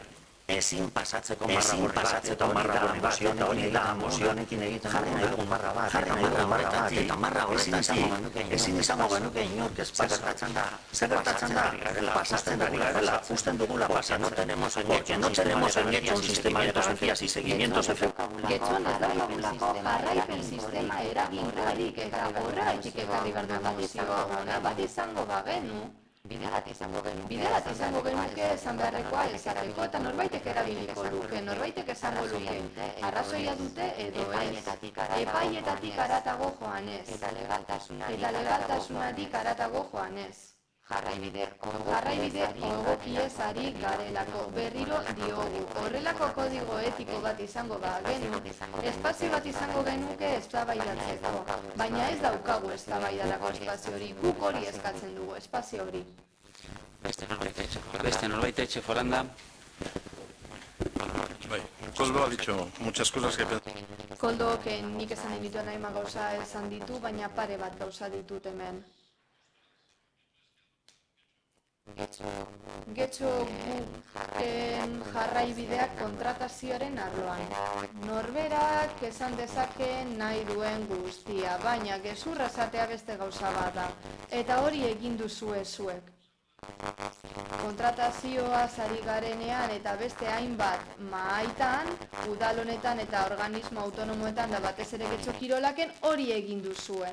Berriro diot eskura duzuela, honakoa pasaden maiatzeko osoko bilkuran proposamen bat aurkeztu zenuten, guztiok, bozeramaile guztiok parte hartu genuen, eztabaidatu genuen, eta guztiok esan genuen gezurretan ari zinetela. Nire ustez ez dugu horrelakorik inoiz ikusi, gobernuko eta oposizioko talde guztiak bat gatoz gezurra dela diogunean, zuena gezurra dela. Ez da egia esan ez dela, ez da gezur borobila esan dela. Guk berri, lapsus bat izan dut hor. 12. zenbakian, uztailekoan, lehenengo planan esan zenuten, zoritxarrez, honelako zerbait. Bi epaik destapatu dute kontratazio arloan izandako gaia.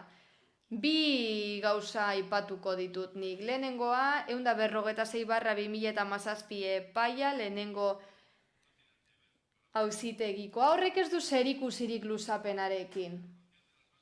Gauza da, teknikari bat aldi baterako kontratatzeko oinarriak onesteko plegua zegoela hor, eta alderdi demandanteak, Paula Miebatak Ike Pradak, aurkaratu egin zutela 7 arrazoirengatik.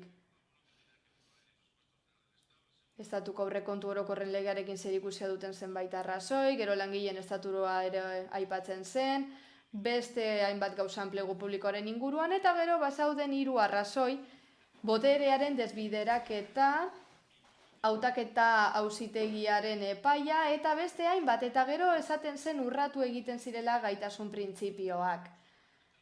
Errekurtsoa bakarrik onartu zen lehenengo puntuan, beraz, zuen salaketaren bitartez lortu zenutena izan zen berriro indartzea estatuko aurrekontu orokorren legea Mariano Rajoyrena, eta gero zenbait titular atera zen dituzten, El Correoren adibidez uztailaren 7koa, adjudikazion a dedo esaten zuena. Horretaz gain, hortik dauzkagu beste argitalpen batzuk, ez dakit irakurriko ditudan, hemen dauzkagu beste bat, 2 sentencias destapan los contratos del concejal en contratación. Destapan los contratos esaten zenuten zutek. Eta nire ustez badago paragrafo bat oraindik are esanguratsuagoa dagoena. 3. horrian eta ez 4.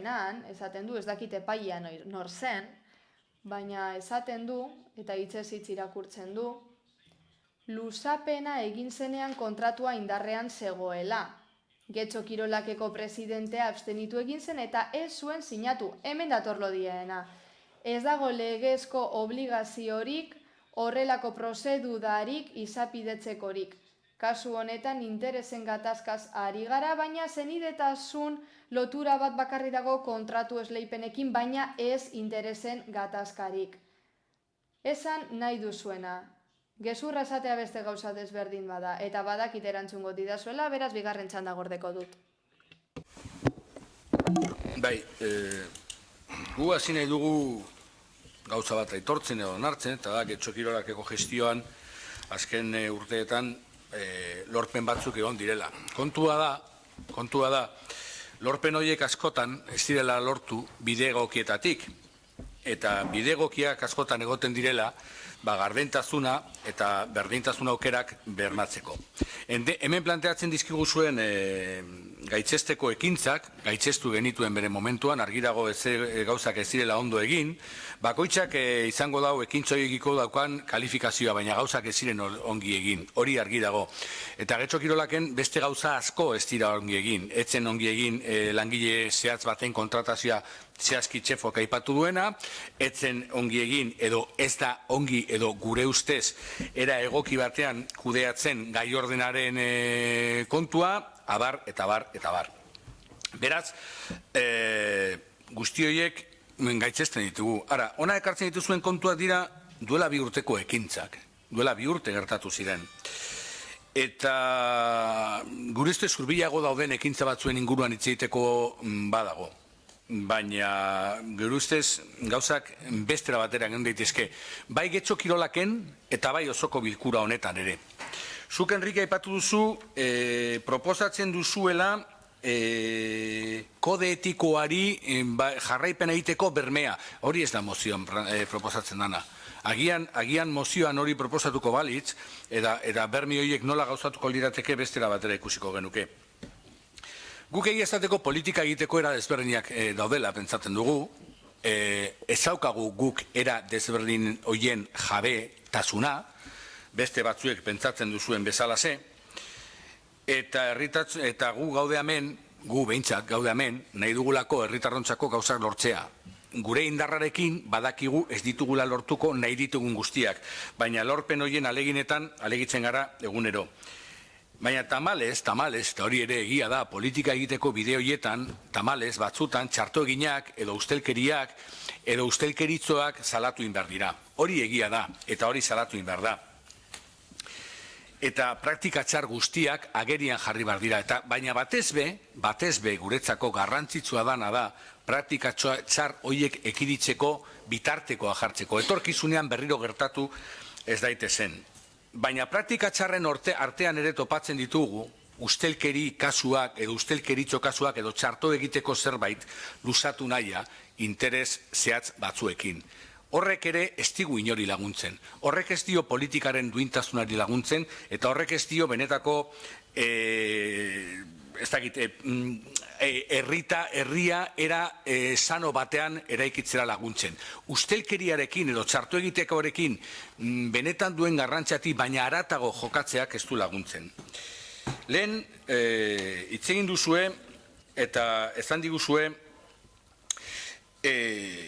zuek zaretela, eta zuk ere, Enrique, nolabait ere orain esan duzu, lau zinegotzi zaudetela orain 3, eta espero duzula eta ez duzula ulertzen nola besteok ez garela zuekin batzen, eta lehen esan duzue, zuek zaretela talde bakarra gauza bat egiten, eta beste guztiok gauzak txartu egiten ditugula. Lehen esan duzue, zuek zaretela pleno honetan puro eta garbiak diren bakarrak. Eta hori esateko, esan diguzue, hauteskundeak gainean daukagula. Eta egia da, hauteskundeak gainean daukagu, baina hauteskundeen hurbiltasuna nabaritzen da askoren diskurtsuan. Zuentzako eskatu duzu errespetua lehen. Zuentzako eskatu zuen buruarentzako eskatu duzu errespetua. Eta horretarako eskubide osoa dauzkazue, guztio dauzkagun bezala. Baina zuentzako, zuen taldearentzako errespetua eskatu duzuenean, beste guztioi ukatu diguzue errespetua. Beste guztiok izan ditugun jarrerak edo egin ditugun aleginak edo egin ditugun gauzak, hauteskunde interes baten edo argazki baten edo ez daki zeren baten menpe jarri duzue. Zuentzako eskatu duzuen errespetua guri, esate baterako, orain gu ari gara hitz egiten, guri ukatu diguzue. Eta esan duzu, eta por cierto, hondakinen inguruko akordioa zabali dago. Baina guk zuek bezala ze, gobernu taldearekin eta gainontzeko taldearekin hitz egiten dugu guk erabakitzen dugunean eta guri interesatzen zaizkigun gaiaren inguruan. Ez dugu hitz egingo soilik zuek nahi dituzuen gaian inguruan eta zuek erabakitzen duzuenarekin. Beraz, gu egon gara luze, gobernu taldearekin hondakinen inguruan hitz egiten. Ateak zabali dauz, horretarako. Eta bukatzeko, eta ez dakit, ez genuen honen inguruan hitz egiteko, luze hitz egiteko asmoa benetan, baina bai zure interbentzioa eta bai arestian egin duzuena, gure asmoa aldatu indao. Basta ya esan duzu. Es verdad, basta ya. La corrupción es muy dura. Sí, egia da. Ustelkeria larria da, horrekin bukatu beharra dago eta horretarako bideak landu behar ditugu. Ustelkeriarekin amaitzekoak. Txartu egindako guztia zuzentzen hasi behar gara oraindik, baina ustelkeria bezain okerra da, ustelkeria hori jarraipena ematea hauteskundeengan pentsatuz. Hori ere kaltegarria da, eta hori ere ez dugun hartuko. Beste norbaitek, Kode Iturbe? Nik eskatzen dizute, Enrique Olaso jauna, guri aurpegiratu diguzuna zure bozeramaileri ere gaitzestea. Duintasun gabekoak deitu gaitu. Koherentziz jokatu bezedez, koherentziz jokatu. Eta zure argudio guztien aurrean nik hitz bat erabiliko dut, demokrazia. Egia da, 25 zinegotzitik 4 zarete.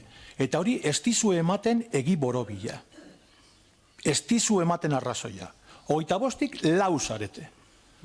Demokraziak ematen digu baita ere epaitegien bermea. Baita ere hori. Eta sententziak ez dizue arrazoia ematen. Inondik inora. Sakonean eta funtzean ez dizu arrazoia ematen.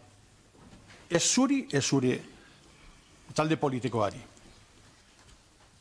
Impunitatea bai ala ez, hori sententzia batek esaten du. Epaitegiek esaten dute, ez zuk, ez zuen laurok, ez da ere. Eta bestela, zergaitik ez diozue sententzia horri elegitea jarri. Azalduko diozue pleno honi darriterrei aurren besteko arrazoia izan da, zergaitik sententzia honen horren ez duzuen errekurtzori jarri, aukera izan duzuenean, zuen arrazoia defendatzeko, gezur hoiek errepikatu ditzazkezue. Eta errepikatu ditzazkezu, Enrique Olaso jauna, baina horrek ez du egi bihurtzen gezu hoiek. Ez du egi bihurtzen. Eta eskatuko dizut, ez dizut onartuko egitango irainak. Etorri zineten, ez dakizelako olatu baten bitartez, hemengo dandana aldatzera. Ez duzu elortu, are gutxiago. 4 urte egingo dituzue, inungo akordiorik, inungo proposamenik, inungo ezer lortu gabe. Eta orain, gezur maltzur honekin, zuen ezgaitasunak estaltzera zatoze. Horretara etorri zara gaur ona, Enrique Olaso jauna. Horretaz bakarrik hitz egiteko, eta ez dizuet onartuko. Eskerrik asko.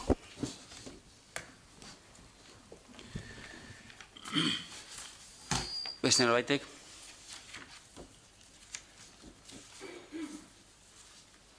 Paula Miba? Bai, eskerrik asko alkate jauna. Bai. La verdad es que da para mucho.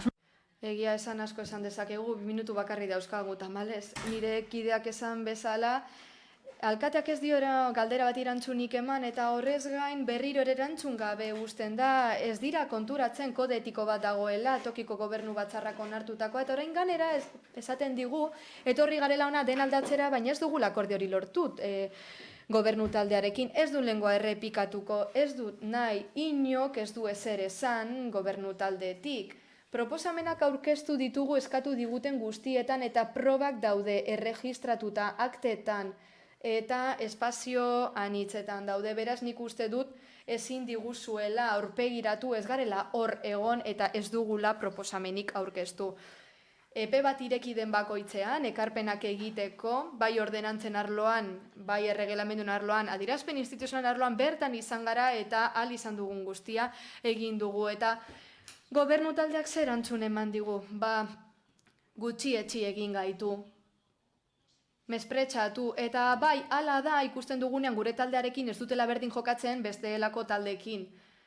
Baina gauza da ez dela izango guk parte hartu nahi ez dugulako. Eta ez da gauzak aldatzen saiatzen ez gabiltzalako. Gu espazio batzutara joaten gara eta egokitu egiten gara espazio horietara eta gainera haiek dituzte epe batzuk ezarrita eta respetatu behar dira, zuek ez dituzu errespetatzen. Berriro dio nire kideak esan bezala, oraindik ere ez duzuela zuen kode etikoa aipatu, esan nahi duzuena epaiaren inguruan, badaude kasu gehiago deskribatu ditugu eta benetan zorrotzak izan gara edabideetan. Idatzitako guztia epaietan dator, oso zorrotzak izan gara. Berriro diot, zer gertatzen da kode etiko hoiekin? Paper bada, ez du ezertarako balio, zuek uste duzue impuneak zaretela edo zer gauzaren aurrean, perfektuak zaretela kudeak eta arloan edo zein arlotan, badirudi ez duzuela inoiz autokritikarik egingo eta hobekuntzarako biderik irekiko, eta gainera zuek urte asko dara matzazu gobernuan eta zerbaitetarako da esperientzia. Guk zer diogu ezin dela horrela funtzionatu, egia da, nik erabakiko dut esaldi hori izan da Getxo Kirolaken funtzionamendurako modu hainbat urtean, eta hori ez diogu guk bakarrik, gainerako taldek ere esan dezakete, presidenteak hainbat aldiz ukatu dizkigu hainbat gauza, guk entzun beharrekoak. Eta gainerako erakunde autonomoetan arazo berbera izan dugu pasaden astean esate baterako eta esan ziguten zergatik, denbora faltagatik, baina guk epeak errespetatu genituen, arazoa zen geurea, epea jarri zuenarena zen, ez gurea. Horren bestez, errespetua auzitegiei izateaz gain bebai izan behar da kodetik horren inguruko azalpenak eskatzen ditugunean eta funtzionamenduaren inguruko azalpenak eskatzen ditugunean. Eta ez duzu berdin funtzionatzen gurekin eta gainerako taldekin. Espero dugu hori aldatzea baldintza berberetan parte hartzeko, eskerrik asko. Txeforanda? Sí, el respeto hay que... Bai, errespetua hemen ere erakutsi behar da, osoko bilkura honetan. Hemen ez dagoen zinegotzi baten inguruko zerbait esan da, ekarpen batzuk egin dituzue, batzuk interesgarriak, beste batzuk ez horren beste, eta beste batzuk oso eskasak. Ze erantzun eman zenioten 2017ko aurrekontuei hemen? Nik esan nuen WhatsApp batekin erantzun zenutela, eta hala izan zen. 2018ko aurrekontutarako WhatsApp bidezko erantzun eman zenuten. Ordenantzaren inguruan ere ekarpenak egin dituzue, bai esan duzue gauzarik etxe bizitzarloan, baina ez arete inoiz konprometitu. Estrategia politikoa dira, defenda ditzakezue, baina ez arete inoiz konprometitu. Berriro diot. Niretzat ez da bat ere onargarria, ba ikusita Podemoseko jendea dagoela hemen zaudete hirurak Ezker Anitza Podemos, beraz, zuek ere saku honetan sartzen zarete, gobernu mailako akordioak ditugu hainbat erakundetan, eta niretzat harrigarria da, gaur hemen ikustea, kanpoan kidea garela eta hemen hau entzutea. Izan ere, mespretsu ez ari gara, gobernu taldea esaten duzunean ni ere sartzen naiz horretan. Izan ere hemen entzun ditugu zenbait gauza eta orain alkateari esango diot, bronka botako diot, hemen esango espoliatzaileak garela, zinegotzi, hemen ez dagoen zinegotzi baten inguruan. Ignoranteak eskakinak eta gaur indezente esan diguzu, eta nik uste dut ezin dugula horrelakorik onartu hemen. Nire ustez, zuek ez duzue filtrorik, ez dut esango indezentea zaretenik, ez duzue inongo filtro moralik, eta nik ez dakit ze kodigotiko duzuen zuek. Gainera, esaten duzuen minduta zaudetela. Ba niri gehiago kezkatzen dizuei, baino gehiago politika publikoak edo etika publikoak zuek esan bezala. Baina zuek galtzera botatzen du guztia.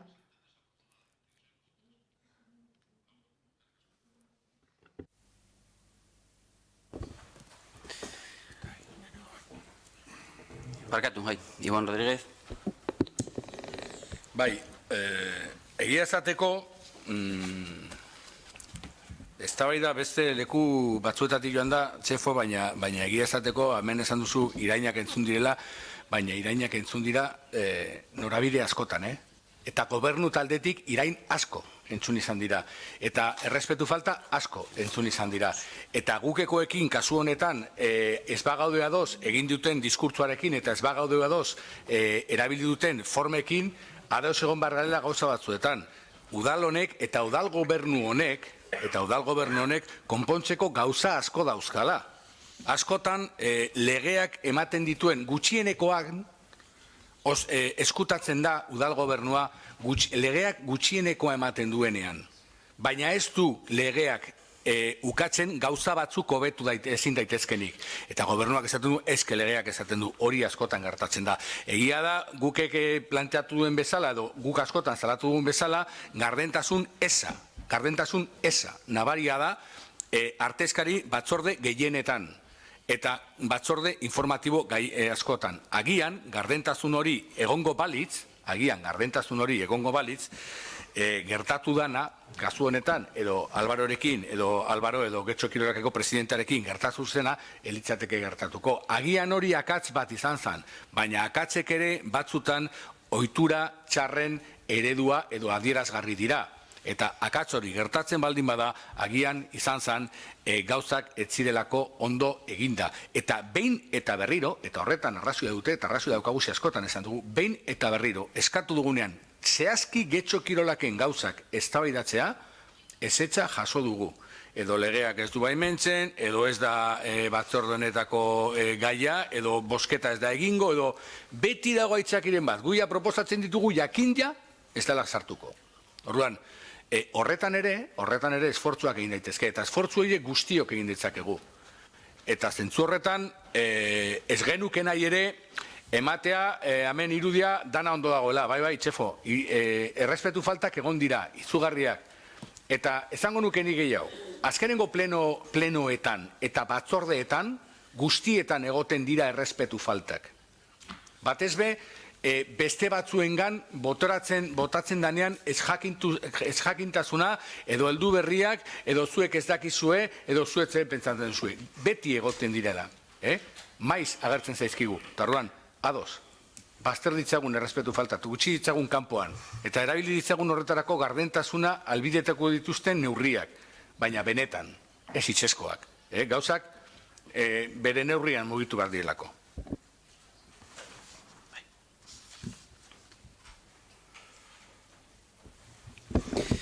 Bai, Eusko Alderdi Jeltzalean azkenengo txandarekin diot aurre, aldez aurretik nik onartu behar dut, edo bat egiten dut orain bota den gogoetarekin. Nik uste dut denok egin behar dugula gogoeta errespetu faltaren ari horretan. Eta bat nator ere txefok azaldutakoarekin, eta parkamen askatzen diet nire kidei, zen nik uste dut ezin onartezina izan dela guk bozeramanen aldetik botatako irain hori, eta nik momentu horretan interbenituen behar izango nuke, baina ez dut egin. Eta alde horretatik parkamena eskatzen dut, zen nik uste dut errespetu falta itzela dela, eta orain argi eta garbi esaten dut. Apela el grupo municipal de... Guk taldeak behin eta berriro dio adibide izan behar garela. Nik uste dut hoiek ere beren hausnarketa propio egin behar dutela errespetu faltaren inguruan. Nire ustez udal honetan daramatzatan urte guztietan, alkate modura, ez dut inoiz entzun talde politiko guztiak esaten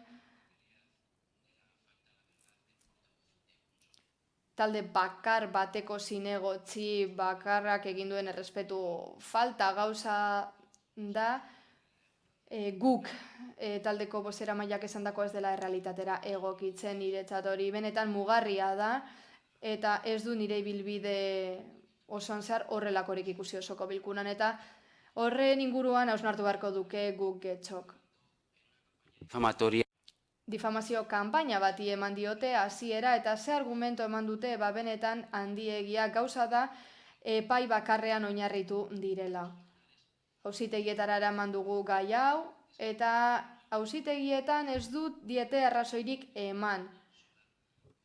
Ez da akusazio bakar bat ere onartu. Horren bestez gezurraren irudi dira. Zer dio epai horrek? Nola lan egiten duen gukek?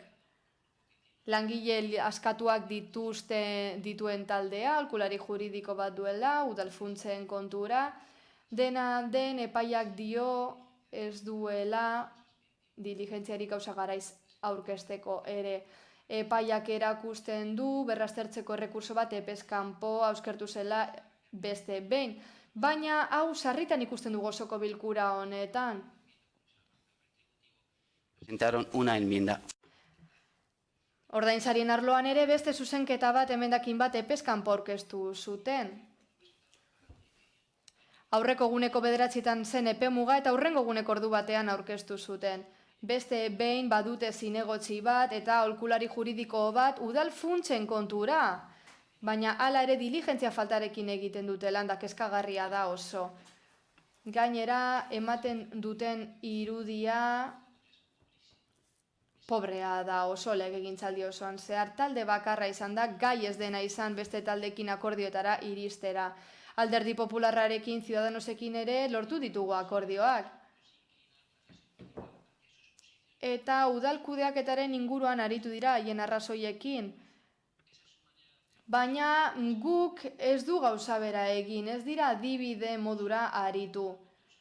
Fundamento falta ikusten da haien lanan, udalkudeaketan, difamazioetan aritu dira, gezurretan, eta ez dute akarpenik egin udalkudeaketaren arloan. Eta benetan tristea da udal talde politiko batengatik etorrita eta baloratuko da datozen hauteskundeetan. Lehen esan behar ezituenak esan dituzu eta datorren urrengo aldirako lasaitasunez aritun da mesedez ez da dila errespetu faltarik egon. EH Bilduk esan du, nik ere gobernuaren izenean, lasaitasunez aritu, kontuz, ez azaldatu eta ez faltatu errespetua gainerakoei. Errespetuz aritu behar gara eta zuk ez duzu errespeturik agertu. Indezente hori mespretsua delako. Iraina, beraz eskatzen dizut hemendik aurrera lasaitasunez aritzeko eta errespetua ez faltatzeko inori. Guztioi diotsuet, gaur hau gertatu da eta horregaitik esan diot bozeramaile honi. Amaitzeko, gogoratu gobernuaz ari zarenean, gizonezkoak eta emakumezkoak ari garela, beraz, femeninoan ere hitz egin. Ez ara konturatu. Beraz, lasaitasuna, errespetua eta mesedez errespetatu gainerako talde politikoak. Hori eskatzen dio mundu guztiari, baina gaur zuri eskatu dizut errespetu faltagatik. Beraz, kasu honetan bozketara pasatuko gara, bai.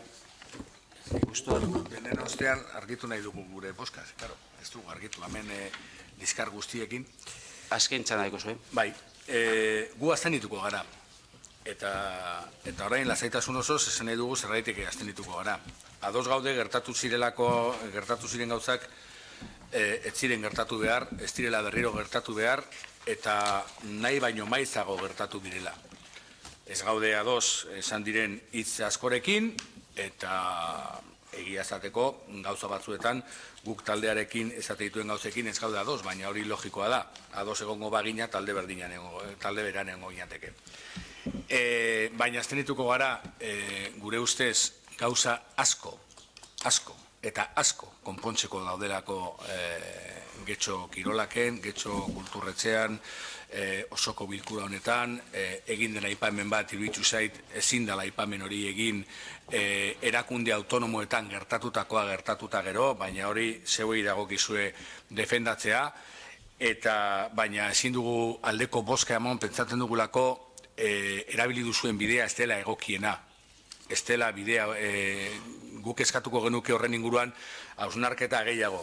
Ez dela egokiena esan bezala ere, naiz da asmoa onak izan eta asmoa ustelkeria edo txartu eginak salatzea izatea eta agerian jartzea eta berriro ez gertatzea, horren ikurra egiten dugunean ere, herritarren gar sortzen dugun ezerosoa edo politikagintzari buruzko edo politikari buruzko iruditzarra ez digu laguntzen. Eta behin ez daki zeini entzun nion, baina politika oso txarra izango da, baina politika ez dagoen tokian militarra daude. Ni momentuz politikarekin nahiz eta txarrak izan askoz erosoagorago. Bozketara pasatzen dugu, mozioaren alde, guk getxo abstentzioak, Alderdi Popularra, EH Bildu eta Ciudadanos, aurka, jeltzaleak eta sozialistak. Bertan bera geratzen da mozioa eta aurrengo puntura pasatzen gara, 171 getxo EH Bildu Alderdiko Udal taldeak arrozako mozioa jakien garraietarako kamioia prestatu eta erosi. Bai.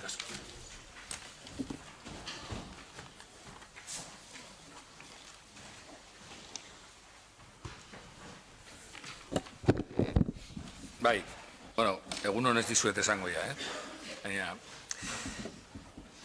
janariaren banaketa mundu honen desberdintasunen adibide gordienetarikoa da. Gure artean, janaria soberan dago. Jakiak botatzen ditugu beste leku batzuetan jende agose heltzen den bitartean. Eta arazo hau ez da gugandik urrun gertatzen. Etxe ondoan dugu, hemen bertan, Getxon. Jantoki sozialean gero eta jende gehiago doa bertara jatera. Bertara doaz arazoak dituztelako beste nunbaiten jateko. Eta Getxo bertan, eskoletan, jatetxetan, udalegoitzan, egunero janaria soberan egon ohi da. Logikoena litzateke soberan dagoen janari hori egunero behar duten tokietara eramatera, baina horretarako, eta osasun irizpideak direla medio, gero eta zailtasun handiagoak daude. Zailtasun horiek sortzen dituzten helburuak onargarriak izan daitezke, baina aldi berean, aipatutako egoerari irtenbide bat bilatu beharko genioke. Irtenbide bat bilatu nahian, pentsatu dugu egokia izan daitekela, furgoneta edo kamioi txiki bat prestatzea jakien garraiorako prest, eta kamioi hau jantoki soziala kudeatzen dutenei ustea. Kamioia bera oskailua izan dezake eta bertan jarri daitezke janaria garraiatzeko beharreko makina guztiak. Modu horretan, janaria zaborran bukatzea saiestuko genuke, eta aldi berean, behar sozial nabarmenak dituztenak eta hori kudeatzen duten eragileok lagunduko genituzke. Beraz, Getxoko osoko bilkurak zera adierazten du. Getxoko udaleko gizarte ekintza-arloko arduradunek legeak arautzen dituen baldintzak bermatuz janaria garraiatzeko furgoneta edo kamioi txikia erosi eta prestatuko dute. Kamioi honek izan barituen baldintzak aldez aurretik catering garraioan adituak direnekin eta Getxo jantoki sozialak kudeatzen duten elkartekin adostuko dira. Kamioia udalarena izango da eta udalak horren erabilera utziko dio jantoki sozialak kudeatzen duen elkarteari. Behin kamioia prest egonda, udala jantokia kudeatzen duten elkartearekin batera, udalegoitzan eta eskoletan kanpaina abiatuko du, soberan dauden jakiak aprobetxatu eta berrerabiltzeko asmoarekin. Eskerrik asko, ez den norbaitek? Bai, Elena Koria. Bai, eskerrik asko.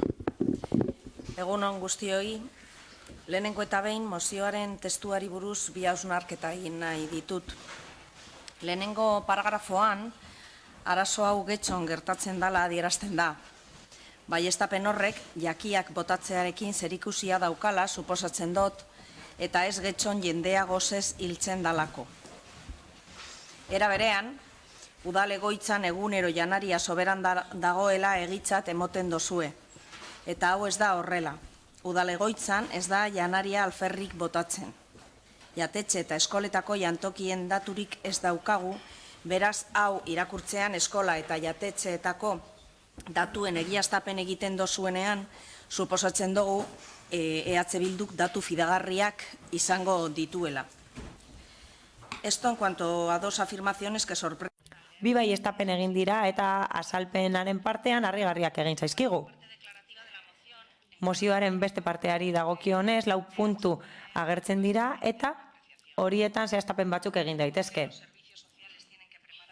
Gizarte zerbitzuek zergatik prestatu behar dute kamioi bat, ala gizarte zerbitzuetako langileak, gizarte eremuko, gizarte laneko, gizarte ziketako profesionalak dira, psikologiako profesionalak eta orain kamioi bat prestatu beharko dute elikagaiak garraiatzeko. Eta horren inguruan aplikatu behar den legedia betetze aldera, baina hori ez da langile hauen eskumena. Hala, gizarte zerbitzuetako langileak dira benetan adituekin, catering adituekin adostu behar dutenak hau? Hau da, gizarte jantokia kudeatzen duen elkartearekin adostu behar dute hau? Hau da, Portusarreko monjekin adostu behar dute kamioiaren baldintzak zeintzuk izango diren? Kamioia udalarena izango da eta gizarte jantokia kudeatzen duen elkarteari lagako dio, hau da, Portusarreko monjei erabil dezaten eta kudea dezaten. Behin, prestatuta dagoenean, udalak jantokia kudeatzen duen elkartearekin batera udalegoitzan eta eskoletan kanpaina abiatuko du. Bertan ez dago soberan elikagairik eta gainera adierazten da ikastetxeetan ere egingo dela, baina ez dakigu soberan dauden elikagaiak. Badakigu asmo onak dituzuela, hau da, uztartzea bidaltzen duzue, hau da, batasuna bidaltzen duzue eta elikagaiak ez botatzea nahi duzue eta gainera arriskuan dauden edo gizarte bazterkeria larrian dauden pertsonei aukera bat eman nahi diezue, baina zalantzan jartzen ditugu zenbait kontu irakurtzean zalantzak eragin dizkigutenak. Gizarte politika oinarrituta daude pertsonetan eta horien eskubideetan eta herritargoaren beharrak ase behar dira eta kasu honetan ahultasun egoera larria bizi duten pertsonak lagundu behar ditugu eta duintasunez egiten dugu eta administrazioaren papera da zerbitzuak ematea eta ematen dituzten entitateekin elkarlanean aritzea. Eta hori egiten dugu Getxon eta egiten dugun lanagatik gizarte zerbitzuak aitortuta daude, bai, hobe daiteke, noski, eta egunero lan egiten dugu gizarte zerbitzuak hobetze aldera, eta benetan kamioi batekin jasotzea soberan dagoena eta gizarte jantokira eramatea ez da duina, batez ere jakinda Algortako gizarte jantokiak lan handia egin duela urte askoz, lan hori aitortua dago eta aitortu egiten du udalak eta herritargoak ere. Getxon, udalaz gain, Caritas, Banco de Alimentos, elikagaien bankua sortarazi, Karitateko monjak eta horrelako erakundeak badabiltza gizarte eremuan lan egiten, badaukagu taper solidarioa deitzen den kanpaina eta zentzu horretan lan egiteko aukera badaukagu horrekin ala, gizarte jantokietan ezin ditugu beste jatetxeetako edo jantokietako elikagaiak eman. Egin ahal ditugu kanpainak eta sentsibilizazio kanpainak elikagaiak ez botatzeko, baina ezin dugu horietara eraman besteetan soberan dagoen elikagaia. Bestela, nola kuidatuko genuke egunean menua, zer prestatuko dute, kontuan hartu beharko dute besteetan soberan dagoena? Horrelako kontuak eta bestelako kontuak, kudeaketarekin lotutakoak planteatu egin dira gizarte eremuan gurekin lan egiten duten horiekin eta ez da martxan jarri arrazoi horregatik. Ez dugu uste mozioak zentzua daukanik, ez delako oso praktikoa eta guretzat ez delako oso funtzionala eta horregatik ez dugu babestuko. Susana Dakos.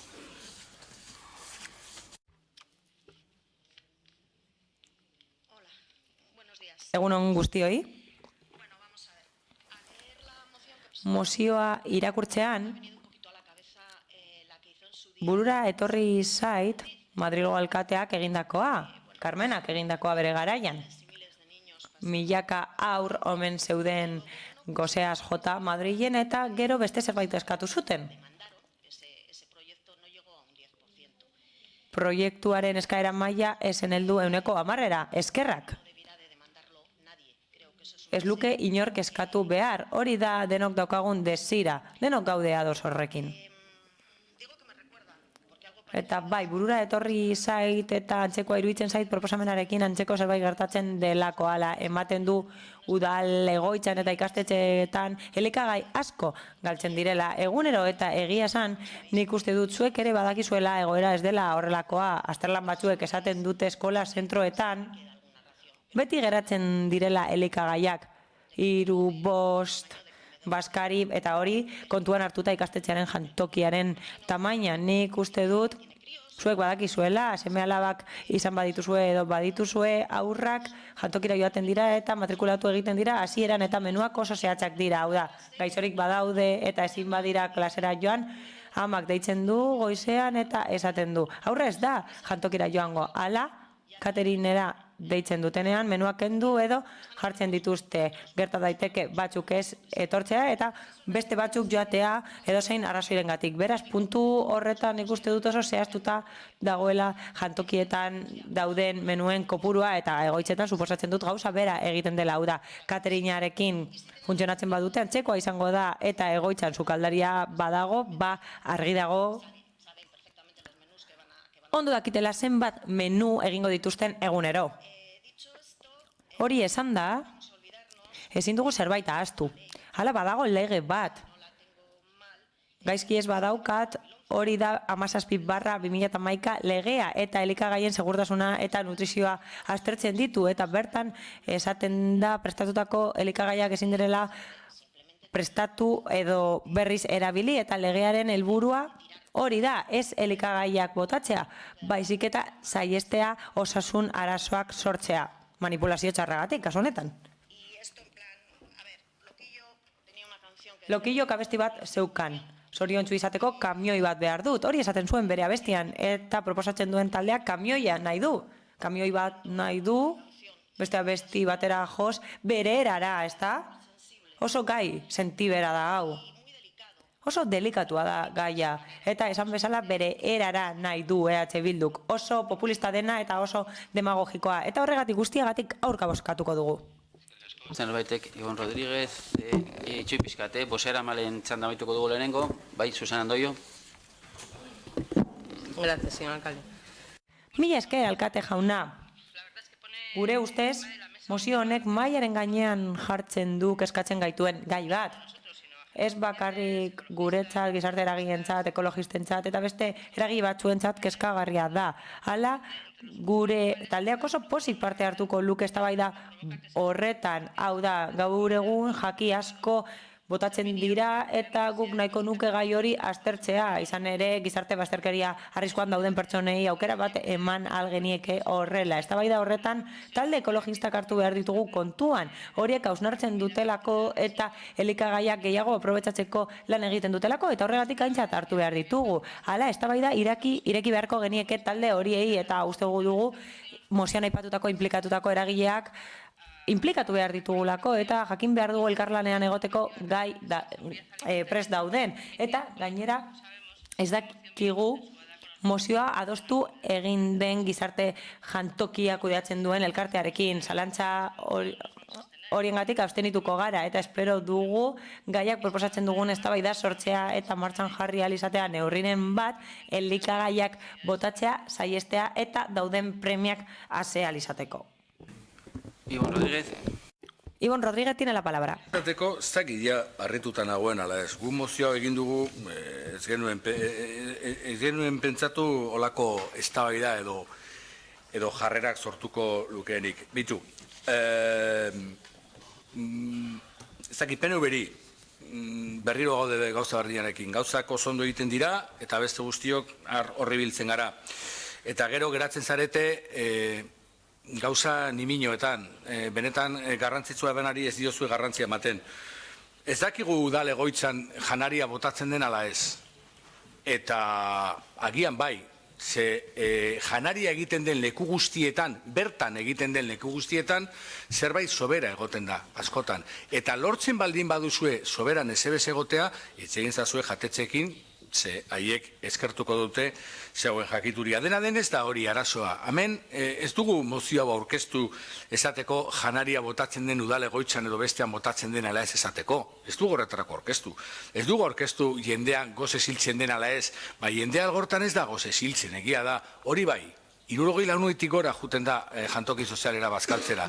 Eta jantoki sozial horrek udal diru laguntza edo udal hitzarmen baten bitartez mantenduta badago ere neurri batean, hoiekin ez zaie heltzen, ze oraindik bolondreza dauzkate eta oraindik monje kudeatzen dutena eskatzen dute laguntza gehiago. Eta oraindik ere monjek eskatzen dute eskertuko luketela soberan dagoen janaria zaramara ez joatea.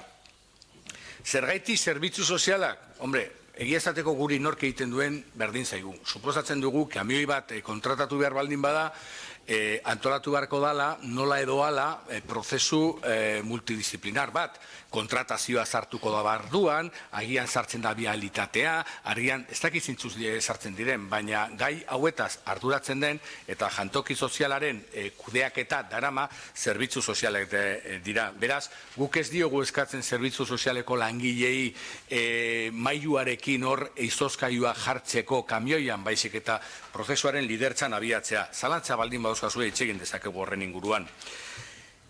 Ez dala duina, esan duzue, duina ez dala da janaria botatzea. Eta lehen, Susanak eman digu azalpen oso zehatza de nun eta zergaitik ez den janaria galtzen. Baina ezke leku eta ikastetxe guztiak ez dute berdin funtzionatzen. Eta beraiek janaria egiten duten ikastetxeetan janaria soberan dago. Janaria soberan dago. Orduan, gauza guzti hauek esaten diguzue. Eta duintasuna ez dala, eta monjek ez dutela nahi, eta ez dakizer, eta ez dakizen bat behitu. Guk badakizue zergaitik proposatu dugu mozio hau. Denon artean egin genuen bisitaldi horren hori baino harinago gu egon ginerako monjekin. Eta monjek esan ziguten zehazki, arazo bat izan zutelako. Hain zuzen ere, Susanak aipatu duen legeagatik. Legeak janaria garraiatzeko baldintza berria jartzen ditu, baina ez du ekiritzen. Eta guk esaten duguna da, kamioia jartzeko baldintza horretarako. Eta zergaiti dauzkaten arazoak, ze monjek lehen azkartzaklaret ikastetxetik, egia da udalerrian ez dauzela, hortik hartzen zutelako janaria. Eta orain ezin dutelako garraiatu ez dutela hartzen.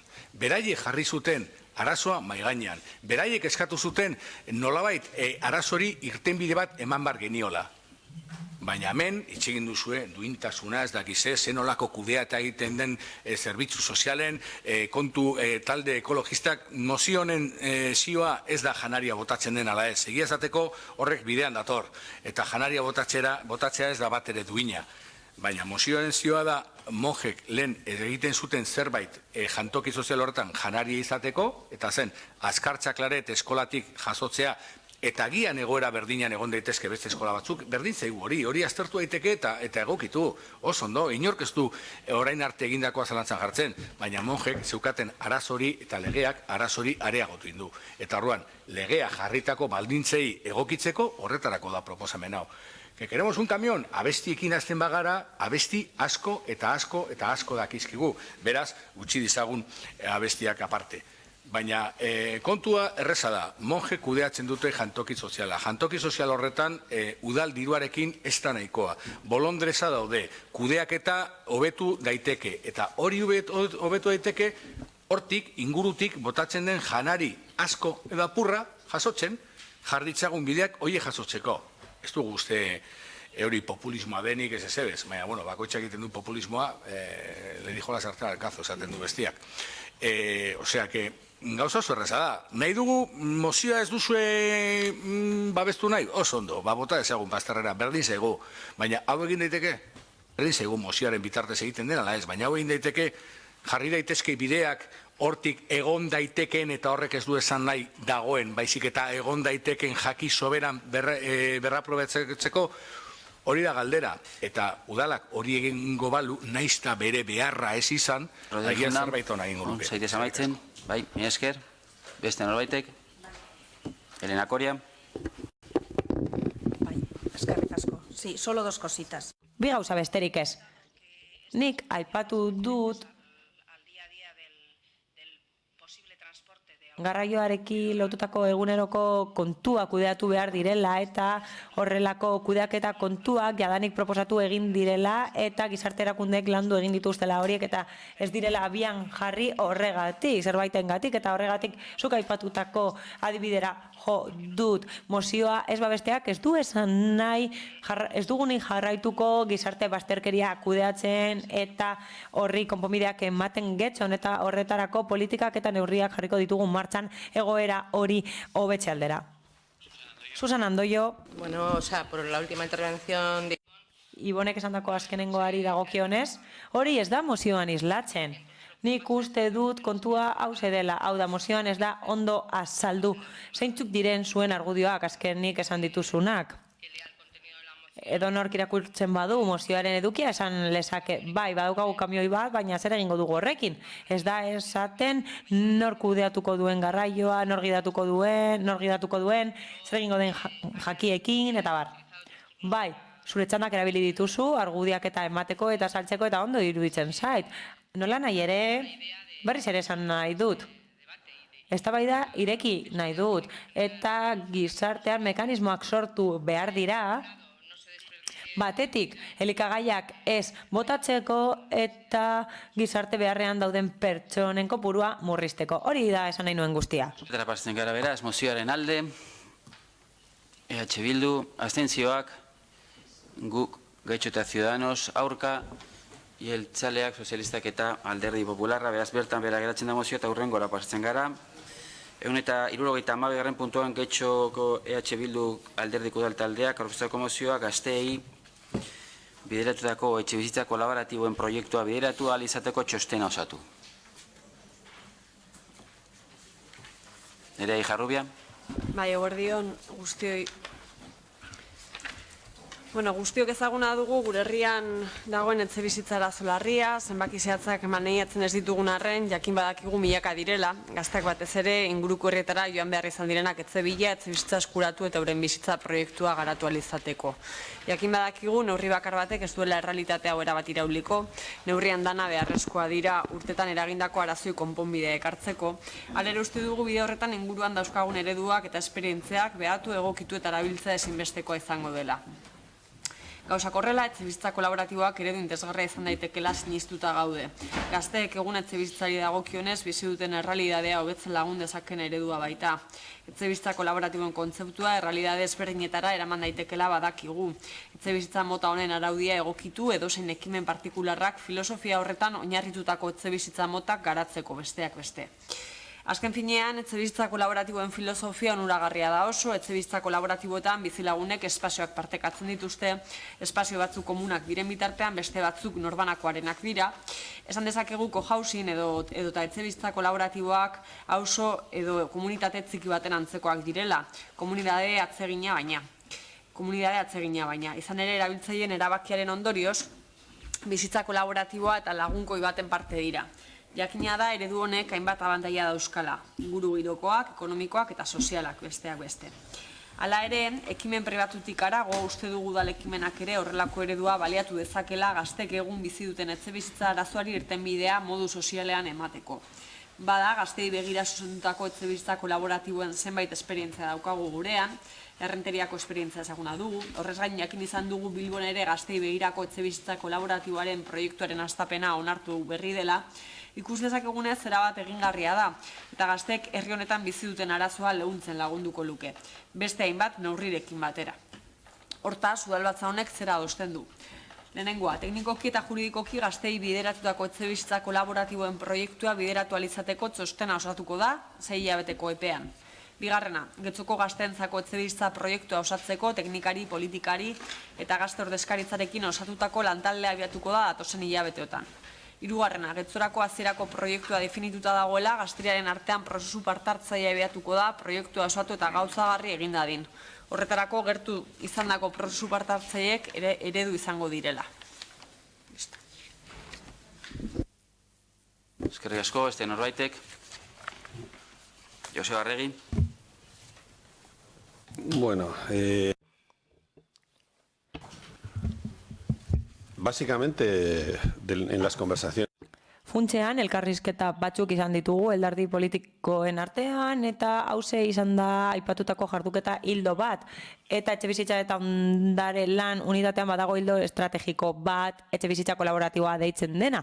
Eta horretan, ados egon gara, bai, aztertu egin behar da egoera, zuek ez dakit nola izendatu duzuen txosten tekniko juridikoa, bai, guk esan dugu azterlan bat egingo dugu, balizko aukerak aztertuko ditugu eta horregatik irigintza arlo teknikoa aztertu behar da eta araudia egokitu behar da gure planeamenduak ez duelako baimentzen, bakarrik zuzkidura etxebizitzen kasuan baimentzen du eta gainera aztertu behar da zein errealitate fizikotan egin daitekeen eta zein baldintzatan.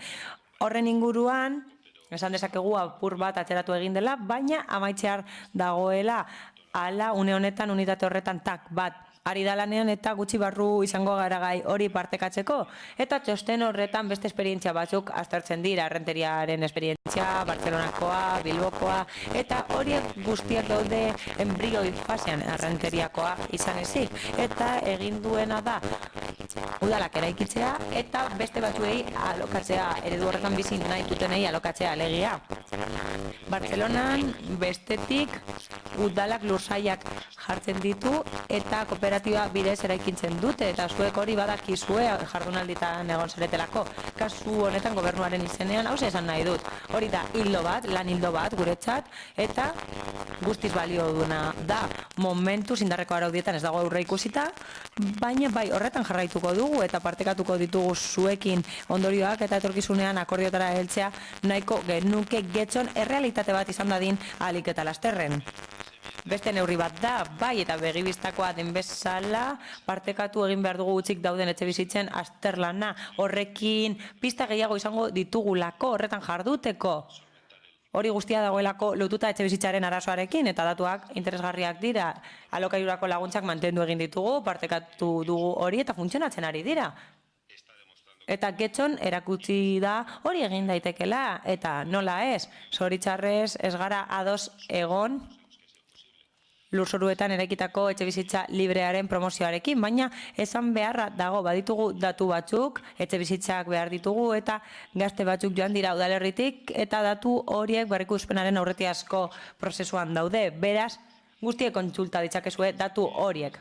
Eta bai, ados gaude, prozedura honetan ez dugu uste lantalde berria osatu behar denik. Guretzat, lantaldea sortu behar da prozesu parte hartzailearen ostean eta jendeak izena eman beharko du. Hala, beste hiri batzuetan hori eginda eredua esarri duten hiri batzuetan, baina nik uste dut aurreratu egia dela mozioa honela onartzea.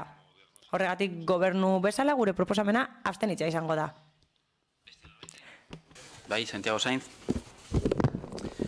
Bueno, en primer... Lehenik eta behin, gobernu taldeak aipatu du utzik dauden etxebizitzen txostena, eta hori beharrezkoa da. Gure ustez beharrezkoa da etxebizitza politika eraginkorra egiteko, eta espero dugu hori helaraztea ahalik eta lasterren. Hala, ikusiko dugu zer nolako lekua duen etxebizitza legean, naiz eta esan diguten parametro guztiak betetzen dituela, baina ikusiko dugu. Hala ere gustatuko litzaiguke hauxe esatea.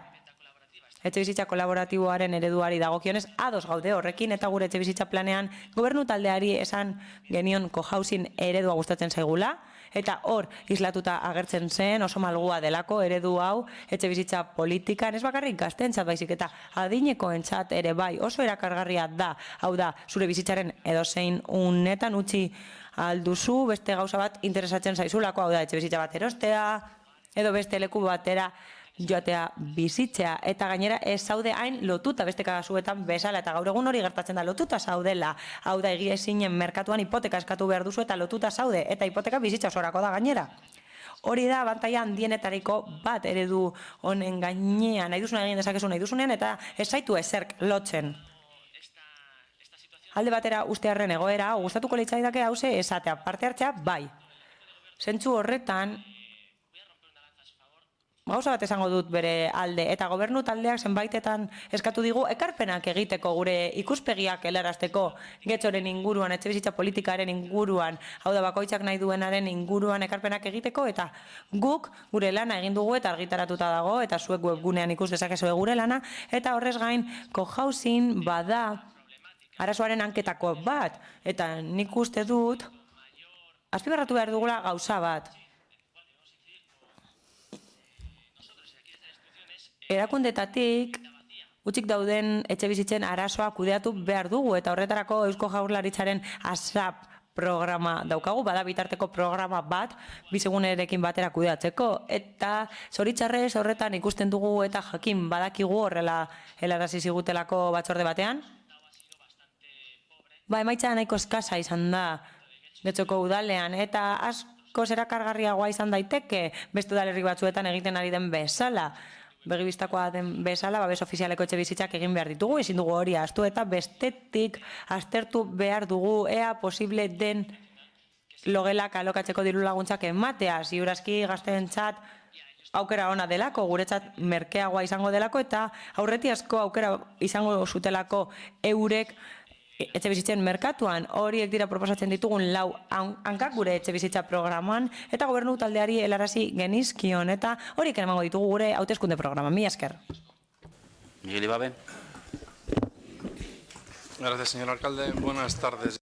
Eskerrikako alkate jauna, arratsaldeon guztioi, ia baskal ordua data. Gu kontra bozkatuko dugu.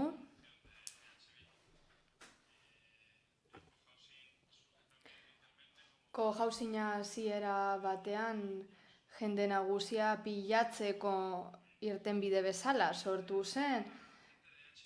Eta EH Bildukoei zera esan nahi diet, mesedez kontatu, zuen mozioan esaten duzue gazteak inguruko udalerrietara doazela etxe bizitza bila, bertan erosi eta bizi proiektu horrela eramateko. Galdetu Getxoko gazteei, Madrilera lan egiten adoazenai, cohousing egiten baduten, bainongo udalen batek finantzatuta, edo lagunekin bizi diren, pisua partekatzen inongo instituzioa tartean sartu gabe. Era berean, galdetu behar dugu jendea autonomia oso zibili behar den edo egin behar dugun guk udal honetatik. Emantzipatzeko behar izan azaritu gara.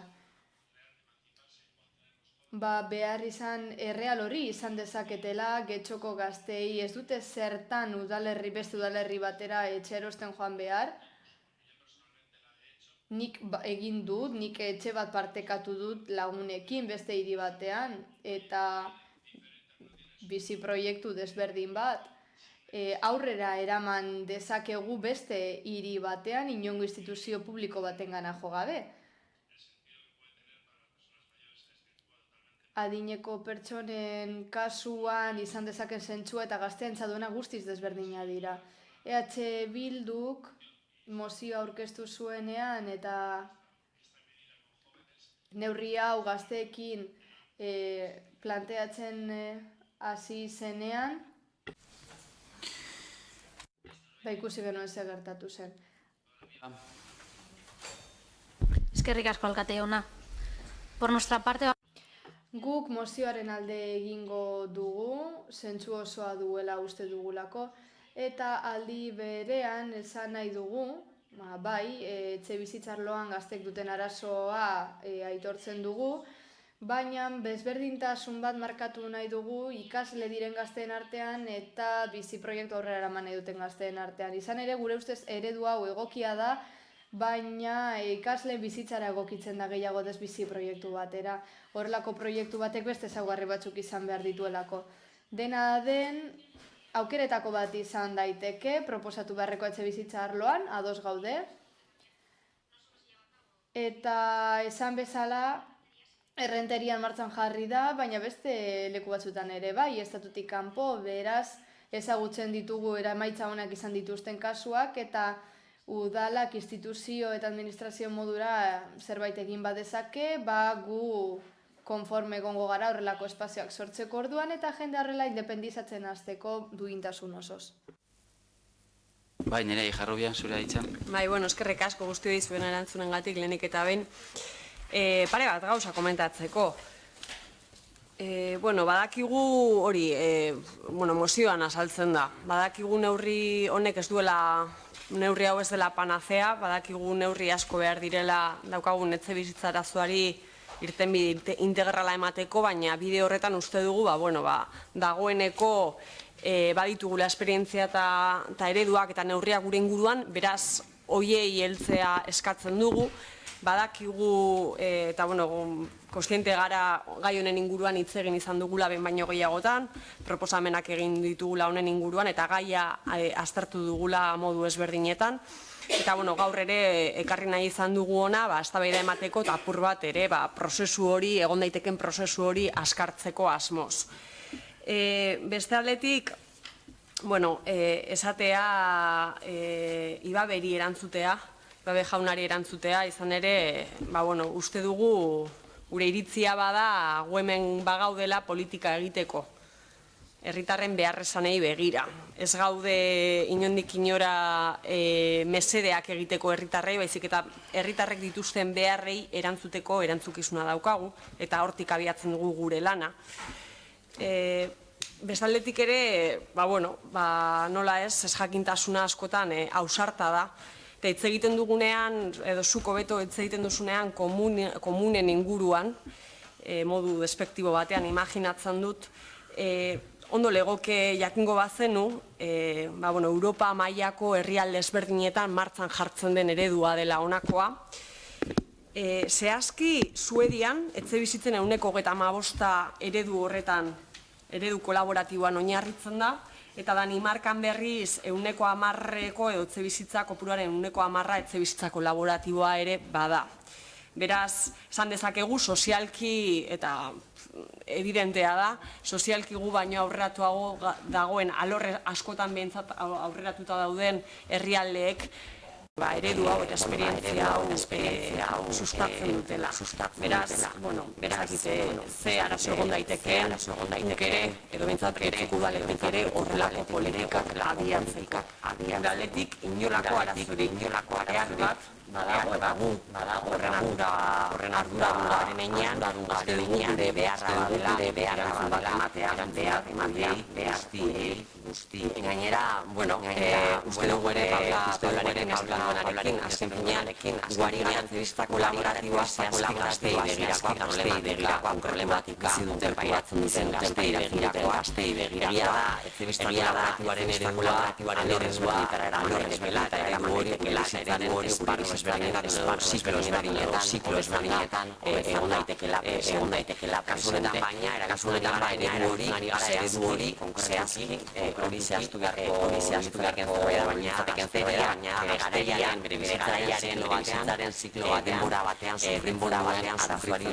arazoari irtenbidea ematen. Eta badakigu gainera eta gaur egun gazte eskoluzatu daitekela, baina konkretu batzuei gaineratuek ere uste dugu marretarako beste neurri beharko liratekeela, eta azken finean esan bezala plan integrala behar da, neurri asko behar direla arazoak irtenbide emateko. Hau bakarrik nahi duena izan da beste bat. Eskerrik asko. Bozketara pastekera bez.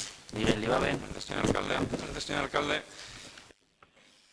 Alkate jauna, Bilduren bozeramaileari esan nahi diot, ez dela kalteak espektiboan aipatu.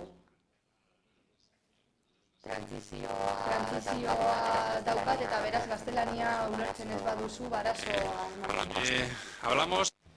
Askotan esaten dugu erantzukizuna ditugula eta agendaren onuratan ari garela eta bar.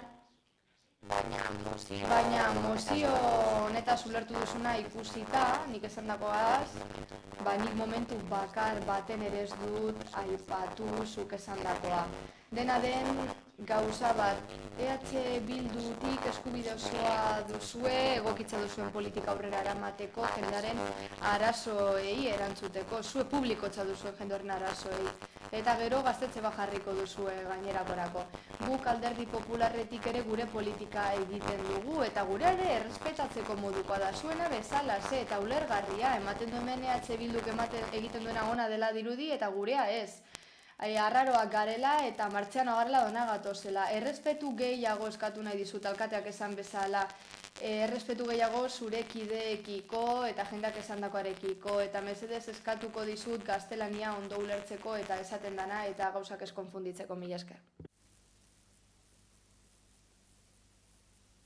Bai, nik uste dute hiltzultzailearen inguruko gauza izan dela, argitu nahi balin bauzu Nerea jarrubia zuea. Bai, argipen bat.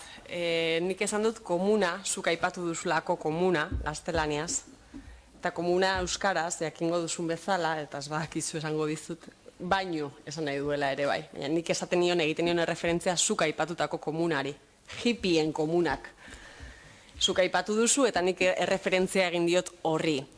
Eta, beraz, kasu honetan gaztelania uste dut momentuz ondo ulertzen dudala, pena litzateke edo hobe litzateke zu animatuko bazina euskaraz hitz egitera eta orduan zuzenean ulertuko altzen ideake niri zuzenean itzulpen gintza zerbitzu barik.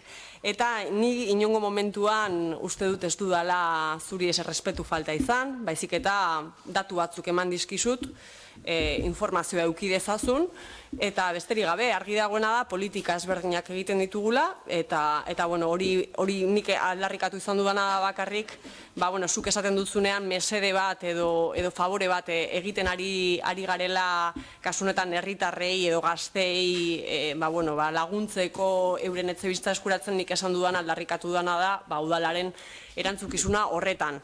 Besterik ez, beraz, uste dut errespetuz jokatu dudala eta jokatzen dudala zurekiko eta zure taldearekiko. Espero dut ere bueltan zure aldetik gauza bera izatea, bai nirekin, bai nire taldearekin eta gainerako kideekin. Eskerrik asko.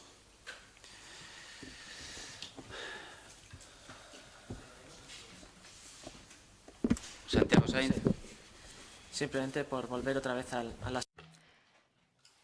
Berriro ere gauza berera bueltatzearren guk kontu honetan bat gatoz funtsarekin, akordio proposamen honekin, txostenarekin ere bai, gauza da 6 hilabete barru ez dakigula zer gertatuko den eta gure ustez ardura daukagu guk egindako lanean eta denbora guzti honetan zehar egindakoan, beraz uste dugu ekarpenak egin ditugula, behar bada beste berriren bat egingo dugu, baina zentsu horretan gu abstenitu egingo gara eta ez du gehiago esango. Lantaldea errespetatzen dugu, baina berandu iristen da gure ustez proposamen hau. Eskerrik asko. Bozketara Pasamos a... mozioaren alde. EH Bildu eta guk getxo, abstentzioak, jeltzaleak, sozialistak eta Ciudadanos eta aurka Alderdi Popularra, beraz, onetsita geratzen da mozio eta urrengo puntura pasatzen gara. 173. puntuan getxo EH Bildu Alderdiko udaltaldeak aurkeztutako mozioa gabonetako hotzarak kentzea eta dirua itzultzea. Bai, Oia Iturralde. Bai, eskerrik asko. Urtero bezala, zinegotziok eta alderdietako konfiantzazko langileek jasotzen dugun gabon otarrak kentzeko mozioarekin gatozkizue. Agian batzuek tematiak garela pentsatuko dute, baina esan behar du izuegu tematiak izango garela horrelako privilegioak ezabatu arte. Herritarron diruarekin ordaintzen diren gutxi batzuentzako privilegioak deuseztatu arte. Langileen kasuan, gaia eztabaidagarria den arren, ezberdina da, gabon otarra euren urteko soldataren zatia baita. Ez ordea hemen gauden ordezkari publikoen kasuan. Gure soldatak dauzkazuen kasuan behintzat, eta soldatariekiko atxikituta dauden obariak, 2015ko ekainaren 30ean finkatu zen osoko bilkura honen erabakiz. Erabaki horretan aurreikusten ziren 3 urtekoak eta baita soldata eguneratzea urtero egiten den bezala, baina zen inondik inora agertzen gabon otarra. Beraz, horrela ulertzen badugu, pentsa dezakegu gabon otarran osoko bilkura honek onartutako soldaten gaineko oinarri legalik ez duen ordainsaria dela. Herritarron ordezkaria gara, ez gara herritarrak baino gehiago, ez da gutxiago ere. Herritarrak gara eta ez dauka inolako logika demokratikorik herritarron zeregekin guretzako diren privilegioak ordaintzea. Gu ordezkari politikoak, onerako edo txarrerako, ez gara udal langile arruntak, batzuk ez gara ez da langile publikoak ere. Gure jarrera politikoarengatik, guk hartu ditugun erabaki pertsonalengatik, aldi baterako lana egiten dugu gure auzokideen alde, eta kitxo. Horrek ez digu ematen inolako privilegiorik izateko eskubiderik. Esango diguzue, otarrak ematen dituzuela, eta onartzen dugu batzuen kasuetan agia dela. Beste batzuen kasuan aldiz, ez da horrela. Bestalde, batzuek dirua aukeratu zenuten iaz, batek daki horrekin zer egin zenuten. Elkartasuna ona da, beharrezkoa, baina elkartasuna norberaren bitartekoekin egiten da, ez herritarren diruarekin. Hori ez da elkartasuna, hori itxurakeria da. Honengatik guztiagatik, hau da osoko bilkura honi proposatzen dioguna. Lehenik, aurten eta denborarik ez dagoenez, zinegotzi eta konfiantzazko langileen gabonetako otar guztiak, karitateko portu zarreko monje kudeatzen duten jantoki sozialari emango zaizkio. Bigarrenik, zinegotzi eta konfiantzazko langileen abenduko nomina guztitik, dirutan 100 euro kenduko dira, eta gauzazko soldata bezala azalduko dira 100 euro horiek. Eta azkenik, aurrerantzean, Getxoko udalak ez du inolako diru partidarik erabiliko, zinegotzioi eta konfiantzazko langilei gabon otarrak edo bestelako privilegioak ordaintzeko. Ondorioz, 2019 urtean, eta hortik aurrera, ez da zinegotzion gabon otarrik egon. Eskerrik asko, beste norbaitek. Susana Andoio. Bueno, nosotros queremos reiterar.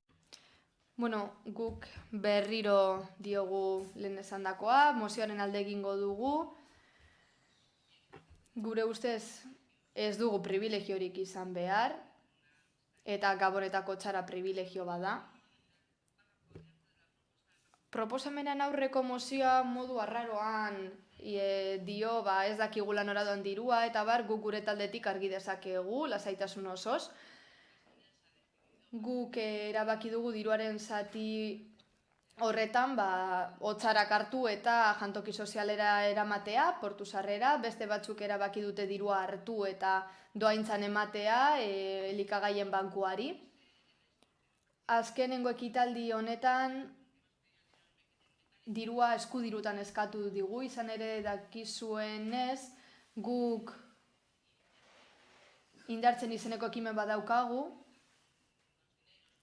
eta bertak 25.000 euroko aurrekontua izaten du, gizarte sareari mesede egiteko, proiektua finantzatzeko, eta otsara hauen dirua aurrekontu horri gehituko zaio, hori baino ez genuen esan nahi. Eskerrik asko. Beste norbaitek?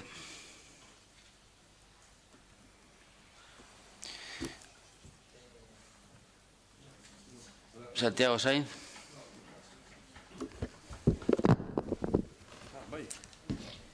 Sí.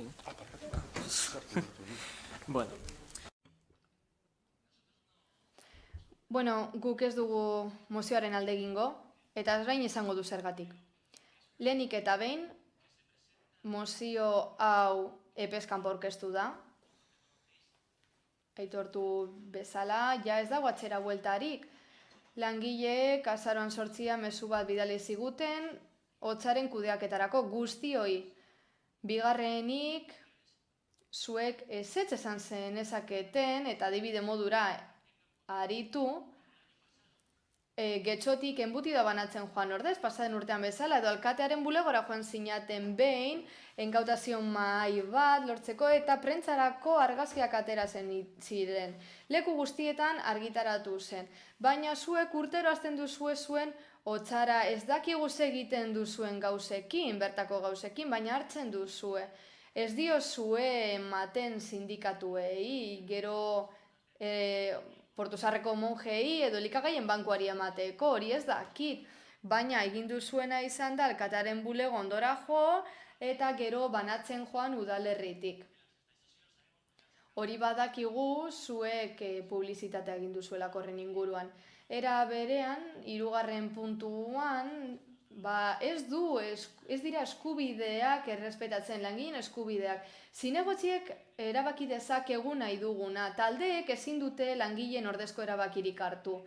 Eta niretzat okerrena dena zera da. Zaku berberean sartzen dituzue hoiek eta ezin dira defendatu, ez daudelako hemen, ni bezala, ni defenda naiteke zuek esandakoren aurrean, baina hoiek ez daude hemen esateko zer egin nahi duten edo ez hotzara hoiekin.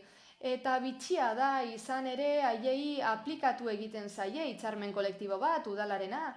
Langileak direlako, hemengo langileak eta beraz eskubidea dute hotzara hori jasotzeko. EH Bildu langileen lan eskubideen aurka dago, etxe honetako langileen eskubideen aurka, hori edo ez du errespetatzen, hori alde batetik. Udaltaldeok ezin dugu erabaki gure langileen izenean. Ezin dugu erabaki hotzararekin zer egingo duten, askeak dira ezin diegu ezer inposatu eta zuek are gutxiago. Hori alde batetik. Beste zerbait. Privilegioak ezabatzea zari garenez, Duarekin ordaintzen duarekin privilegioak, bazegaitzak ez dugu erreferentei, esate baterako, ia 25.000 euro eramango dituzten privilegioetan zarituko gara. Eta zergatik ez da egingo 24.000 euro izateko ari gara esatea, zeiron dira hotzareko zuek zaketena zuek. Hotzara horiek jasotzeko zuek, erabaki hartu zein. Laugarreni ingo ikasbideri diazeu, eta urtero sindikatuei haiek emateko planteatutako bi elikagaien bankuari aurten pentsatu nori emango diodan monkusei lana egiten ari diren pasean una bizita edo berriro elikagaien bankuari emango diodan lan itzela egiten ari direla biak. Eskerrik asko. Eskerrik asko. Beste norbaitek. Oia Iturralde. Bai, eskerrik asko. Bai, zerrik oso. Gizalegak, esan duen bezala, komunida bakarrik erantzutea gizalegak jokatu duen pertsonari eta logikaz jokatu duen pertsonari, beraz, lehenengo eta bain eskerrak eman edizkiot bai guk taldeari bai Ciudadanoseko zera bainari argitzearen zer egingo duten beraien jarrekin, zer egingo duten beraien jasoko duten otar horrekin, alde batetik ordezkariak aipatu du herrigintzari emango dizkiola eta berrionez ikusten dugu momentuz hala izatea, baita ere Ciudadanoseko bozera mailak esan duen hori, baina noski guk mozioan aipatzen duguna eta eskatzen duguna ez da hori.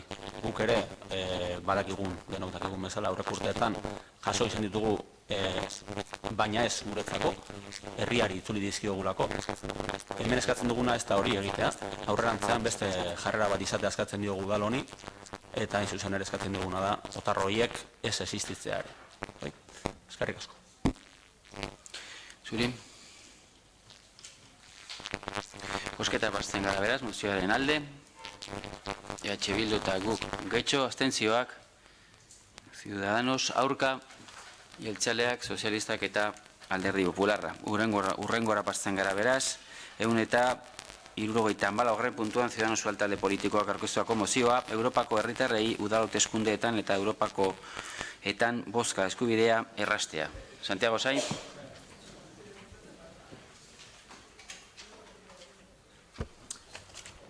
Gero hartuko dut segida, ¿vale? Moción para facilitar el voto a los... 2000 Europako herritarrei udal hauteskundeetan eta Europakoetan bozka eskubidea erraztea. 2018ko urtarrilaren bateko INEren datuen arabera, atzerriko herritartasuna duten 4.572.032 pertsona daude Espainian, eta horietatik 1.737.987, hau da, 28,18%, dute Europar Batasuneko estaturen bateko herritartasuna. 2. Europar Batasunaren tratatuak, Maastrichten 1982an onartutakoak, honako hau ezarri zuen Europar Batasunaren helburu moduan. Estatukideen eskubideen eta interesen babesa indartzea Europar Batasuneko herritartasuna sortuz. 3. Europar herritartasuna tratatuek konsakratutakoa Europako nortasuna osatzearen oinarria da, eta haren ezaugarri nagusia da lotura bat sortzen duela herritarraren eta Europar Batasunaren artean. Eskubideek, betebeharrek eta herritarren bizitza politikako parte hartzeak definitutakoa. 4. Haren asmoa da Europar Batasuneko herritarrak, haren arauen eta neurrien mendean daudenak, gehiago identifikatzea Europar Batasunarekin, eta horrela iritzi publiko eta kontzientzia politiko handiagoa garatzea. 5. Europar Batasunaren tratatuaren 9. artikuluaren eta Europar Batasunaren funtzionamenduaren tratatuaren 20. artikuluaren arabera, Europar Batasuneko herritar izango da estatukide bateko herritartasuna duen oro. Herritartasun hori estatu bakoitzeko xedapen nazionalak aplikatzetik eratorriko da. 6. Europar Batasuneko herritartasun kontzeptuak honako eskubide hauek dakarzkie Batasuneko herritar guztiei. Estatukideen lurraldean azken mugitzeko eta bizitzeko eskubidea.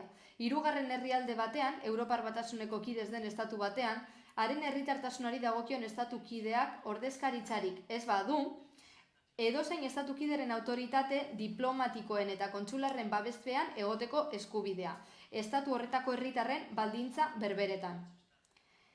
Europako Parlamentuari eskaerak egiteko eta Europako Parlamentuak izendatutako Europako Arartekoaren gana jotzeko eskubidea. Azken horrek eskumena du Batasuneko erakunden eta organoen jarduneko administrazio okerrari buruzko erreklamazioak ebasteko. Horrez gain, Batasuneko edozein erakunderi edo organismori estatukidetako hizkuntzaren baten idazteko eta erantzuna hizkuntza horretan bertan jasotzeko eskubidea. Aitortzen zaio, Europako Parlamentuaren, Kontseiluaren eta Batzordearen dokumentua kontsultatzeko eskubidea baita ere, zenbait baldintzapean. Azkenik, Europako Parlamenturako hauteskundeetan eta norberaren bizitokideen estatuko udal hauteskundeetan sufragio aktibo eta pasiborako eskubidea, estatu horretako herritarren baldintza berberetan. A lo dispuesto por la Oficina Central del Censo Electoral, se ha de manifestar la voluntad de hacerlo, cumplimentando en el ayuntamiento en el que se esté empadronado el formulario CERE DFA 1 y teniendo en cuenta que esta declaración solo se realiza una vez, no siendo necesaria reiterarla ante cada proceso electoral. 2. Si el residente europeo ya ha manifestado anteriormente su intención de votar en España en elecciones municipales y o en las elecciones al Parlamento Europeo, continúa inscrito en el censo electoral teniendo en cuenta que, mientras no se solicite formalmente lo contrario, se está inscrito de forma permanente y ello mientras resida en España. Y 2. Si las autoridades españolas constatasen que el ciudadano europeo reside en el extranjero, causaría baja del padrón municipal y, asimismo, del censo electoral, siendo necesaria una posterior manifestación para su nueva inclusión en el mismo, una vez acreditado que vuelven a cumplirse los requisitos para ello. Por todo lo cual, este Grupo Municipal transmite a este ilustre pleno las siguientes propuestas de actuación. Honango erabaki proposamenak proposatzen dira. Bat, informazio kanpaina espezifiko bat egitea errumanieraz, alemanez, frantsesez eta gaztelaniaz. 2019ko urtarrilera arte, getxon bizi diren Europako herritarrei 2019ko udal hauteskundetan eta Europako parlamenturakoetan duten sufragio aktibo eta pasibo eskubidearen berri emateko. 2. Ezoiko aurrekontu zuzkidura bat bermatzea, posta arruntaren bidez, udal erroldan inskribatutako herritar guztientzako informazio kanpaina bat finantzatzeko. Eta hori egitea tokiko hedabideen, udal webgunearen eta udal instalazioetako kartelen bidez. Hori guztia, 2019ko urtarrilera bitartean.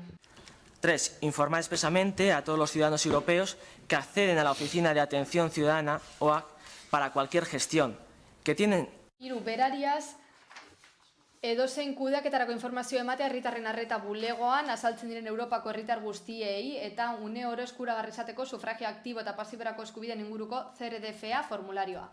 4. Udalaren egoitza elektronikoan esteka bat sortzea informazio hori udal webgunean integratzeko, erroldaren gunean, argi eta modu ikusgarrian, lehenengo puntuan azalutako hizkuntzetan. 5. Azkenik, Getxoko udaleko sarrerako orrialdean informazio kanpainarako esteka bat jartzea, lehenengo puntuan azaldutako hizkuntzetan, beharrezko informazio guztia lortzeko udalaren egoitza elektronikorako sarbidearekin. Hautesleen erroldaren bulego zentralak Europako herritarren bozkari buruz igorritako jarraibide guztiak bete daitezen. Europeos. Y sigo. Jarraitzen duzu orduan. Lehenengo txandarekin.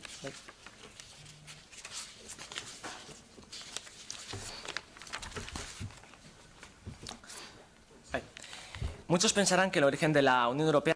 Askok pentsatuko dute 1951an jaio zela Europar Batasuna sekaren jaiotzarekin, baina 1950ko maiatzean jaio egin zen Europar Batasuna, benetan, hain zuzen ere Schuman plana aurkeztu zen orduan, eta batera kontrolatzeko proposamena egin zen, hau da, industriaren lehen gai nagusien kudeaketa egiteko proposatu zen.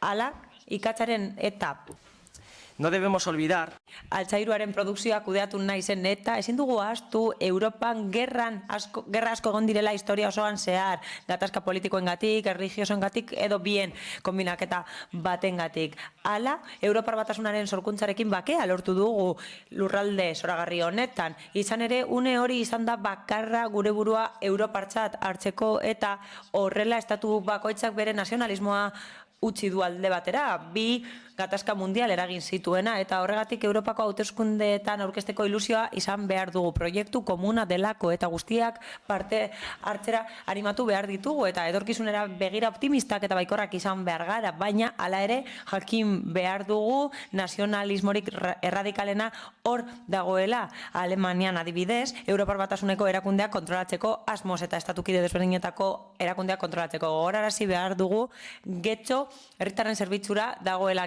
Getxo administrazio hurbilagoa da eta horiek ere izan behar dira Getxoko herritarren parte eta gainera getxostarrek dituzten eskubide berberak izan beharko dituzte hemengo ordezkariak eta Europako Parlamentuko ordezkariak hautatzeko eta horregatik demokratak garenez animatu behar ditugu bozka eskubideak gauzatzera eta gainera Europar Batasuna, hau da, gurea den erkidego horretan parte hartzera animatu behar ditugu. Baitek, keltsi guren. Arrastion, ni labur-labur, hauteskundeen arloan udaleskumenak zehaztuta daude eta funtsesean hausek dira. Espazio publikoak hauteskunde batzordea ekudunari ustea hauteskundean kanpainaren ekitaldea egin ahal izateko. Hauteskunde mailak osatzen duten pertsonak zozketa egitea eta hauen izandapenaren jakinarazpena. Colaborar con el Instituto Nacional de Estadística INErekin lankidetzan aritzea pertsona kontratatzeko eta estatu mailako administrazioaren ordezkariak izango direnak hautatzea hauteskunde egunetarako.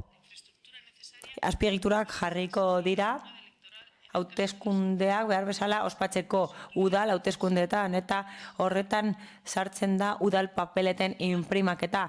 Aurrekoa gora behera ez da udalaren eskumena inolako informazio kanpainarik egitea hauteskundeen gainean.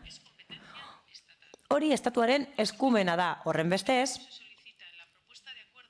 erabaki proposamenean proposatzen den bezala, esan beharra dago ez dela egingo eta ez dela finantzatuko udal aurrekontuaren kargura inolako informazio kanpainarik hauteskundeen gainean. Hala ere, aztertu egingo da aukera bat, eta baliteke udal webgunean esteka bat jartzea aldi baterako eta horretan eskuduna den erakundearekiko esteka izango da kasu honetan, eta azkenik ezin dut aukera hau desaprobetxatu esateko beharrezkoa dela neurriak ezartzea, balioak aldatzea aldera.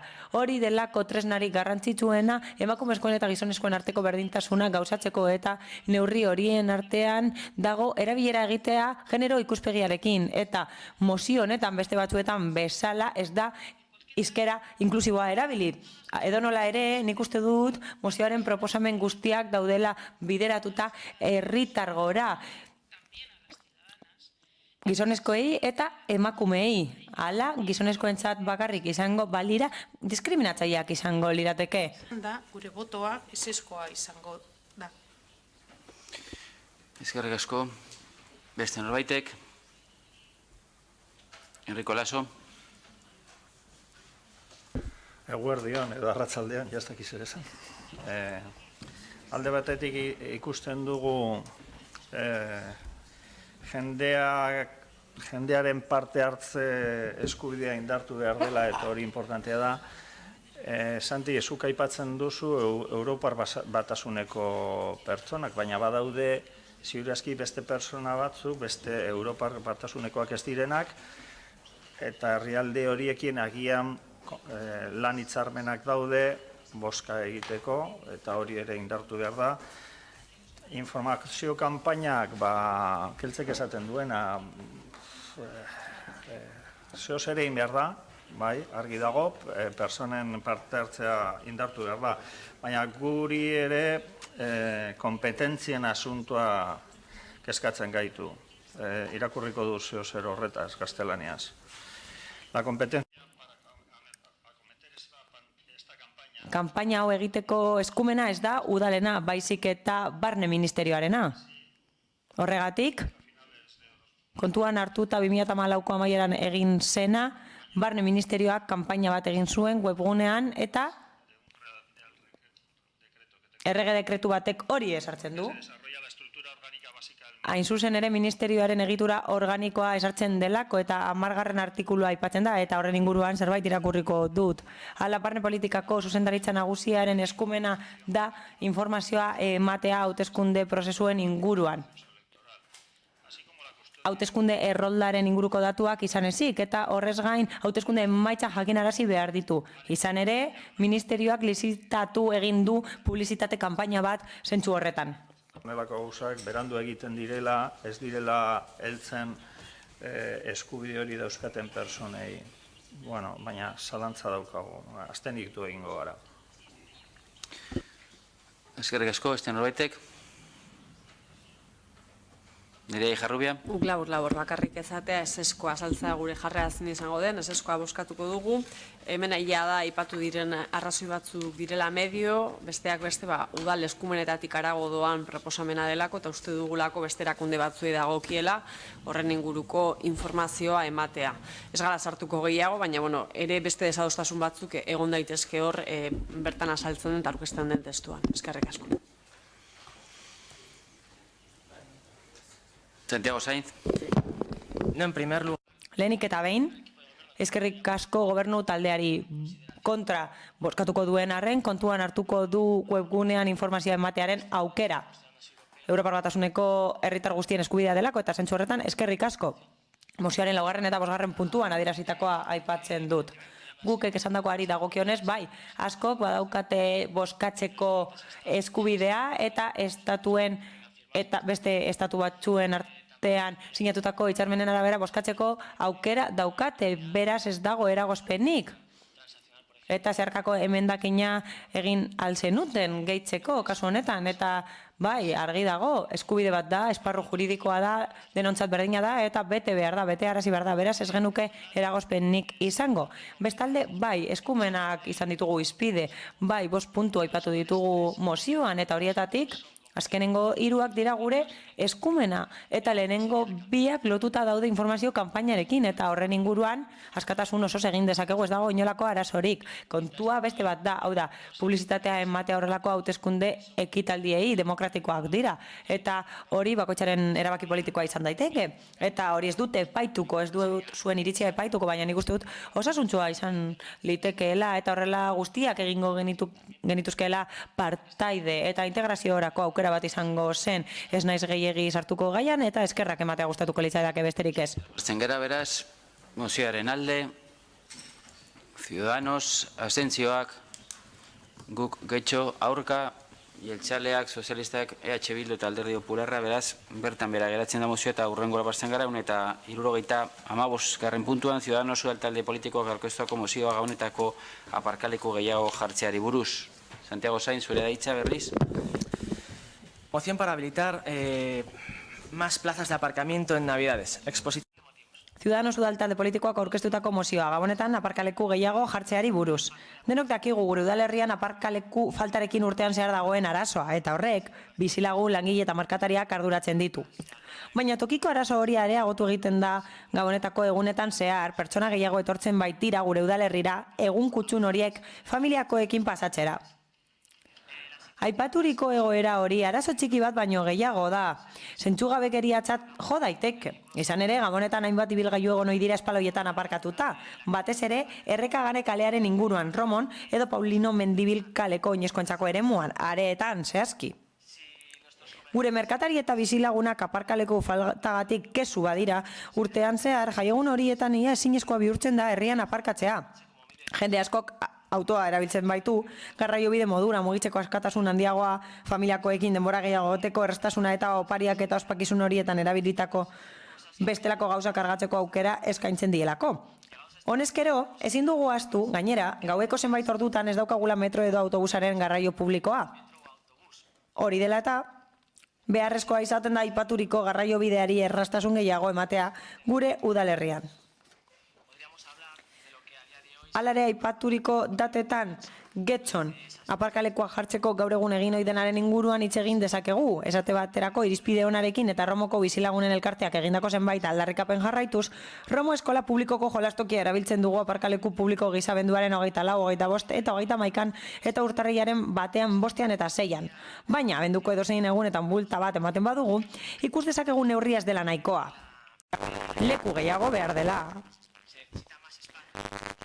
Hori dela eta, abenduaren 24an, 25an eta 31an eta urtarrilaren 1 are eta Romo ingururako Artatza Romo BHIko jolastokia aparkaleku gisa egokitzea eta Romo eskola publikoko kantxaren bat lortzeko alegina egitea proposatzen dugu. Horrela, espazio erabilgarri gehiago izateko eta gure espaloietara igota dauden autoen irudiekin amaitzeko. Baina are eta Romo inguruan daukagun arazo bera ematen da algortan ere aparkaleku faltari dagokionez. Hortaz, Julio Caro Baroja BHIko jolaslekua aparkaleku gisa egokitzeko beharrezkoak diren kudeaketak egiteko eskatzen dugu.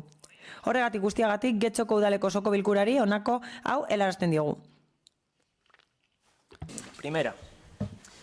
El ayuntamiento... Lehenengoa, Getxoko udala konpromiso hartu du Artatza Romo BHI eta Julio Caro Baroja BHIko jolaslekuak abenduaren 24an, 25an eta 31an eta urtarrilaren 1 aparkaleku gisa egokitzeko beharrezkoak diren kudeaketak egiteko. Bigarrena, Romoko eskola publikoko beste kantzaren bat aipaturiko denbora tartean aparkaleku gisa egokitzea teknikoki bideragarria den aztertzea. Mila esker. Eskerrik asko. Beste norbaitek. Keltzi guren. Eskerrik asko.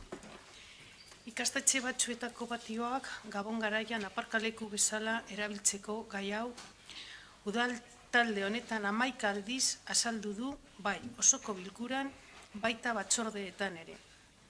Honakoen aktak begiratzeko erantzuna eman beharrean berriro azalduko dut.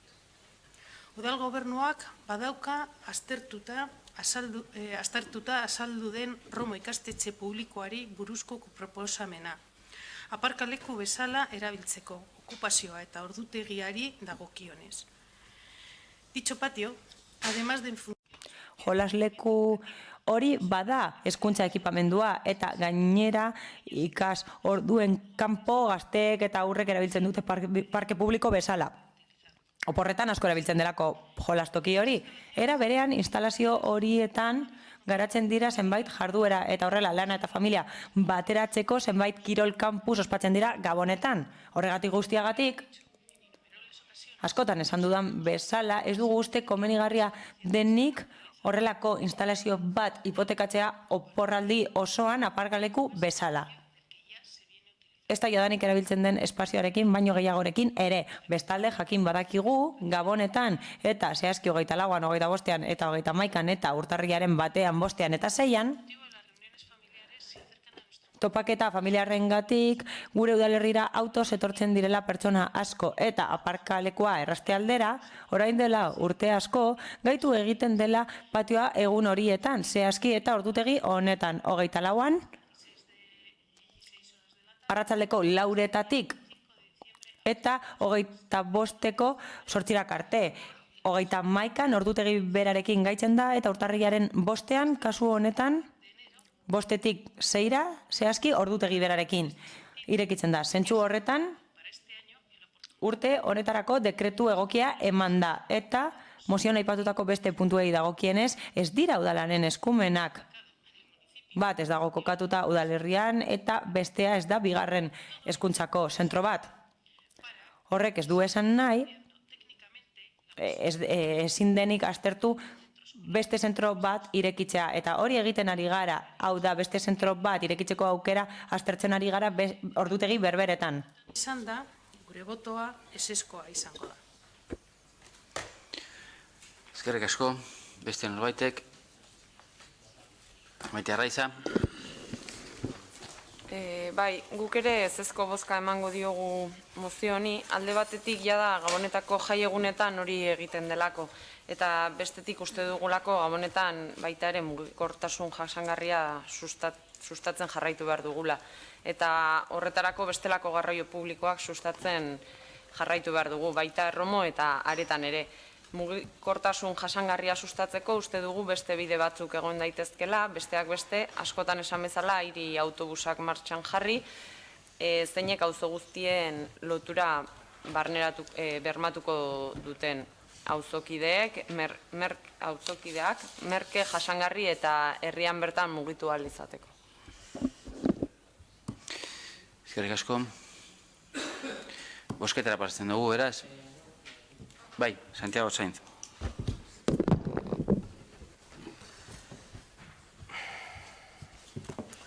Pues decir básicamente... Funtzean gustatuko litzaidake hause esatea. Asko posten naiz. Aztertzen ari da beste zentroren bat gaitzea, autoek aparkatzeko getxon, eta horrela Gabonetako arazoa arintzeko begibistakoa da arazoa. Eta konponbide bat ematen zaio, bai. Baina hala ere urtero ikusten dugu autoak gero eta gehiago daudela espaloietan aparkatuta eta irudia oso txarra dela. Horrez gain gustatuko litzaidake esatea, uste dugula bideragarria dela. Edo aztertu beharko litzatekeela. Hau da, kantza bat gehiago gaitu beharko litzatekeen nik uste dut. Romoko eskola publikoan 4 egoten dira gaituta eta nik uste dut beste bat gaitu beharko litzatekeela aparkatzeko eta guk uste dugu interesgarria izan litzatekeela, baina hala ez bada, naiz eta udalanen eskumena ez izan, institutuak direlako, Artatxa Romo institutua daukagu, eta Leioako udalaren gunean dago, eta ez dakit zergatik ez dugun eztabaidatzen haiekin. Ez dakit zergatik ez ditugun harremanak ezartzen eskudunak diren agintariekin hori erabiltzeko eta Romoko gunea arintzeko trafikoari dagokionez. Horrez gain mugikortasunari dagokionez, bai, mugikortasun jasangarria sustatu beharko genuke garraiobide publikoaren esparruan, baina ikus dugun bezala ordu batzuetan gauez ez dira egoten garraiobide publikoak eta horregatik aztertu beharko genuke garraiobide publikoak luzatu ahalko ziren eta langileak prest egongo lirateken. Gainera hori, Aldundiaren eskumena edo garraiobide partzuergoaren eskumena izango litzateke eta Metro Bilbaorena kasu honetan. Eta horrez gain aztertu beharko litzateke agintari publikoak prest dauden hori egiteko. Hau da, prest dauden zerbitzua hobetzeko egun horietan. Zeinetan garraiobideak are beharrezkoagoak diren. Eta horregatik askotan jendeak erabakitzen du autoa erabiltzea. Espero dut etorkizunean kontuan hartzea gure ideia pleno honetan adierazitako ideia. Hau da, izapide egokiak abiaraztea Artatxa Romo Institutua eta Karo Baroja Institutua erabiltzea aldera. Mila esker. Voy a ser muy breve. Oso labur hitz egingo dut. Lasai, oso labur hitz egingo dut. Abstenituko gara. Guk uste dugu erabilera publikoa eman behar zaiela espazio horiei eta argi dago erabilera hori zentzuduna izan behar dela. Bai, Sainzek bueltak eman dizkio horri, hau da patioak ireki aldiren edo ez oporraldi osoan zehar. Guk ez dugu uste horrelakoa denik egoera. Hau da patioak erabili behar dira helburu zehatz baterako parke publikoa bada, ala erabiltzea. Sainz jaunari gogorarazi nahiko nioke, ez naizela horiengandik hurbil bizi. Eta bai, egia da, Gabonetan jendeak espaloietan aparkatzen du, lekurik ez dagoelako, baina niretzat nahikoa da udaltzainek isunak ez jartzearekin. Bai, eskatu nahi baduzu, izure eskubidean zaude. Bai, La propuesta parecía no. Proposamenean ez da aipatzen oporraldi osoa, baizik eta 4 egun, 24, 25, 31 eta urtarrilaren 1. Besterik gabe, hori zehaztu nahi nuen. Bosteketara pasatzen gera, beraz, emozioaren alde, Ciudadanos, abstentzioak, guk Getxo eta Alderdi Popularra, aurka, jeltzaleak, sozialistak eta EH Bildu, beraz, bertan bera geratzen da. Galde ezken esparruan sartuz, zinegotzeren bat galde eskeren bat balin badauka alkateari zuzentzeko hoxe da momentua. Bestela, bai, Enrique Olaso. Eskari bat egin nahi dizut zuzenean. Begira, lehen parte hartu duzunean, nire ustez, naztu dituzu bi gauzak eta biak egin aldira, nik ez dizut kentzen, egin duzu gure taldeko kritika bat, eta hori egin alduzu, ados egongo naiz edo ez. Baina komentatu duzu ere beste persona baten aurreko insulto hitza aipatu duzu. Berak hain zuzen hitz hori aipatu duenean aipatu du hori, edo ez dut defendatuko, baina eskaria da bi gauza hauek zure partaidetzan nastea ez dela egokia nire ustez. Eta eskatuko nizuke etorkizunean apercibimiento bat egin behar duzunean, egizu. Eta gero egin behar baduzu nahi duzun juizio edo nahi duzun diskurso politikoa egizu, baina ez momentu berean, mesedez.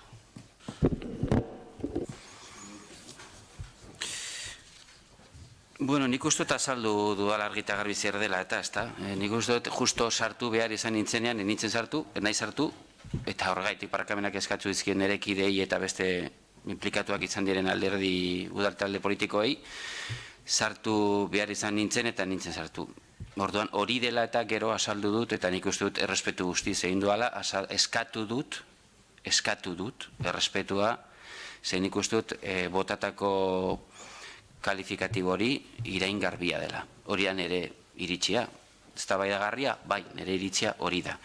Eta hori dela eta eskatu dut errespetua beti egiten duda moduan. Bere momentuan ez dut nahi sartu, eta hori dela eta gero aprobetxatu indut eskatzeko. Nik uste dut errespetua eskatzea edozen momentuan egin daitekela eta edozeinek egin dezakela.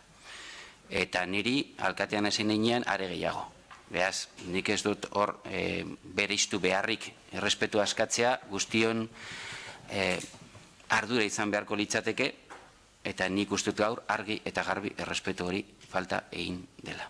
Argi eta garbi. Eta horregaitik esan dut eta eskatu dut, hemendik aurrera mesedez, guztiok alde hau zaintzeko eta hau ez errepikatzeko. Osea, izan da, benetan oso gogorra eta onartezina niretzako.